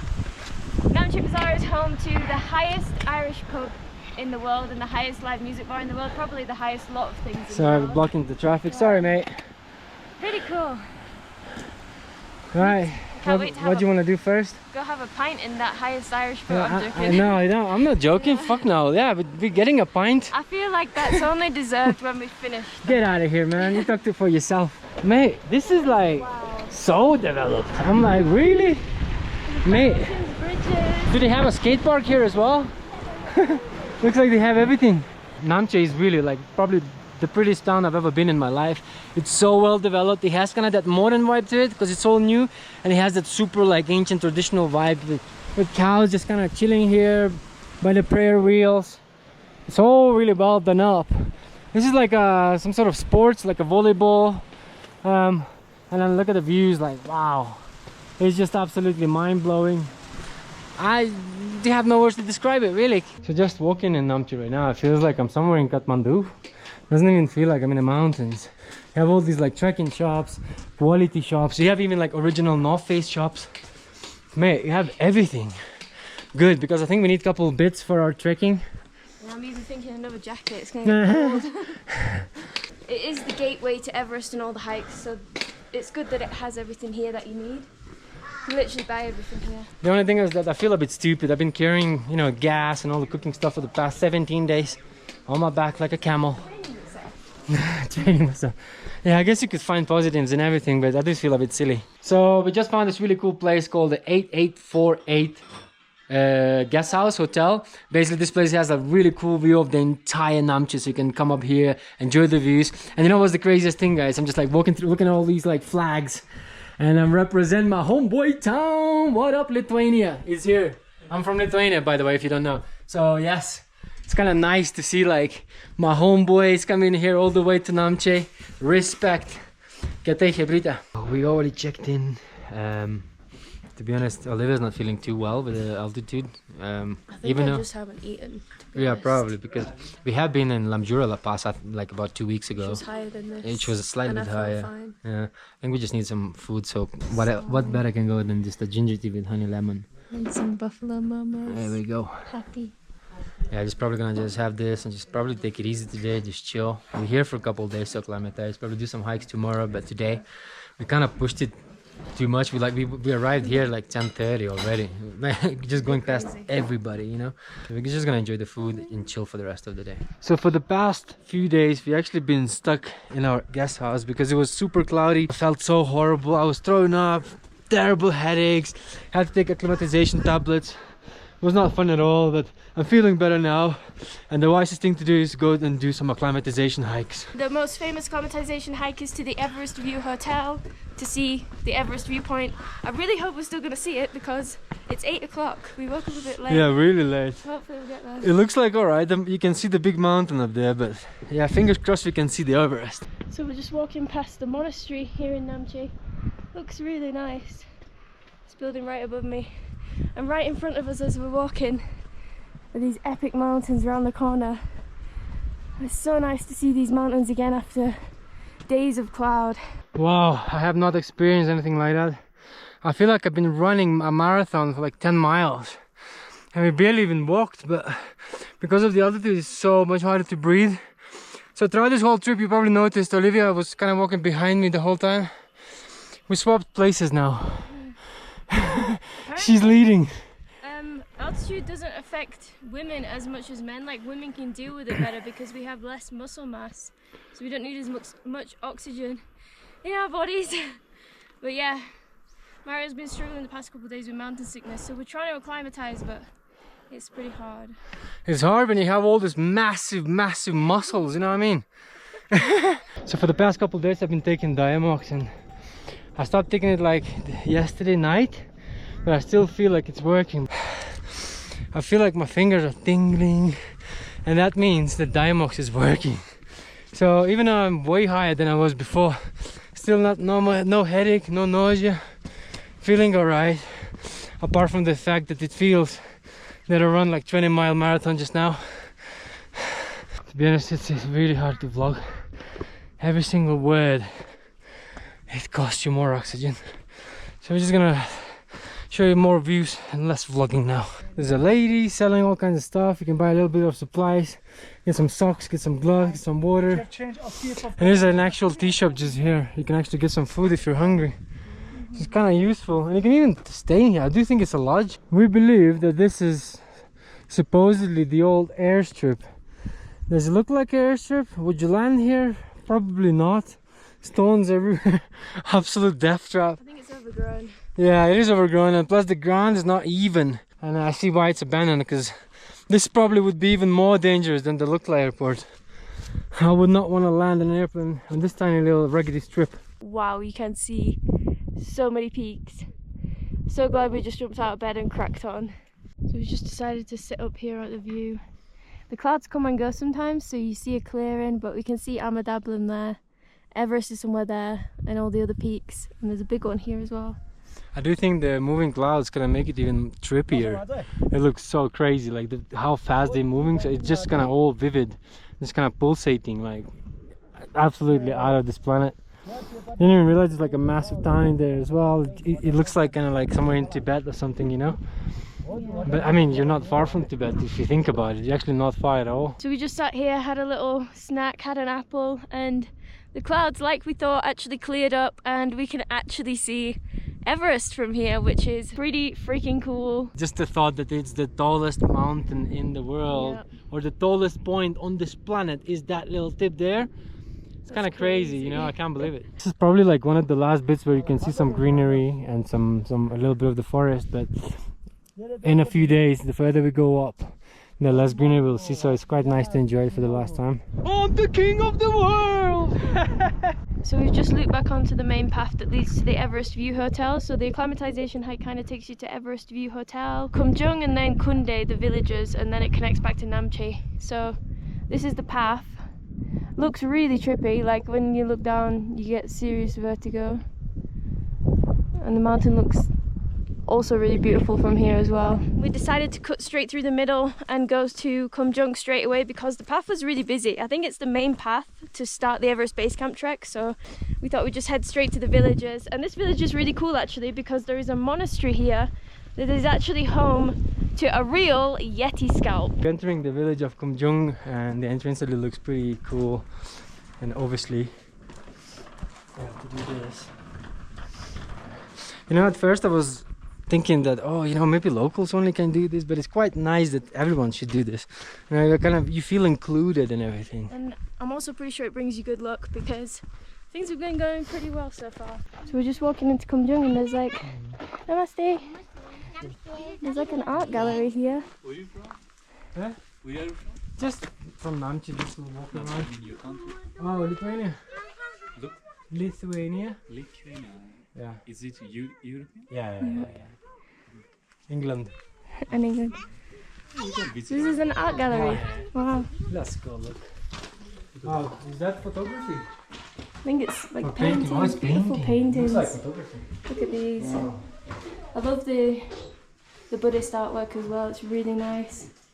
And obviously all the paintings are inspired by the mountains because it's the most beautiful spiritual thing around. It is so beautiful. Some of these paintings, you could just look at it for a long time, not get bored of it. Yeah.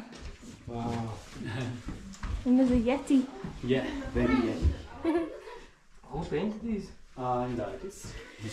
You the artist? You're the artist. Yeah. Wow. It's a pleasure to meet you. You're really talented. Yeah.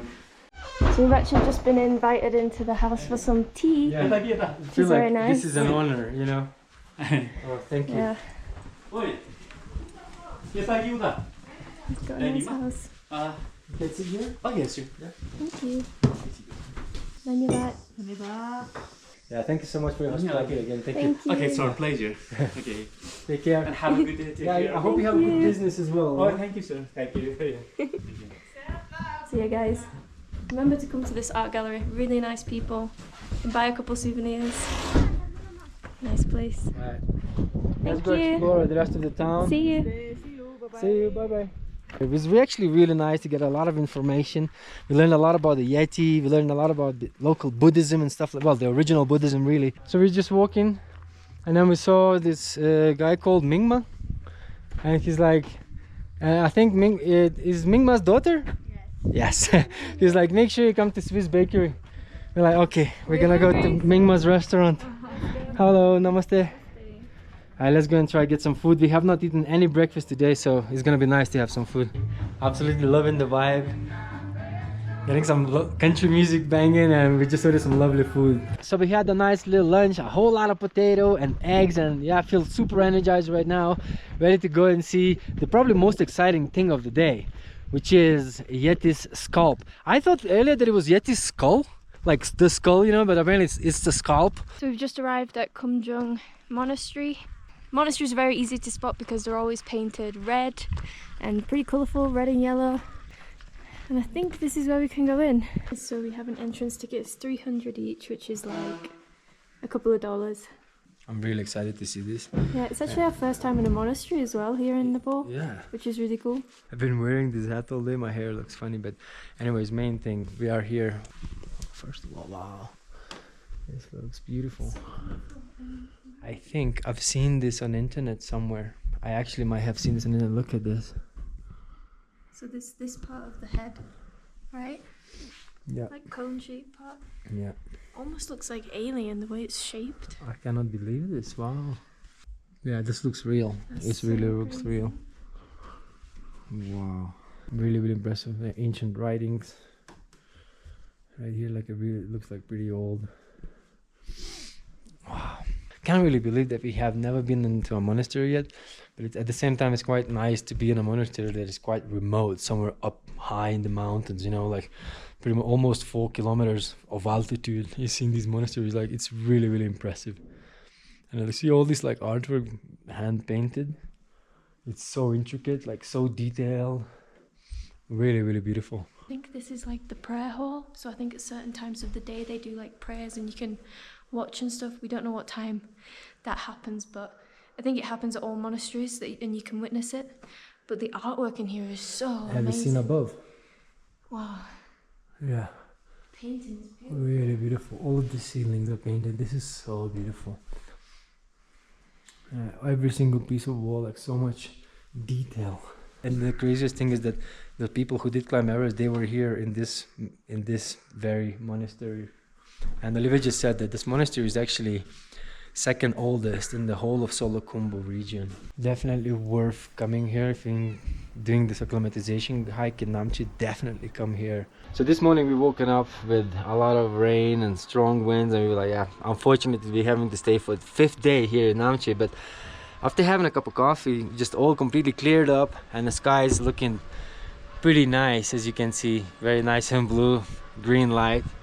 Ready to go to a brand new destination and reach some new heights. Pretty excited for today.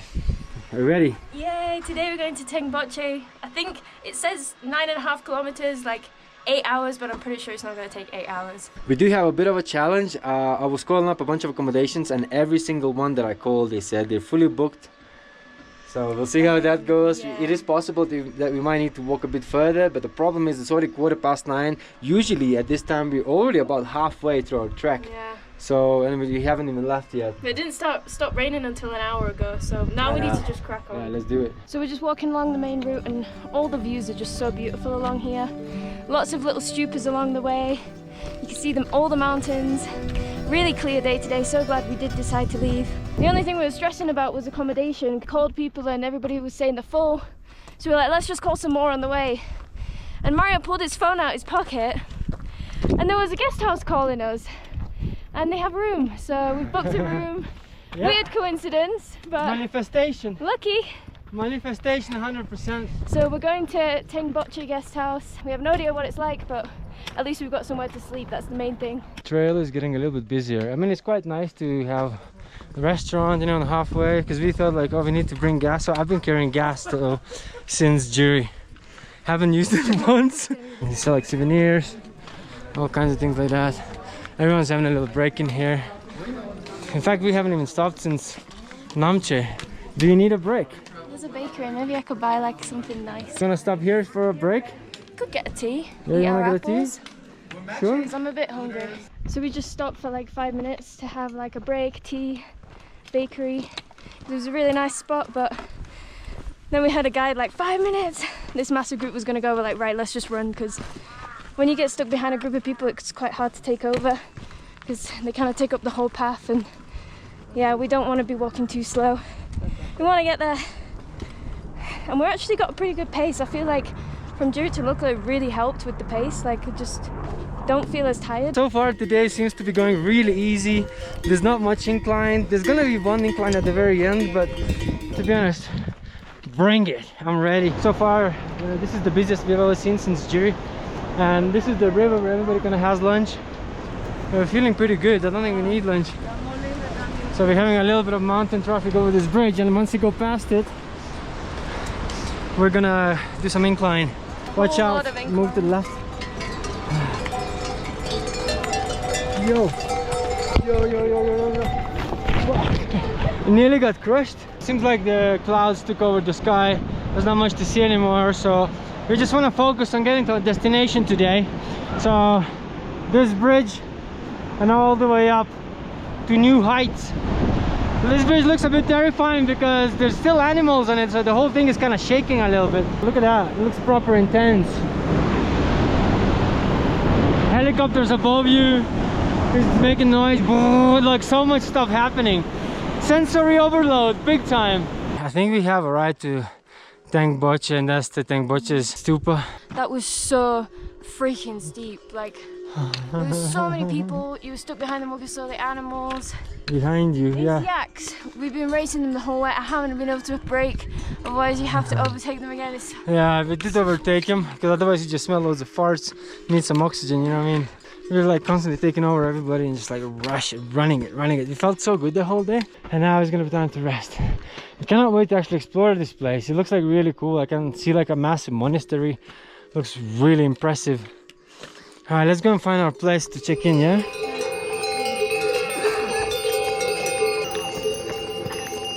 So yesterday when we arrived to Tengboche, our battery actually died just as we arrived, but we did manage to get some amazing shots of Amadablam out of our window at sunset. And today we're actually taking a rest day because literally just as we arrived here, I had my time in the month, you know, those lady things, it happens. So we're taking a rest day because it's not very fun to hike when you're feeling like shit. So yeah, we're in Tengboche today. We're going to be exploring. It's actually really sunny. It's kind of a shame we're not hiking, but it's so beautiful. It is what it is, but there's a monastery right just in front of me there. It's really monastery cool. there. I'm gonna go check that out in a minute as well. Look at the backdrop behind Mari. We've got Amadablam. And that's Everest, by the way. Behind that mountain, that little peak, that is Everest right there. That one. This is probably the closest we've ever been and the best view of Everest we have ever seen so far. There's been a lot of that this morning, all morning. We got woken up pretty early, but it's classic on these trips. It is, you know, it is. This morning we heard people singing and whatnot. Some people getting pissed off and stuff like that, you know. It is what it is. Everyone's a little bit tired and stuff like that. But this is what you get, you know. You kind of need to wake up every day, 6 o'clock, you know, like it or not. I have sleeping problems, so I couldn't sleep till like 2, but it's my problem, you know. It's not everybody else's problem, so I kind of have to deal with myself. We just got to be prepared for waking up at 6 o'clock every day. Just go to bed early. Yeah, that's right. But we're probably going to go and explore the monastery right now because it's actually a really popular monastery. They usually have prayer at 3:30, but the monks you said have left today. Yeah, I've just asked the owner, apparently it's not happening today. I don't think it's every single day, it's like sometimes, yeah, we don't know the times. We're gonna go in there anyway. So we're just walking into the monastery and seeing all the mountains around the monastery. It's pretty crazy, and to know that they're like the highest mountains in the world just makes it even more magical. It's such a beautiful place. Apparently there's a footprint of a lama called Sangwa Dorje from the 16th century, so there's some imprints here. It's a bit of interesting history, and now we're going to see the actual monastery, which is looking pretty impressive. Then it looks like out of the movie. I mean, it feels like time traveling. I absolutely love it. This is one of the reasons we love traveling, seeing stuff like that. Since Olivia's not feeling very well today, I decided to climb up a little bit by myself. Just where that monastery is, I went up to this kind of like mountain up a little bit, and then I'm going kind of this path. I have seen these chimneys, and I don't know what this is exactly for. Is it for cremation? Is it for cooking? Or is it just for something, you know, like a offering or something like that? And I can see that there's another chimney, more than one I believe, over there along the path of the mountain. I'm not gonna lie, this is probably the most beautiful place so far that I have ever seen, probably in my life, guys. It is so breathtaking. My head's almost spinning with all the views, and just sitting all by myself in absolute tranquility and just watching Everest, just there all by myself. This is proper zen. Wow. So I just met some travelers who just finished 3 passes clockwise. The guy said this is the most beautiful place. I'm like, really? We haven't even started yet. He's like, yeah. Mainly because you basically can see a 360 view, you know, you can see the Everest, you can see Amadablam. I'm not even entirely sure of the names of others, but you can see some other really high 7 kilometers peaks. And then you have the monastery here, which is pretty cool. While we've been in Tengboche, we've been staying in Tengboche guest house, and it's been a really great stay. We didn't actually show you the room. This is what the room looks like. Pretty basic. It was 1,000 rupees, which is like $7.50. And we're setting off today. We're going to Tengboche. I feel like today is literally like the coldest day we have ever seen. Testing out our gear, wearing gloves for the first time. Probably we're not gonna need for very long. Maybe like in like an hour or 2 it's gonna get warmer. But for now you can see like the frost and everything. Fresh frost from this morning. So where are we going next? We're going to Tengboche. It's only 2 hours away, but yeah, after that, if we get there early enough, we're going to also try and do Amadablam Base Camp for acclimatization. Alright, so let's do it. A long day. I feel like it's going to be a whole lot of incline today, so yeah, let's crack on with it. Kind of left a little bit later than expected, so Need step on it, I think. But it seems like it's gonna be a really perfect day. Not a single cloud in the sky. It's the blue sky. So far it's all good. Let's hope it stays like that. It's so cold this morning that look at this. There's ice. Actual ice. So I feel like from here on we're gonna be going higher, and it's obviously gonna get colder to the point where we're gonna be like waking up to minus temperature.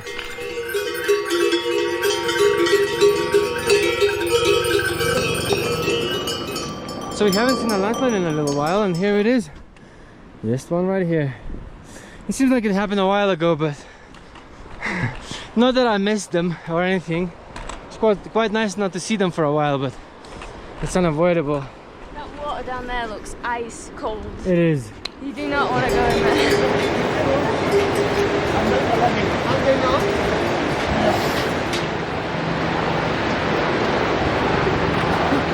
So the hike so far to Pangboche is just unbelievably beautiful. It's clear skies today, and you can see amazing rivers running down the mountains, epic views of Amadablam, and there's just these beautiful stupas along the path on the way.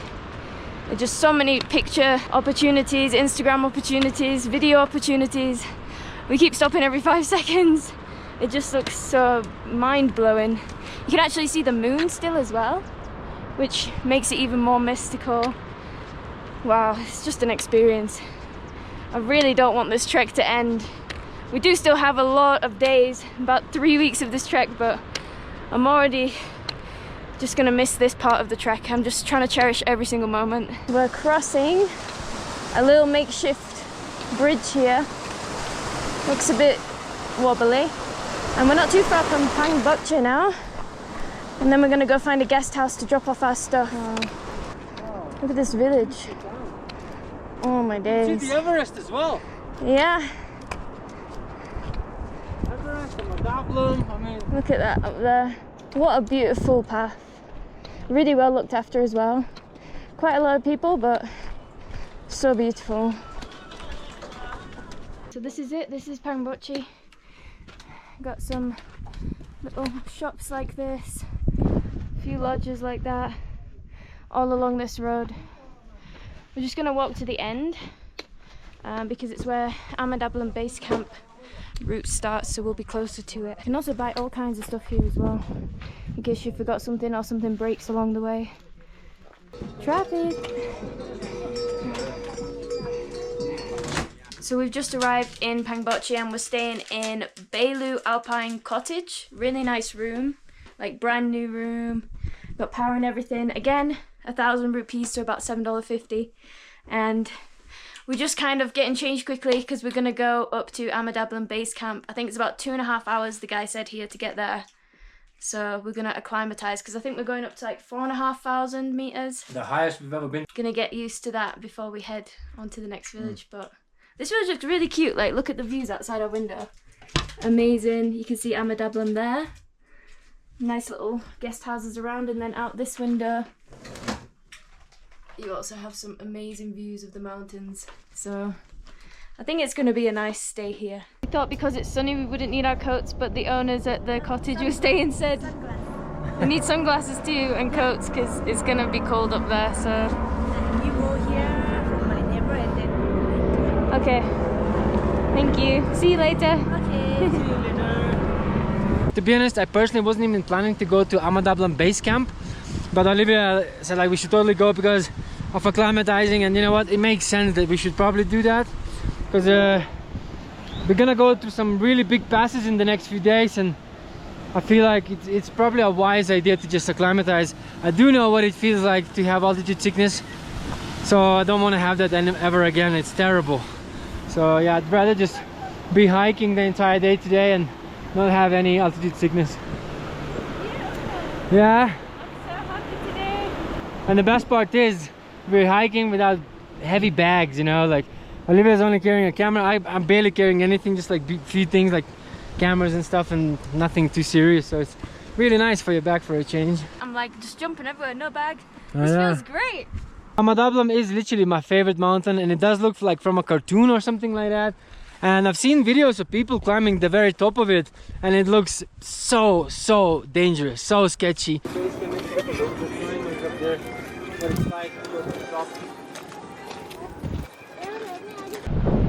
Yeah, it's definitely this way. Wow, this looks proper remote, to be honest. Another thing I love about this is that there's literally nobody else doing it.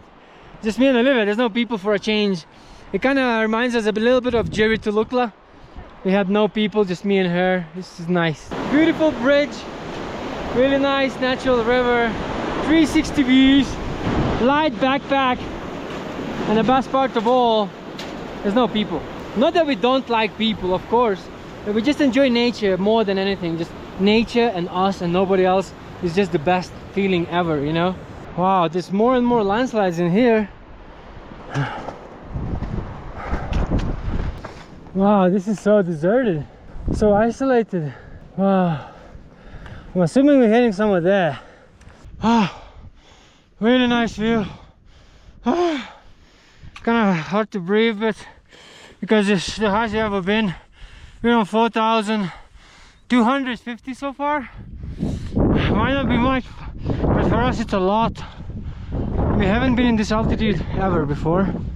Both having a bit of headaches, but we're not there forever, you know. We're gonna go up there, maybe have a tea and come back down and get our bodies kind of toughened up a little bit for the upcoming hikes. How are you?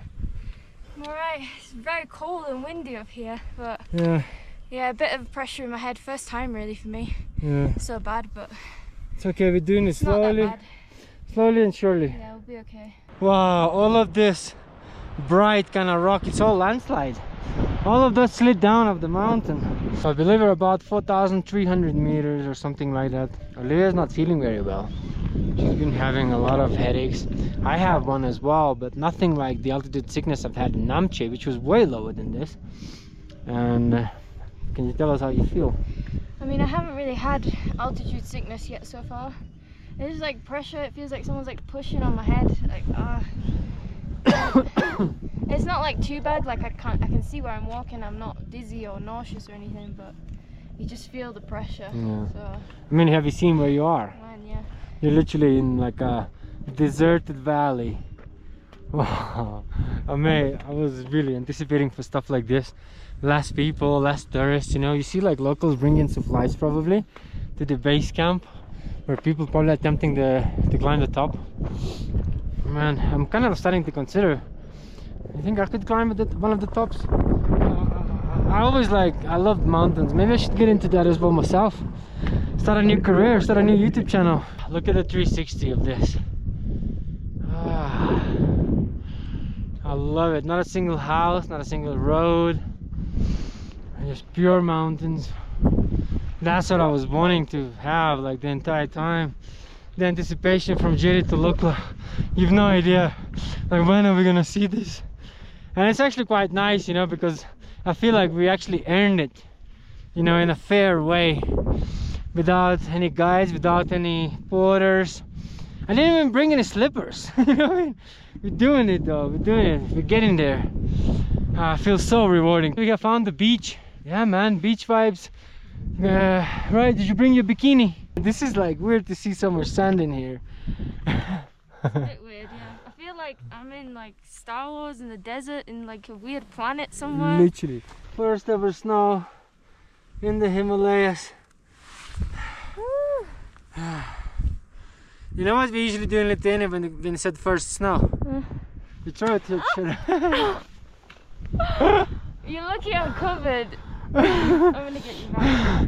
In Lithuania we say su pirmu sniegu, means with first snow, congratulations. We just throw at each other a snowball. Just you wait until we're higher up. Yo, it's pretty cool to touch snow. You know you're high up. I can't remember the last time we were actually somewhere where there was snow. Like, we've genuinely been in Southeast Asia for so long in the heat, I forgot what it's like to be cold. It's not that enjoyable, but it's nice to see snow again. Down in Kathmandu and anywhere else south of Nepal, it's absolutely tropical. You know, you got like crocodiles, rhinos, you name it, tigers. You know, it's just like, it's crazy how diverse is this country, Nepal. We're getting closer now. We're looking so cool.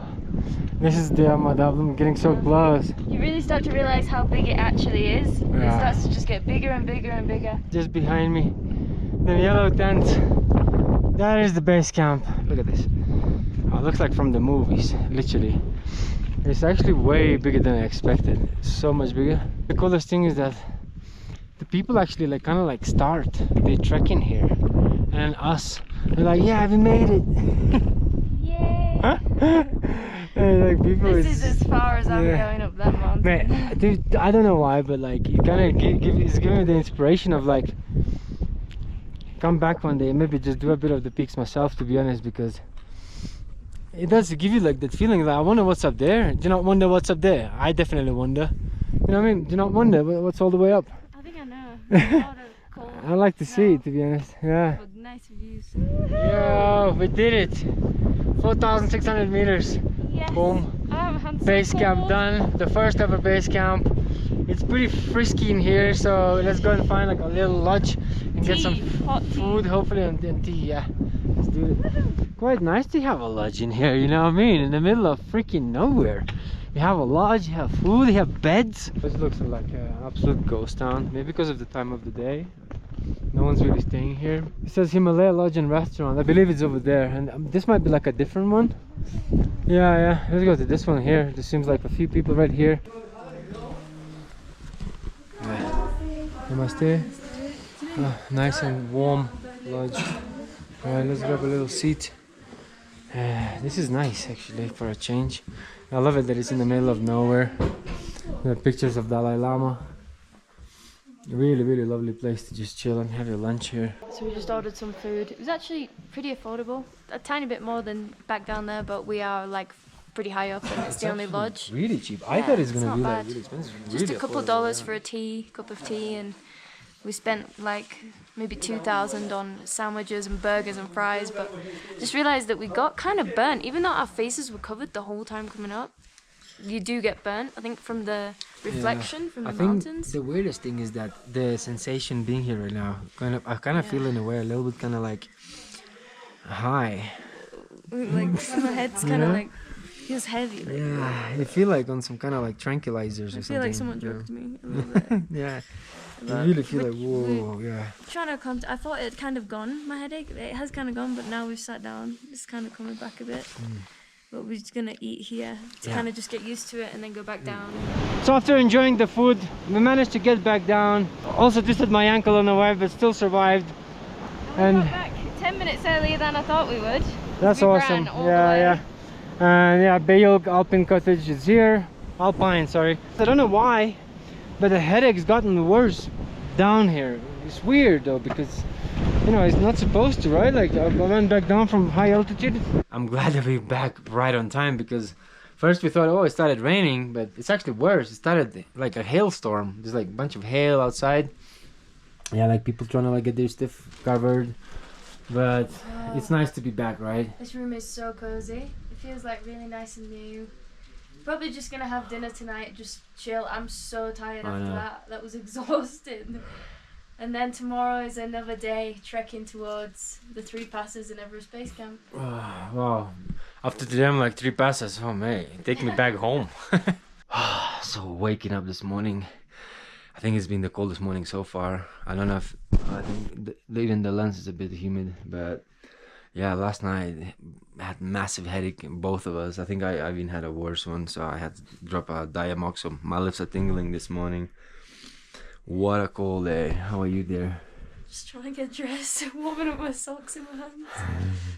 It's freezing. We were just laughing like, oh, we really miss traveling like Southeast Asia, you know, like Indonesia, Thailand, and you know, checking into rooms like, oh, we don't have aircon. It's like, oh, it's okay, we'll take a fan room, man, no problem. Miss the sweating and stuff. Even Kathmandu, man, is so nice and warm. So cold. It is pretty cold, it's yeah. Like 2 degrees right now, and I don't even know how cold it was last night. We're not even at the highest point. Yeah. It reminds me when I was a kid growing up in Lithuania during winter with minus 20 degrees, trying to go to school. Don't really miss it, to be honest. I love traveling Southeast Asia. I need a hot country next, wherever we go. So we just had breakfast and left our Bayul Alpine Cottage here. And yeah, it's time to go to Dingboche today. The weather seems pretty okay so far.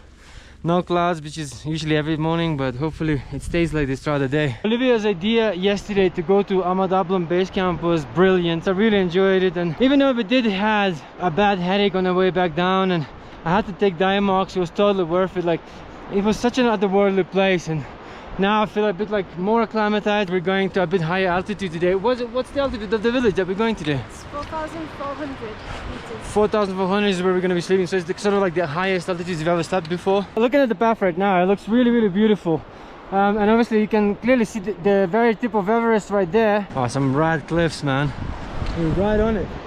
So we walked past Shomer, which is like a village.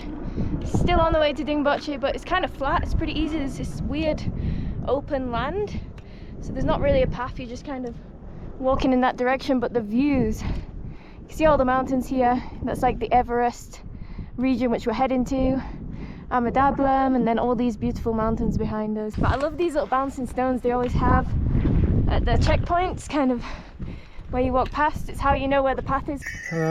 Nice ride.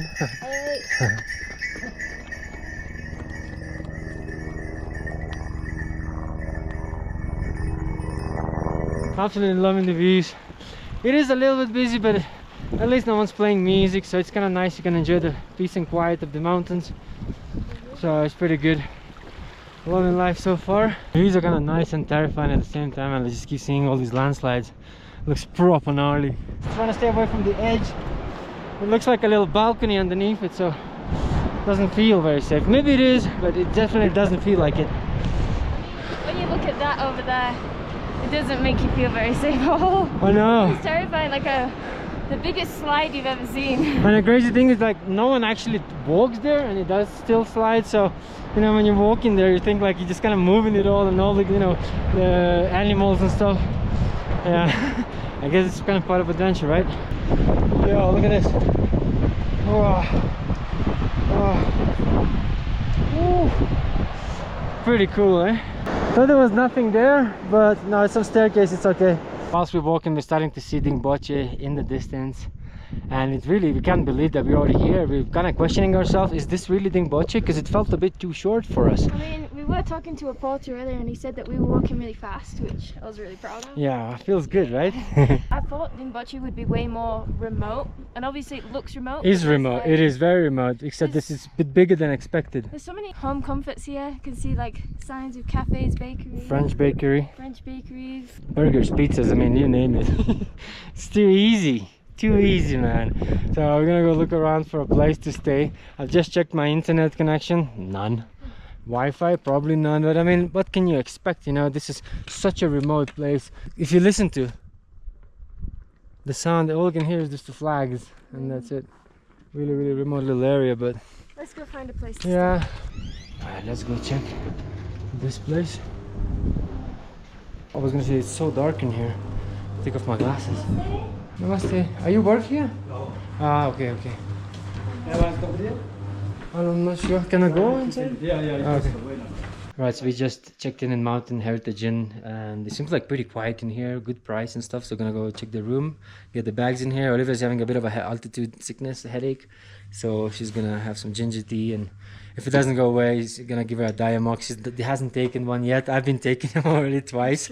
No problem, man. After the Diamox. I can't believe it's only 11 o'clock. I thought it was like 4 p.m. I don't know how. I'm going pretty fast. I got here so early. Imagine me walking like this.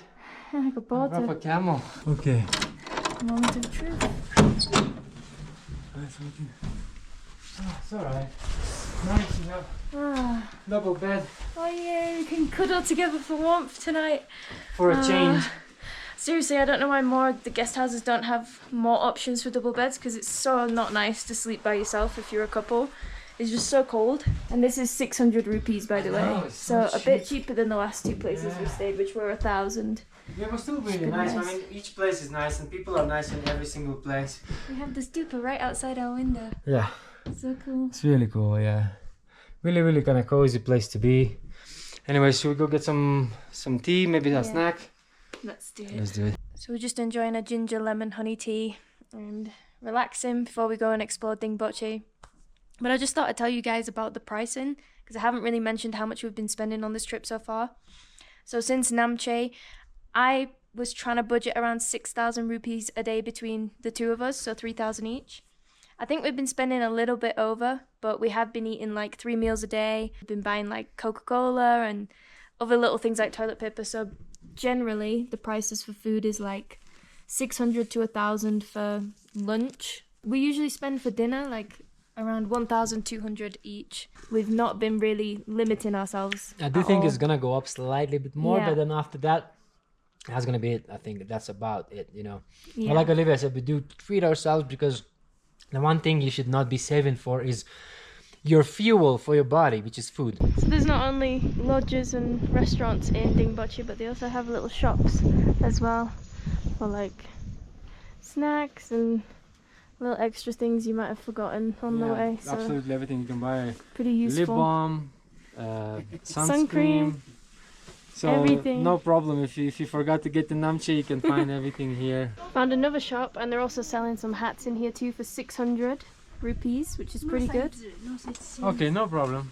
So Mario's going to buy one because he didn't get a winter hat yet. didn't know. And people at the guest house just told us it gets very, very cold up there because they're just finishing the passes. So yeah, we're cold now, so it's going to get even colder. So we need to be prepared.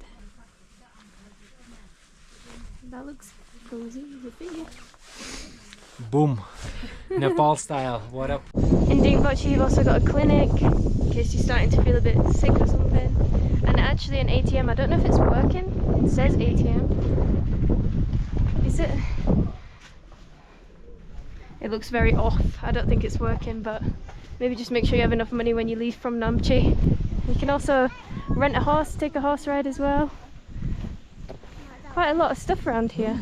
People use these like, it looks like satellite antenna, but it's sort of like a mirror that reflects sunlight into this spot. And I think they just heat up the water like that or melt the snow. I'm not entirely sure, but I don't think I've ever seen anything like that before. It's pretty clever if you think about it. So it's evening time now, almost 7 o'clock. We just had our dinner. We even had some birthday cake, which was pretty nice. It was someone's birthday, but unfortunately Olivia is suffering from altitude sickness right now, so she's taking Diamox and hopefully she'll be okay tomorrow.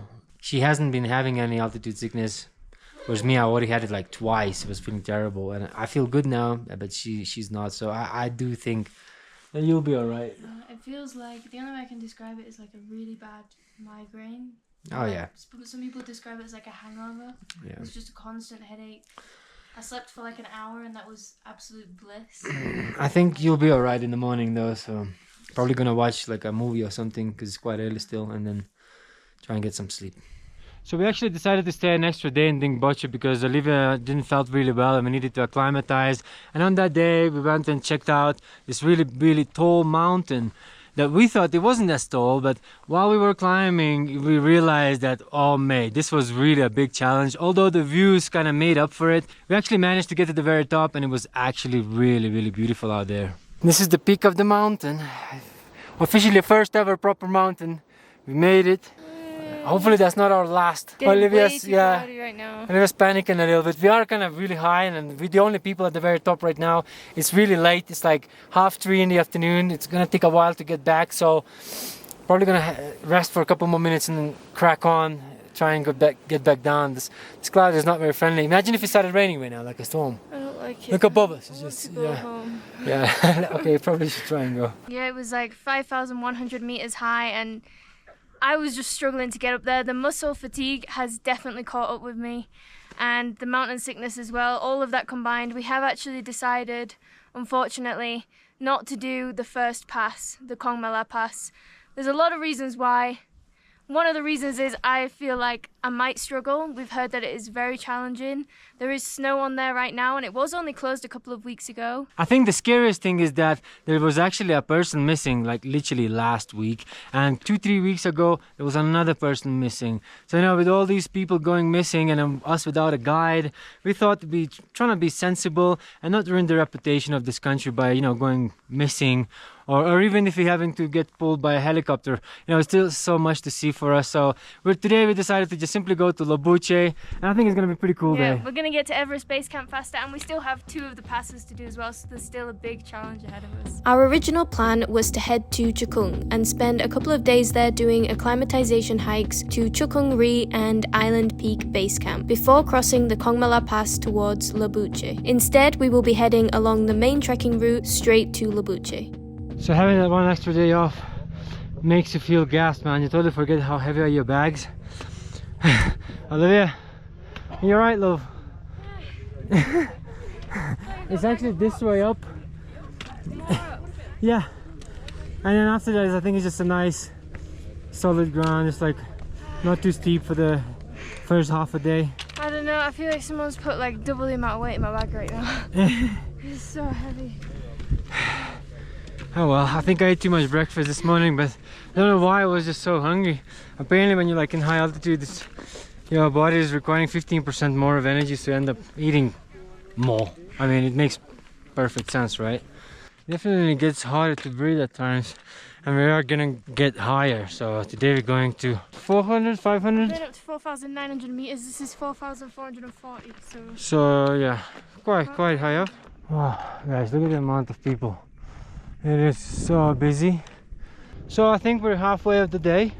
I do see Lukla town just right there somewhere, if you can see it. Lukla is just a really small, tiny little village. There's basically just one lodge and a restaurant. I don't think there's gonna be any room today for us to stay there for lunch, because there's so many people. As you saw earlier, there's just packs upon packs of people. We never seen anything like that before. Wait, I lost my stick. But that's why we're carrying, you know, our gas and soup, so hopefully we'll find some water and try and cook up some of our own food for the first time. Isn't it crazy, right? That carrying like freaking almost 200 kilometers of all the gas and cooking stuff, and only now we're gonna try and cook it for the first time. I guess this is Lukla. Wow, it's so busy though. Let's see if we can find a place to chill, since the entire place is so packed and crowded. We decided to cook it, just like I said earlier. We have been carrying this for a while, and it's the first time we're gonna test this out. So we've got like one big pot, one little pot, the gas, which is the heaviest thing. I actually never tried camping stove like this. It's The really ones that I small. have tried before is like, it has like a pipe, you attach it very easy. I haven't tried one like this though. I'm not sure how to even use it, but I'm pretty sure it's supposed to be really easy, right? It's gotta be. It doesn't do it. Mario's trying to get the gas going over there, but it's not working. Don't know if it's because it's too windy or high altitude. Too high altitude. Yeah, the air's too thin, so it lights up and goes off right away. Well, I guess we've just got a Snickers to share for lunch then. Fuck that. And then we've got to walk up this, you see this pass here? We've got to walk all the way up here and over this mountain, and then there's Labuche. It's going to be an absolute mission. It's a lot steeper than it looks. And he did it! We did! Yay! See, now if it boils up, add some more water. Oh, it feels nice and warm actually. Yeah. Oh, it looks really big flame. Yeah, it's pretty big, so I just want to make sure it doesn't go off. Happy days. Can't believe it, we're freaking doing it. Time for some soup. Yeah. We want some garlic because of altitude, right? It Garlic's helps with always, altitude sickness. garlic's always very good for Healthy. altitude, And we've also got, I don't think we're putting mushrooms in this one, are we? No, but we'll put some buffalo jerky. Feels really like nice and spicy, and like has the salt and stuff. Really good for altitude as well. Yeah. And it's very compact. It was extremely cheap. I'm surprised how cheap it was, but it's so delicious. Yeah, it was pretty cheap. And it's really good for you. A helicopter there. In the Himalayas. Crazy environment. When you think about the environment and what we're doing, I love it, man. This is like the real adventure that I was looking forward to. Right. This is yours. Thank you. Oop. It's a bit lumpy because Marion didn't read the instructions. Supposed to put it in cold water first. Yeah. But the lumps are kind of disappearing now. It's fine. Yeah. It's edible. Right, I want to try my master chef cuisine. 5-star Himalayan style, Himalayan recipe, you know what I mean? I got a bit of buffalo, garlic, tomato soup. Try.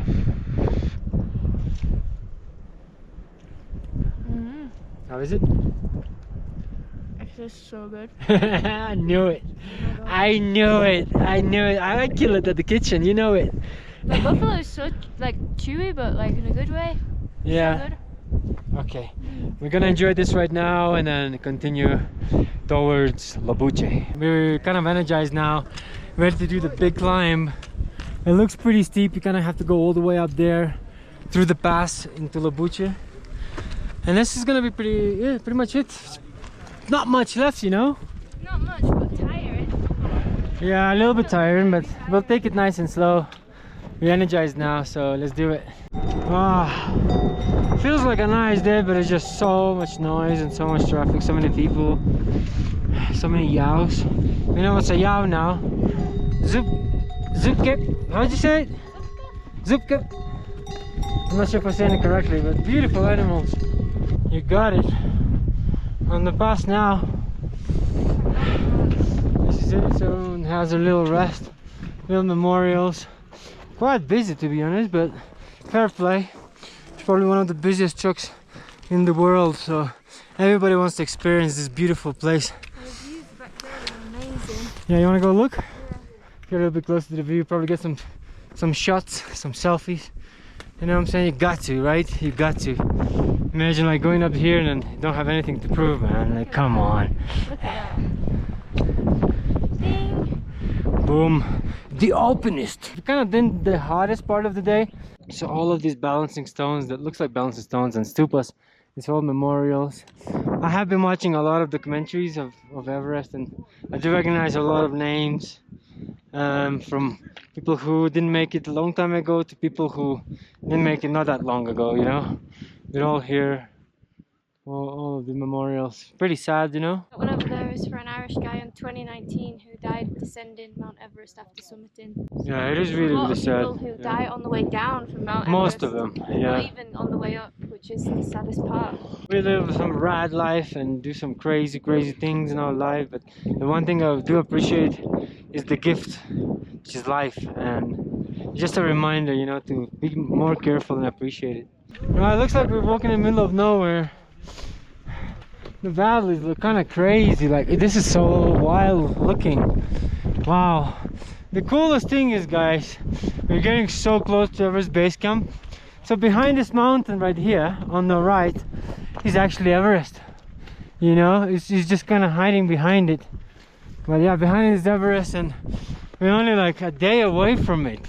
From obviously from the base camp. Tomorrow we'll be going to see Everest Base Camp. I know, I can't wait. Look at all the snow. This is the first time we're walking along this much snow. You know what I mean? Yo! Snow! It's kind of like icy snow. Yes, really, it's really cold here at night. And there's Olivia. Ah, missed it. Alright, I'm starting to see houses. And I believe we're arriving to Labucha now. All the way there. It's our destination for the day.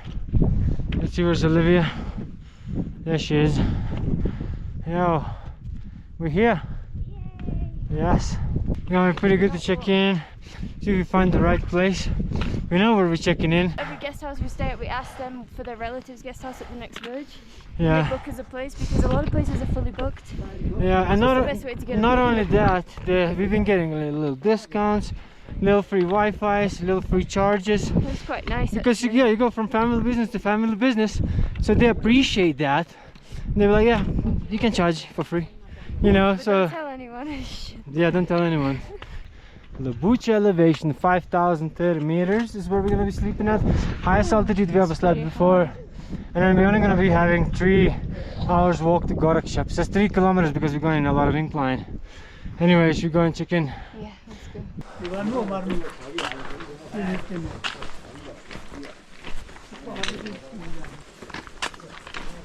Some yows.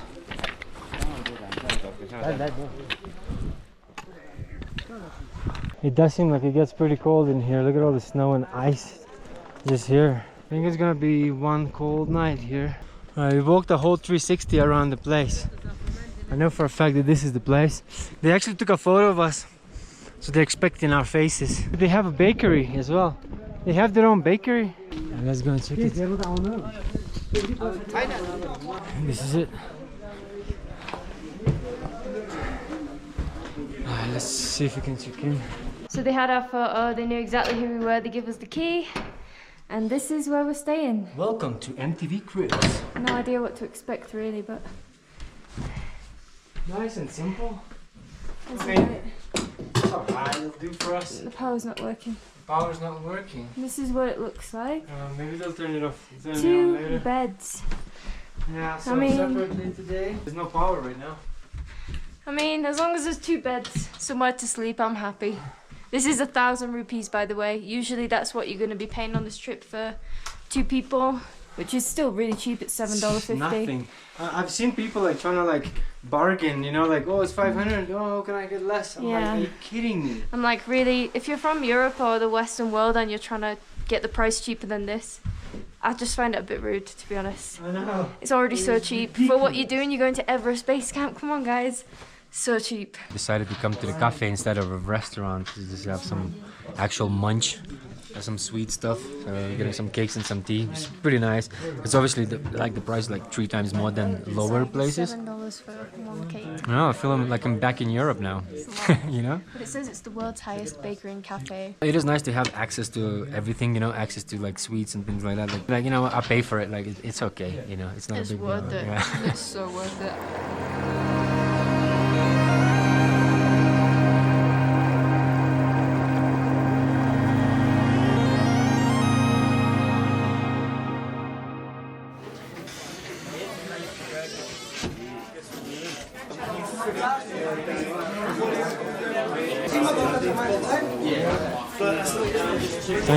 Thank you for the room, yeah? Really helpful. Thank you so much. Okay, see you. Take care. Bye-bye. Bye. Alright, all checked out, ready to fly. Let's do this thing. To be fair, it's quite easy today. Only 3 hours till the next accommodation and an EVC. And hopefully we can do Gorakshap in the same day. Oh, Kalapatar, that's the one. Oh, yeah. It seems pretty good. I got a good feeling about today. Yeah, and the guy rang up a place for us, so we have somewhere booked, which was our biggest worry, that we're going to have to sleep outside or something. That's the reason why we woke up so early. We're like, we're not going to have a room. Like, it would be such a mission not to have a room, but we do. So all good. Happy days now. We'll just go and enjoy now. Yeah? Let's do it. Oi. Nearly broke my ankle there. As you can see, everything is so frosty and cold. This is the coldest it's been on this entire trip. Wow, beautiful mountains though. I love the morning mountains.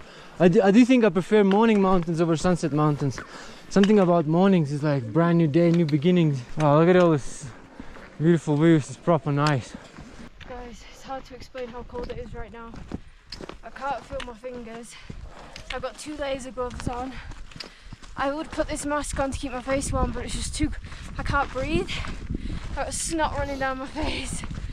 I really want the sun to come out soon. It's so cold. I do think this is like the roughest time of the entire Jiri to Lukla and here trip.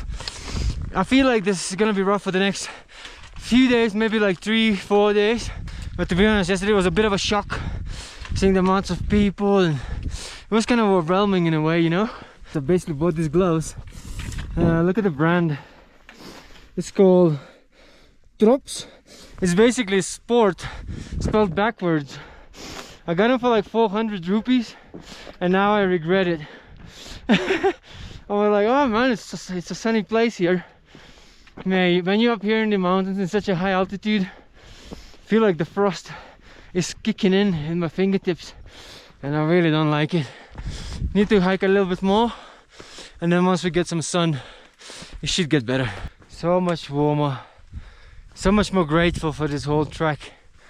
Knowing that today we're gonna be reaching the base camp, the anticipation is unreal. The GoPro is turning off itself because it's so cold outside, and the GoPro is heating up inside, so it's turning off automatically every few seconds.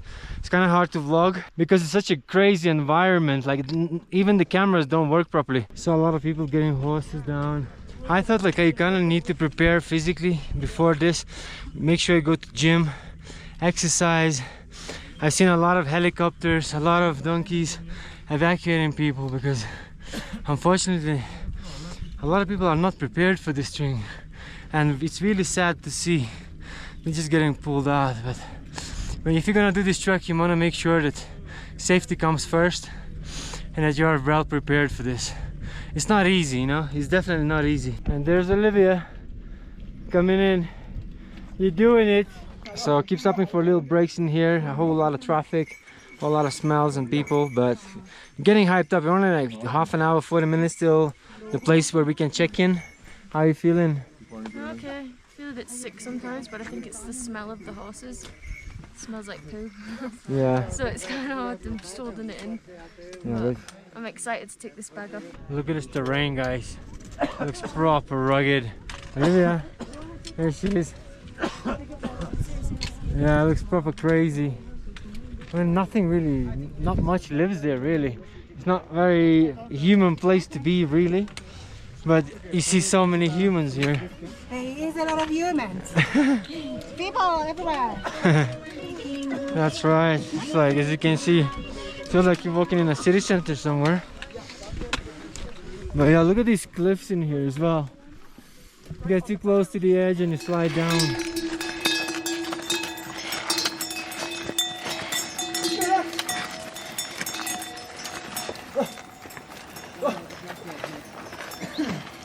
This looks madness. Oh, this is landslide, proper mental cliffs. Sure, you can't see Everest very well, but like the tiny little bit behind this mountain is where the Everest is. How you doing, love? It's just like people said, it feels like you're on a highway. It's just traffic jams constantly. I was expecting it from Labuchi to Gaurishankar, but yeah, it's pretty crazy.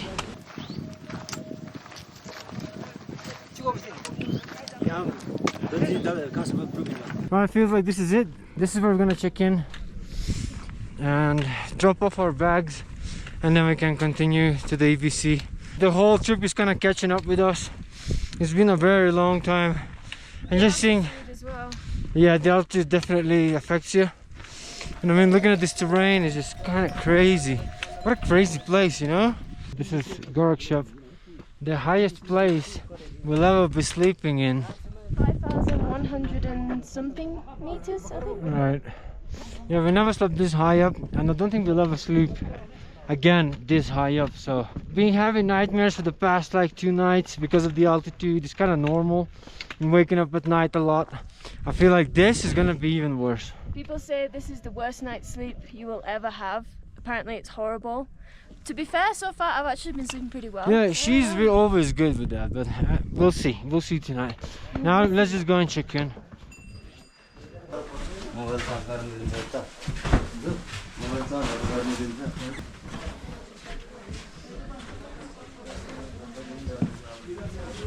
Checking in.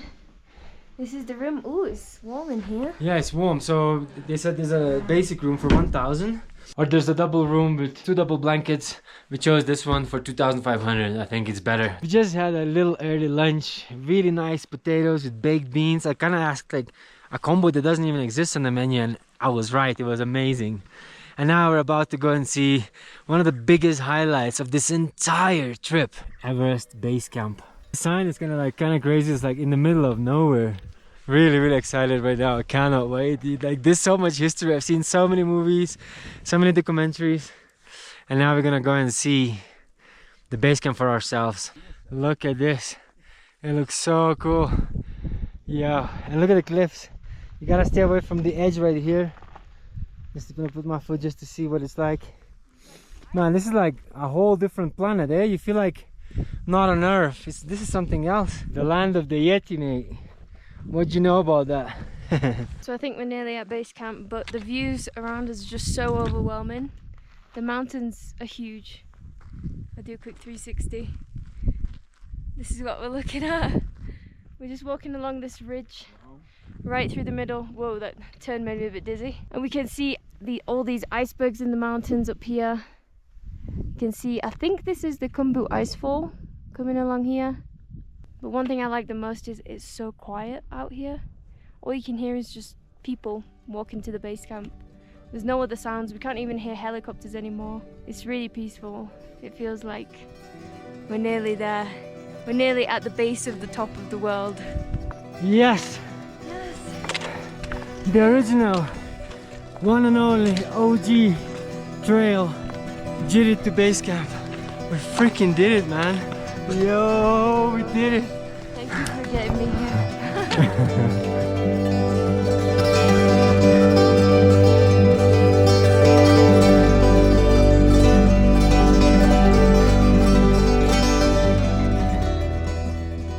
I don't know how many kilometers this actually was, but it was a freaking lot. No guide, no porter, Jiri to EBC. We did it. And here's one of our viewers who made it to EBC as well. Gosh, no way. Yeah, she did it as well. Oh, I will get you guys, I'll get your pictures. Yes, please, that would be great, yeah. Yes. Nice one. Yes. Yes.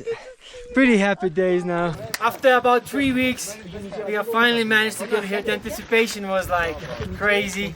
Can't believe we actually did it. Travels on toast, you can do this. Well, if you did it, anybody can. And here we are. Yes. Boom. Thank you very much. You're very welcome. Yes, thank you, Michelle. Yes, we did it. And just to give you an idea, this is the Everest Base Camp monument stone that everybody takes pictures on with Everest up there. And this is the queue that has just formed to take photos, which we literally got here like 5 minutes before that happened. We were so lucky that we didn't have to wait. Spot on. So, pretty happy. But man, what a trip, eh? It's not even in the end of the trip though, guys. Of course. It's not the end yet. Just asked one of the locals that if you walk somewhere a little bit there, you can probably see a little bit of the tents.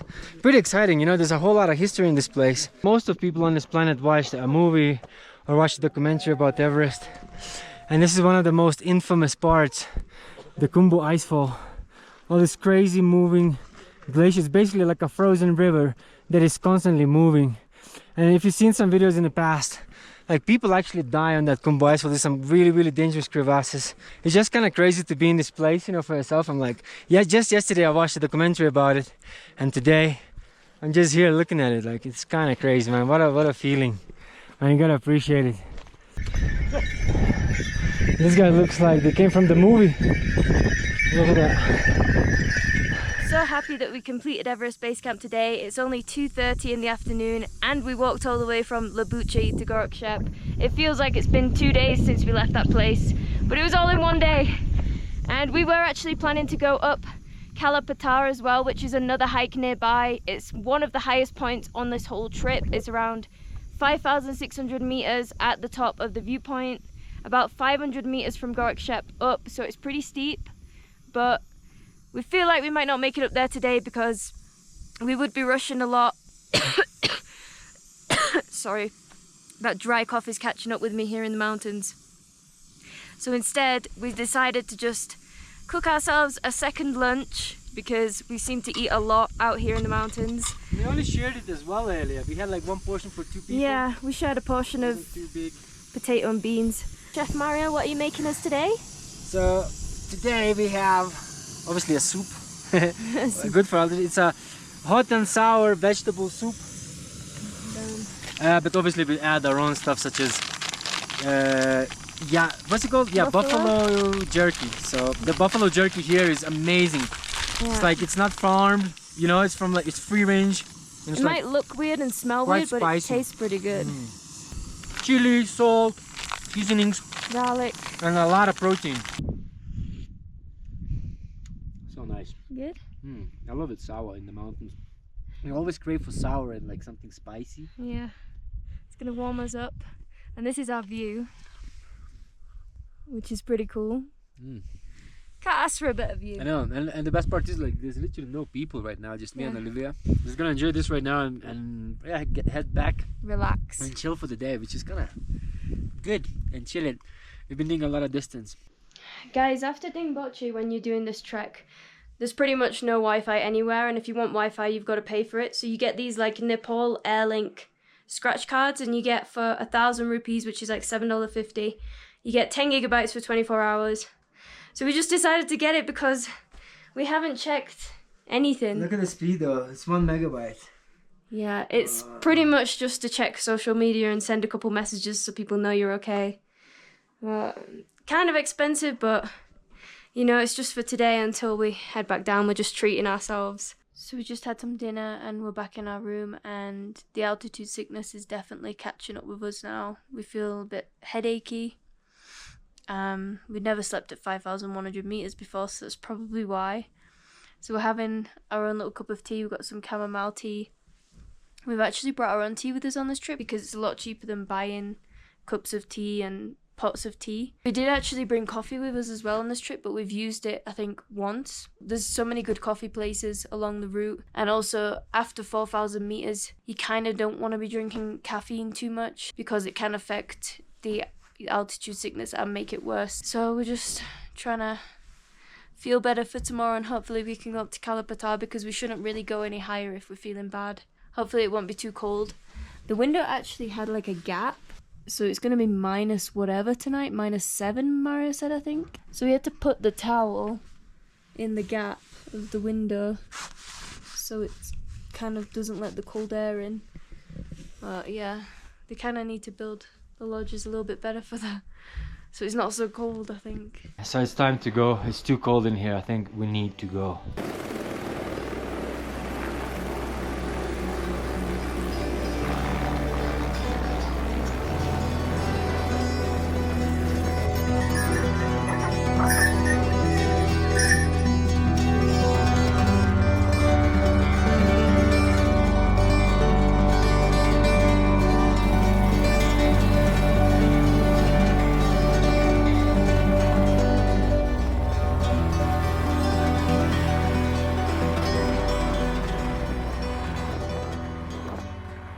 So we just walked back to Leboche for a little bit just to use the toilet, refill the waters, and we crack on to Jongla. So far the day seems to go super easy. It's probably one of the easiest days since Jiri, but can't wait for actually a little lunch. We still have a whole lot of gas in that cooker, a whole lot of soups, so it'll be pretty cool find like a little spot in a bit somewhere around the corner because we're starting to get a little bit hungry. So we just left the main path that leads to Dingboche, and we've kind of gone to the path that leads to Jongla and the passes.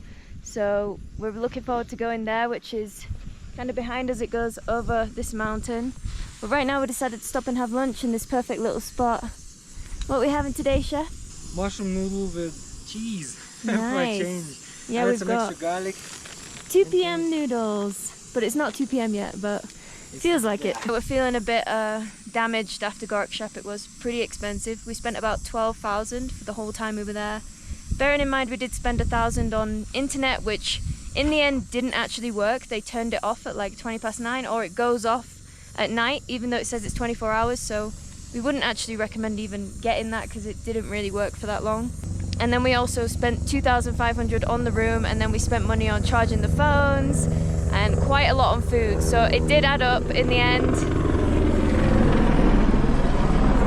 Helicopter going overhead. So yeah, as you can guess from this morning's vlog, we didn't go up Kalapatar because when we woke up, we had had a terrible night's sleep. We both kind of had altitude sickness, right? Yeah, definitely. Like I couldn't sleep. I slept like 2-3 hours maybe. Yeah, and it was absolutely freezing. Like there was no chance we were going to climb 500 meters higher than we already were. Hello. Porter's just chilling next to us, watching us make noodles. So yeah, unfortunately we didn't do Kalapatar. I think it's actually better to do Kalapatar at sunset. So if you can do base camp in the morning and Kalapatar at sunset, I think it looks a lot nicer, and obviously it wouldn't be as colder. But yeah, it was just way too busy. Like we just didn't want to be there. We wanted to leave as soon as possible and head on to the passes where hopefully it will be nice and quiet. Namaste. Want soup? No, thank you. I have more if you want. If you have more water, we can make one more for you. You have more? I have more, not noodle, but I have like a powder soup. I only have this much water I need for drinking. But if you have water, I can make one for you. No problem, boss. Have a nice day. You are a boss. Yeah, no, I'm just a traveler, visitor. No problem. So we just realized we actually met that porter like a few days ago, and Mario was just chatting with him, and then yeah, we just give him a soup. We have way too many soups, so fair play. Let's wait. We're going in for round 2 because why the hell not? We're here, we've got food and gas and water. Having some real shiitake, dried shiitake mushroom. In a mushroom soup. Yep. I think this one is my favorite of all. Look at the cream. Like thick cream. And then we added the shiitake mushroom. It's kind of floating. I do think you kind of need to slice it in tiny little bits. We don't know what we're doing. Yeah, we just have the whole thing, but the actual soup is really, really good. It's really nice to be back on a path with no people. Finally, we did the EBC, the most touristy part of the entire 3 passes. There's not fun. I mean, it was fun, the EBC itself, but it was too busy. And me and Olivia, we love our own place, our own nature, our own space, yeah. This is beautiful. We've seen a few people and they said it's not too busy in Jongla, which is great. Yeah, and I mean, before we started this trek, we wanted to do this. Yeah. Me, Olivia, cooking, nature, this is it. This is what we got. The mountains. So far, we're loving it.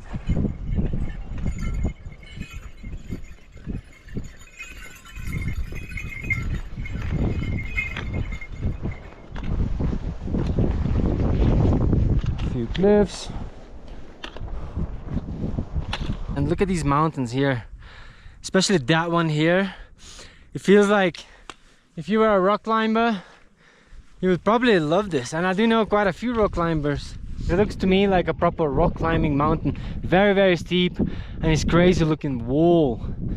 Kind of like looks from from animation. It's like just too perfect of a mountain. We just randomly walking, enjoying the mountain, and then we just stumbled upon this really, really cool looking lake. It looks proper like turquoise green. You can't miss it. Like, it's so beautiful. It's quite nice to see like a lake for a change, and that's how you know that you're getting closer to Gokyo, which has the highest lakes in the world. And yeah, we're kind of getting there to that direction now. Pretty hyped up for it. Oh, there, yeah, I think so. I think that's Jongla. Okay. Nice one. In this valley is such a strong cinnamon smell, and I'm pretty sure it's from these plants right here, but it's not cinnamon. It's so nice to see plants again after literally feeling like we're on the moon this morning when there was just nothing but snow and rock. Yeah. This is very refreshing. It then feels like the weather is way friendlier, much sunnier, not as cold, you know, like love it, love it. It's nice to do the EBC, but I think to go there for a bit and it's enough. I haven't felt this cold this morning in many years, and I'm not gonna lie, in many years. I can see it. Yeah. It's our destination. We have to go down the mountain though first before I go back up again. It's Jongla over there. Not sure how well you can see it, but that's where we're gonna be staying for the night. And I do see that glacier all the way up there, like the white kind of crazy looking glacier. That's where we're gonna be going tomorrow. I think that's Chola Pass. We're only about 5 minutes away now, and Olivia seems to be knocked out. You alright, love? It's a nice nap. Nice. I never seen you so done. So done. I think we should have just like gone back that way. Skip the passes. Alright, this is it for the day. We made it. And this is Jongla. Cute little town surrounded by mountains. It's really nice here, very peaceful. Very peaceful, yeah. It's relatively high and it is pretty remote. We're hoping that we can charge our camera batteries and stuff like that. So see if we can find a place where we can do such thing. So we checked into Green Valley Lodge, I think. It was just the first one we saw. He said it was 500 to charge anything, power bank and stuff, which is usually a lot more expensive, so we thought that's good. This is the room. I mean, paint's a bit dodgy paintwork, but seems clean, whatever, you know, what can you expect? 1,000 rupees. Most important, it doesn't feel moldy, and there's the little carpets up. And the windows are actually sealed tonight, so hopefully I won't get too cold like last night. You can actually sleep by the wall or sleep by the window this time. Yeah, so chilling. Alright, let's go check the menu, yeah? Yeah. As always. We're just absolutely loving this little village here, Jongla. I was not even expecting that this is gonna look like this. I mean, look at the views. It's like a 360 panoramic views. The entire village is in this mountainous valley. The view of Amadablam right here. And literally the whole valley is surrounded by these massive mountains. Mate, it looks so cool. It's like, wow, what a place to live, right? So after enjoying the breathtaking views here in Jongla, we had a nice little early dinner, had some dal bath, and had a really nice and early night sleep. But then at about 11 o'clock I woke up with like massive chest pains. I was just suffocating and started burping all the food, and eventually just started throwing up, and I haven't been sleeping since. So it is like 9 o'clock in the morning. I'm absolutely shattered. We're staying here for an extra day. I even got a bucket right next to me. Not very fun times at all. So just all night diarrhea and puke, diarrhea and vomiting. Like it was just horrible, absolutely horrible. So I was waking up everybody in the area here staying next to us, and I was just wow. And I'm trying to figure out if it's the altitude sickness, if it's food poisoning, because I didn't have a headache. Olivia's just fine. I didn't have anything. I mean, I've been having like kind of digestion issues for a few days, but I think that's just from the food and stuff, but not like that. That was crazy last night. I've never seen somebody, you were throwing up like nothing, to the point where there was nothing left to throw up. I was a bit worried. But yeah, anyways guys, just fingers crossed I'm gonna get better, and fingers crossed the travels and toes manage to get to the next destination, which is Gokyo. So since this morning we've actually moved rooms, so we've got a private bathroom now. Drying out some clothes, wash some laundry. So we're having a laundry day. We've got something done at least while we're here. And we got a special pizza delivery right to the door. Does that make you feel better? No? Hopefully, yeah. Trying to cheer Mario up, but If you watched our previous videos, you know I'm full of hype. The hype is gone today. yeah. Just hope I'll get better tomorrow.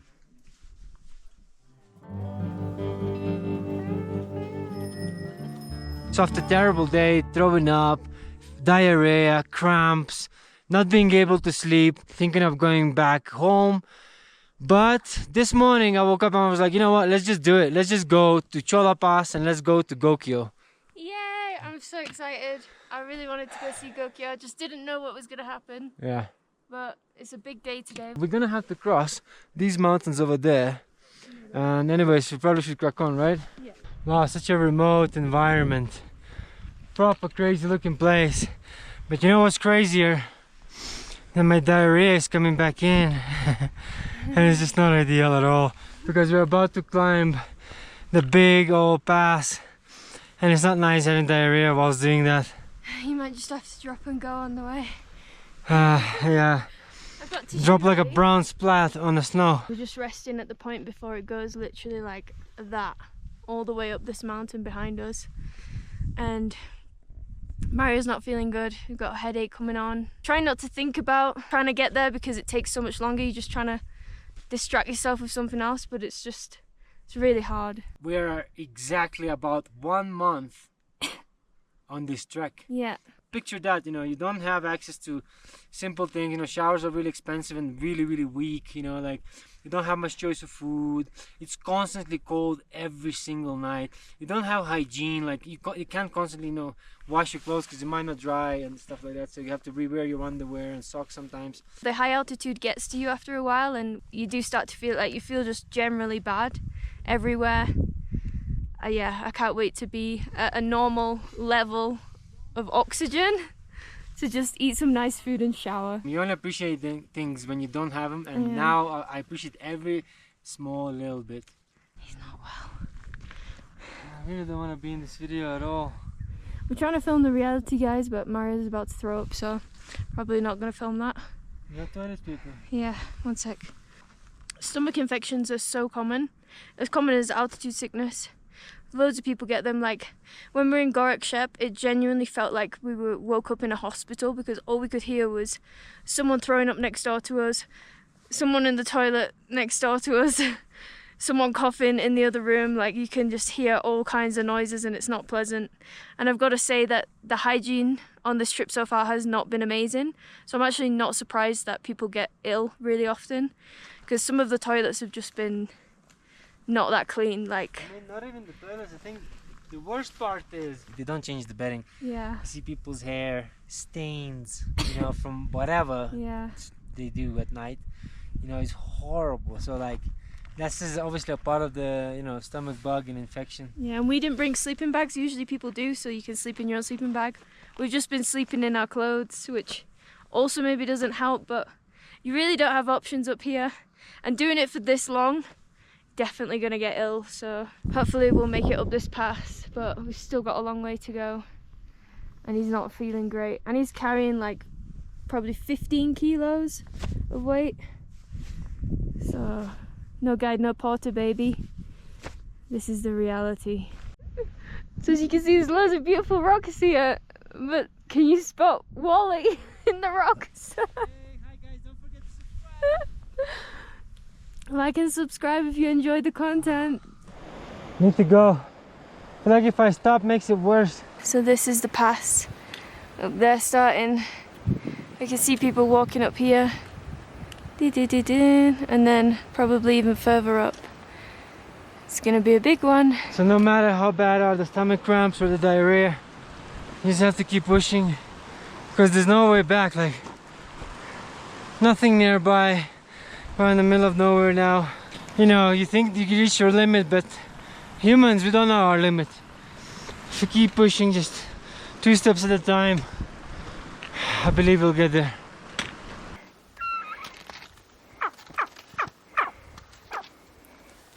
So we were anticipating for this part, and that's why we were carrying these micro spikes for the entire month. Because yeah, it generally looks like massive ice, massive glacier. I do see people getting them out, so at least we carried them for 1 month for a reason, so we're actually gonna get to use them. Sometimes it's different. Okay. Sometimes it's too blue ice. Blue ice, okay, dangerous. Okay, thank you. Okay, good luck. Thank you. First time ever trying to put these on. We never actually. It says here, front, easy. Back. Really easy. I'm gonna put it on my stove. Easy, Yeah, easy. Make so sure it's on there easy. properly. Yeah, Sorted. ready? Let's do it.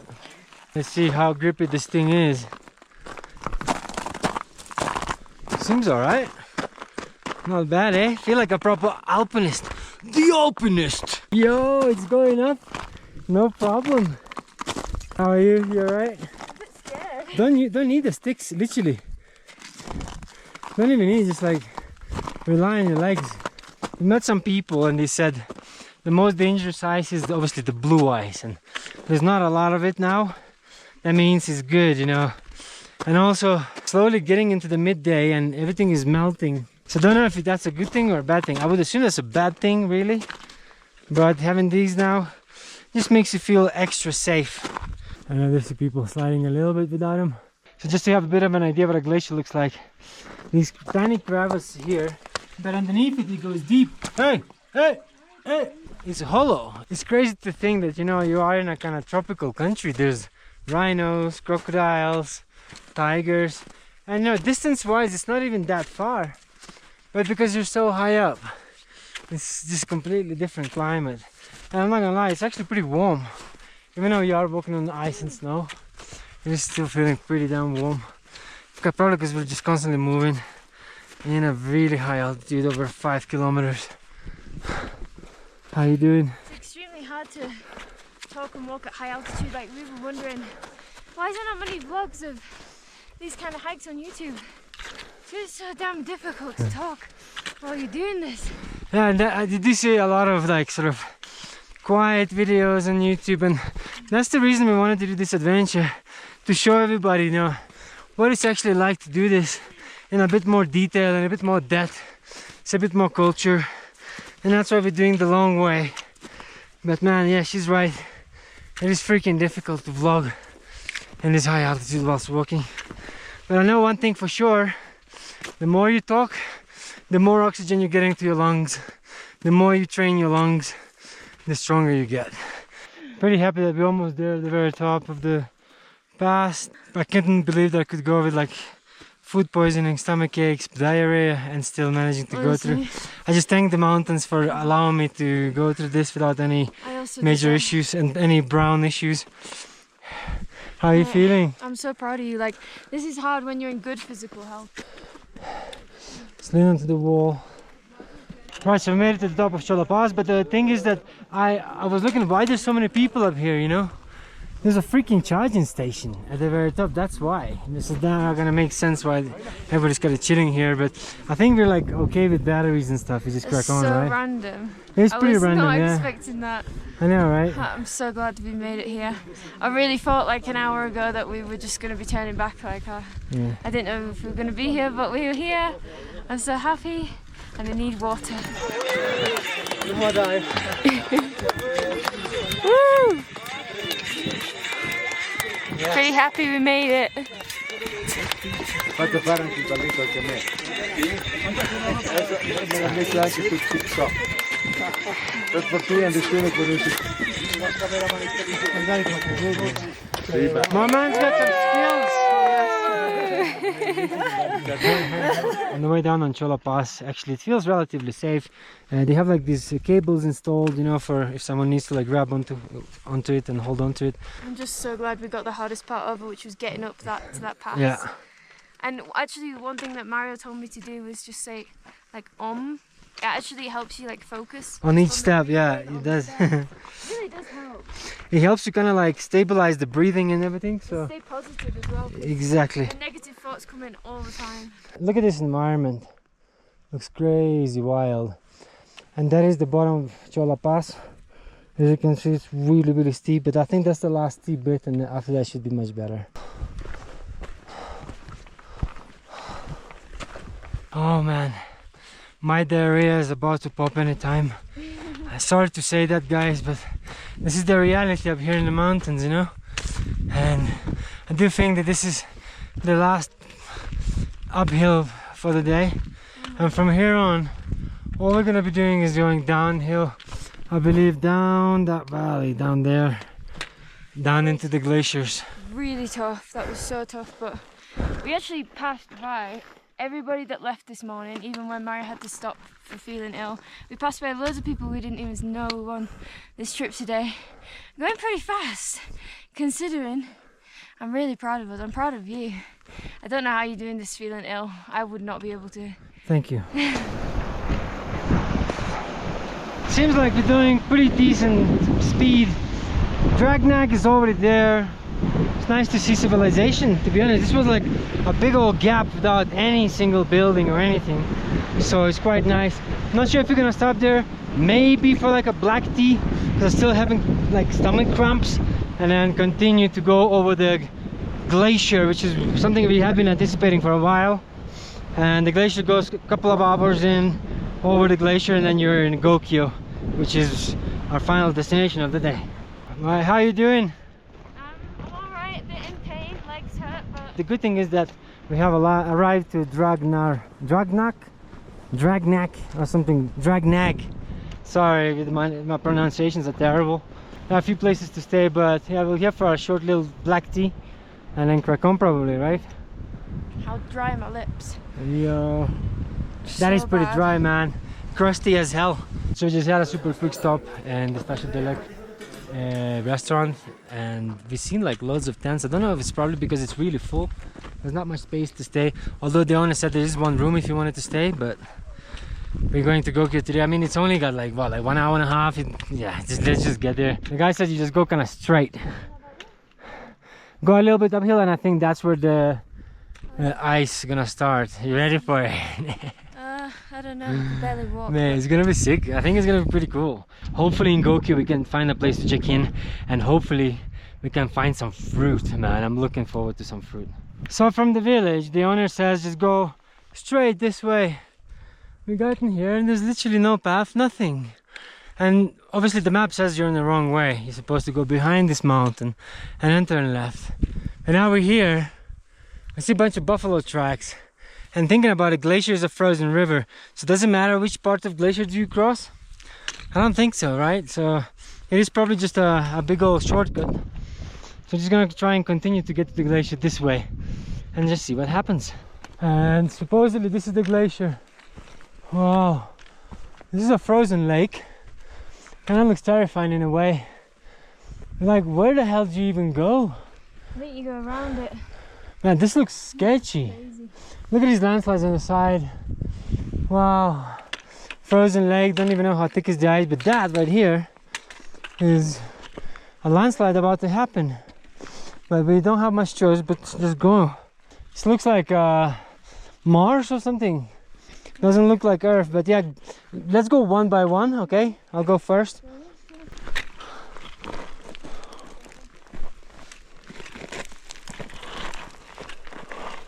This could fall on you. You never know. Oh shit. This is not very fun at all. Whoa. Very slippery. Okay, I'm getting there. Oh, okay. Ah, wow. What a terrain. This looks crazy. And we're not following the map anymore. We're doing our own little route. Now, I just heard something like landslides. Can you hear it? Fucking hell. Do you hear it? Do you reckon it's the ice? Sounded like landslide to me. When I'm looking at this frozen lake, I kind of stopped wondering, how thick is this ice? Should throw the stone to test it out, right? Like, come on, I'm sure you'd agree with me, it's a fun thing to do, and to see how thick is this ice. So let's do it. Okay, it's not thick at all. There's barely any ice. Well, that's good to know. In a way, I kind of wish we did follow the path, because this looks kind of crazy. Like, I don't even know where we're going. Apparently now we're gonna be detouring a little bit and going to some kind of monastery or something. Sure, why not, right? Travels on toast. You have to experience a little bit of everything. So actually, you know what, I'm seeing like a tiny little path here. It's okay. I mean, we still have, worst case, we still have a bit of time, and I got a good feeling that we're gonna be there and everything is gonna be okay. Just need to not panic and focus on your trail, and hopefully you get where you need to. Wow, what the hell? There's another lake right here. Okay, how did you go across this? I have no idea. Okay, easy. But yeah, there's no real path. You can see footprints from like cows or whatever, maybe even people actually. Yeah, this is people's footprints. That's a good sign. It's people's footprints, so that's a great sign. We're all good. We're golden. I'll just follow these sand dunes here. It's such a crazy looking place. Sand dunes in the middle of Himalayas, high up next to the glaciers. Looks like we're on Mars. It's such a weird place. It's cool though. Like, as a traveler, we have been to a few places, and this is like one of a kind for sure. It's so different to anything else that we've seen before. In the middle of the glaciers, and we need to go where that mountain is, but we're surrounded by these lakes, and it's just like a maze, absolute maze. And time is running low because it's gonna get dark soonish. Clouds are coming in as well. It's not very ideal. Trying to stay calm and find the way out of here. There's literally nobody here, no people, no paths, and it's like literally water everywhere, like a maze. Okay, maybe we can go around that way. I want to see where's Olivia. Olivia! Yeah, come here this way. Yeah, I'm hoping that we can go around through there, and hopefully there's no water, because the clouds are looking a bit shit. Follow me.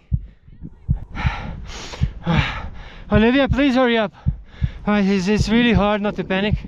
Really hard not to panic. The GoPro has died, and we were absolutely terrified. We were kind of at the edge of the glacier to get across to some random place, and there was a river that we could not cross. It was like absolutely mission.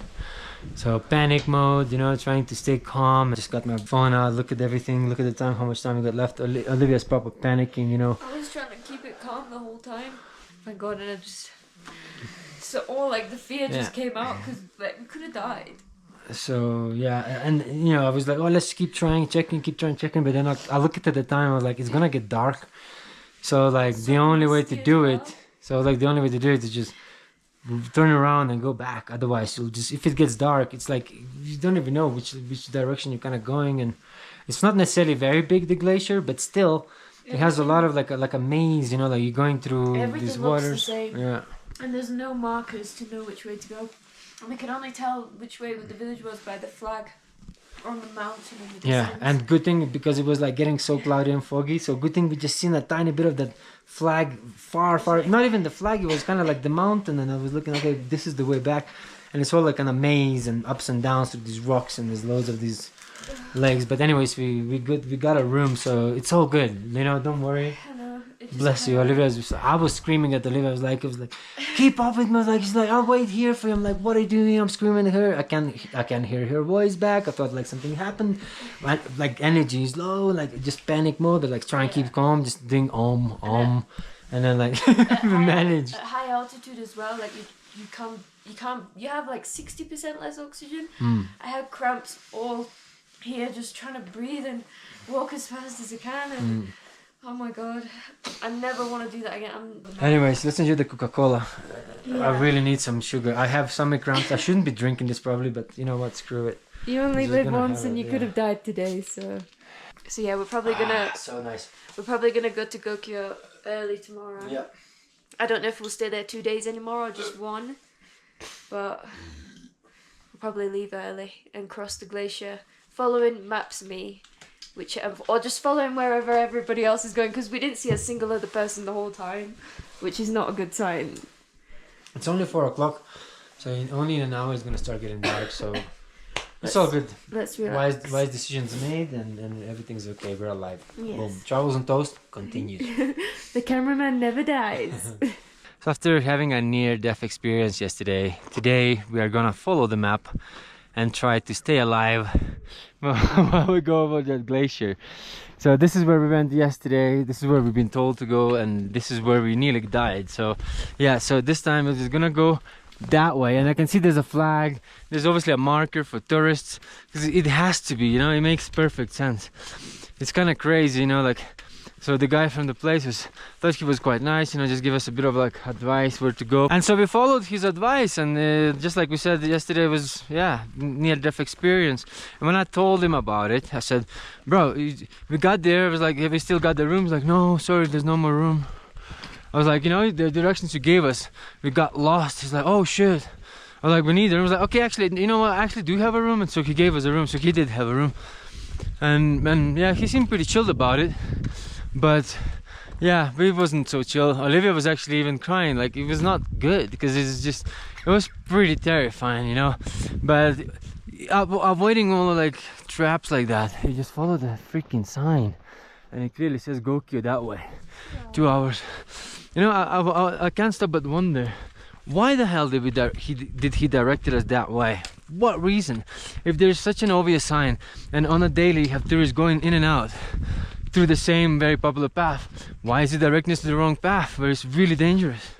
I mean, would you misdirect someone so that they would come back to stay in their room? That's kind of stupid. It makes no sense, you know.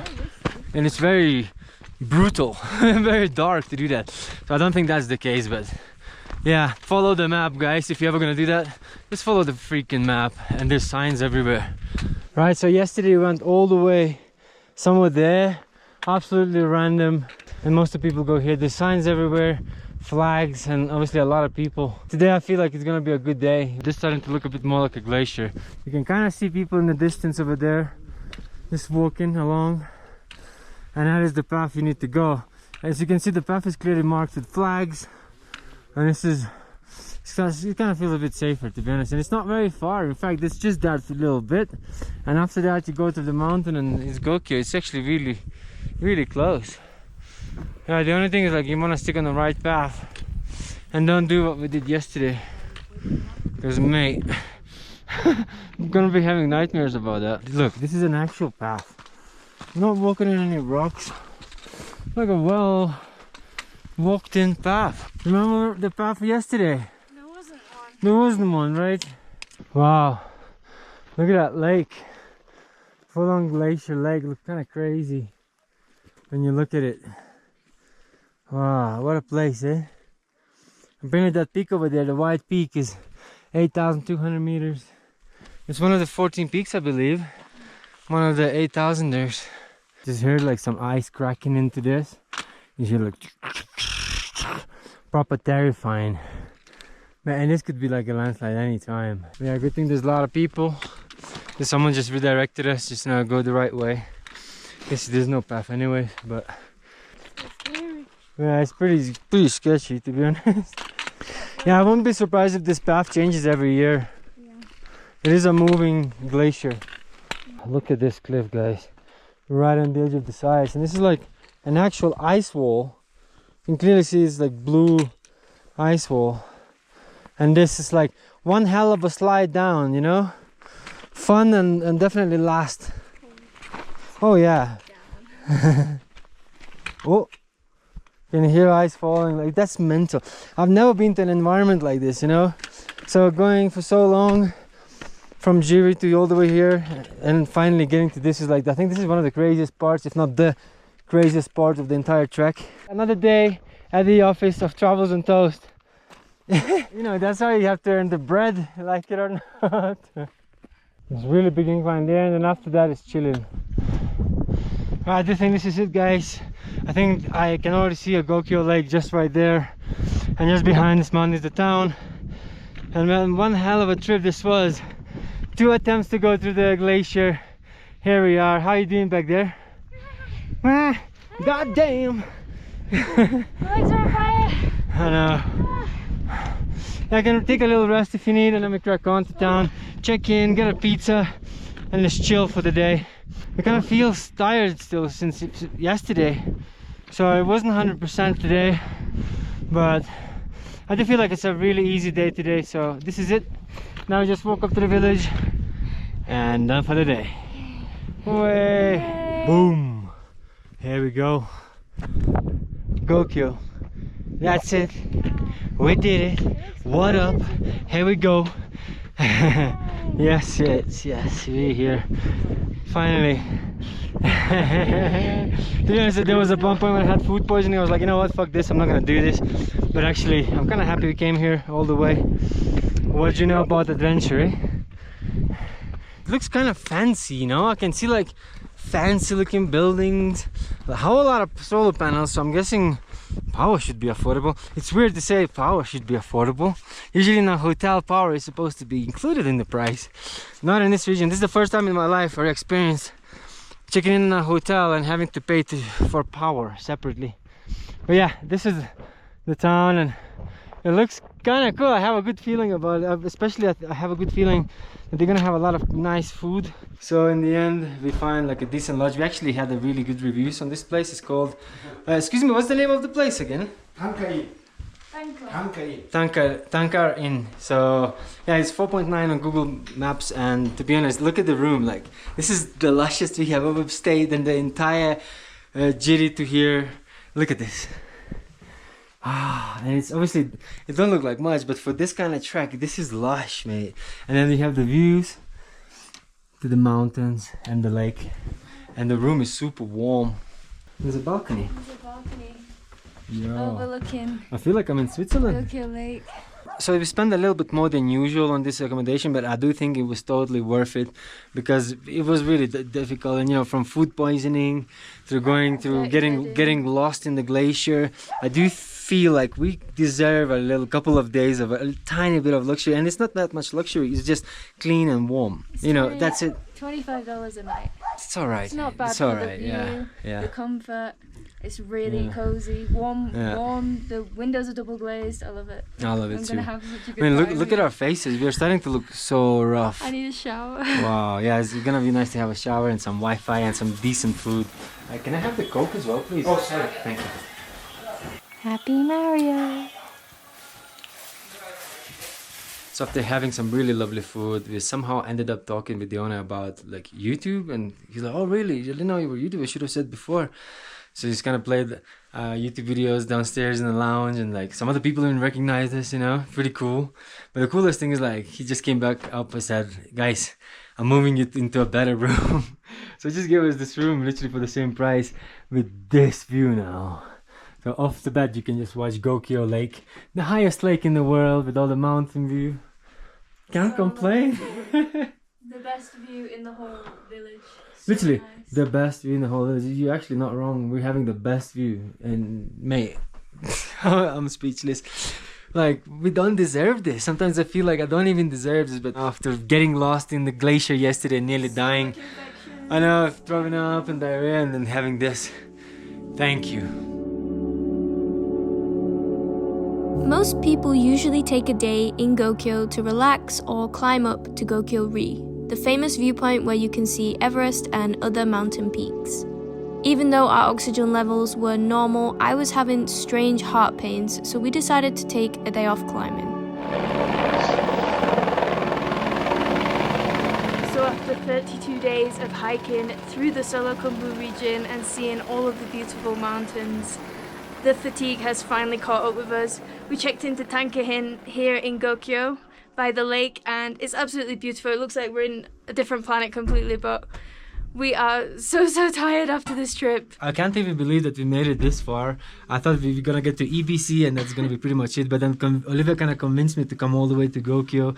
Even though I twisted my ankle like 5 times, and the past 2 days, while we were rehibernating, my ankle was just getting worse and worse, to be honest, you know, and I actually just weighed myself, and apparently I lost 13 kilos in the last month, which is kind of crazy, and I don't see where or how, but yeah, this trip really got a toll on us, to be honest. Yeah, I think the altitude just really can affect your health, and you don't even realize it when you're planning this kind of trip. You're thinking about the trekking and how difficult that will be. You don't even take into account the altitude and how that is actually going to affect your body, like generally feeling unwell. And we've been at high altitude for about over 2 weeks now, like 16 days. Like a really high altitude. So just pains everywhere, coughs, colds, diarrhea, stomach infections, headaches, everything possible. Yeah, literally We've had it. experienced a little bit of all of it. Today we are gonna try and walk all the way back down to Namche Bazaar, which is like a shortcut. So we are skipping the last pass, which is called Renjo. Yeah, Renjo La Pass. Yeah, and we just decided, you know what? We're not gonna suffer anymore, the you know. body is suffering. Exactly. We need to just let the body rest now. We are doing this trip to enjoy, and when it comes to the point when you stop enjoying it, I think that's kind of enough, you know. It's still got a long way back, to be honest. I hope we can make it all in one day, and it's gonna be a brand new path that we never seen before, and not many people do this path, so it's gonna be pretty exciting, and hopefully we can make it to Namche in one day. We're pretty much gonna run all the way downhill. Pretty much, so yeah. Let's hope we make it. And we should hurry up because time is not our friend today. Let's go. Thank you very much. Thank you, and yeah, see you next time. Good luck with your business. Sure. Thank you, boss. Thank you for helping all Nepal promoting. Oh, it's our pleasure. It's our pleasure. Everest Base Camp. It's our pleasure. Yeah. And your voice is so cute. So keep continuing. Thank you. Dhanyavad, yeah. Thank you. Your name, sorry, Olivia. Olivia and Mario. Mayo. Yeah. Your name? Pasang. Pasang. Pasang Sherpa. Nice one. Thank you so much, yeah. Thank you. It was a really nice stay here, by the way. Take care. Take care, guys. Good luck. Have fun, yeah? Thank you. The route today would be cutting straight through the middle of the trek and is usually taken by people who want to visit Gokyo first without having to do the passes. Hey, it looks unreal. Wow. The valley is immense with this huge waterfall and river running right through the middle. And it's actually what was on the other side of the route we had tried to take when we got lost. So thank God we turned around because we would have ended up on a mountain edge. When we ran into other trekkers or porters and they asked where we were coming from today, they were pretty shocked that we were doing Gokyo to Namche Bazaar in one day. But we were so desperate just to get back to a relatively normal level of elevation. As we were going down, we had really mixed feelings and emotions about everything. We were sad it was all coming to an end, nostalgic remembering the whole trip so far, but also excited to be back in warmer weather and see the nature again. Yeah, it looks so nice and green. Smells nice, it's warm. Oh. It's kind of cool doing from Gokyo all in one day. It was a long way back and the biggest day on our trip so far, but after 25 kilometers in distance and a 1,400 meter decline, we were pretty shaky and exhausted. But we actually made it before dark all the way back to Namche Bazaar. And of course, we had to treat ourselves to the best burrito in town. Then we finished off the day in the highest Irish pub in the world to celebrate what we had just accomplished. We made it back to Lukla, and although we were originally planning to trek all the way back and travel by land, we decided we were too tired. Plus, we couldn't miss out on experiencing a flight at the most dangerous airport in the world. I have to say though, this airport is the most chaotic and unorganized airport we've ever been in our life. Flights are constantly delayed because of weather conditions, and there's no schedule to know when you're leaving, and hardly any communication happening between staff and passengers. So everyone's just kind of hanging around, hoping to leave. Luckily, the weather was good and our tiny plane arrived, and it was time to go. one by one. Namaste. Oh wow. It's extremely small. It's one side each. I don't want to be next to it.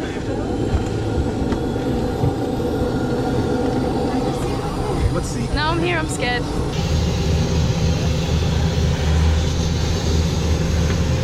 The runway goes downhill when leaving Lukla, so the plane has to go so fast to gain enough speed to take off.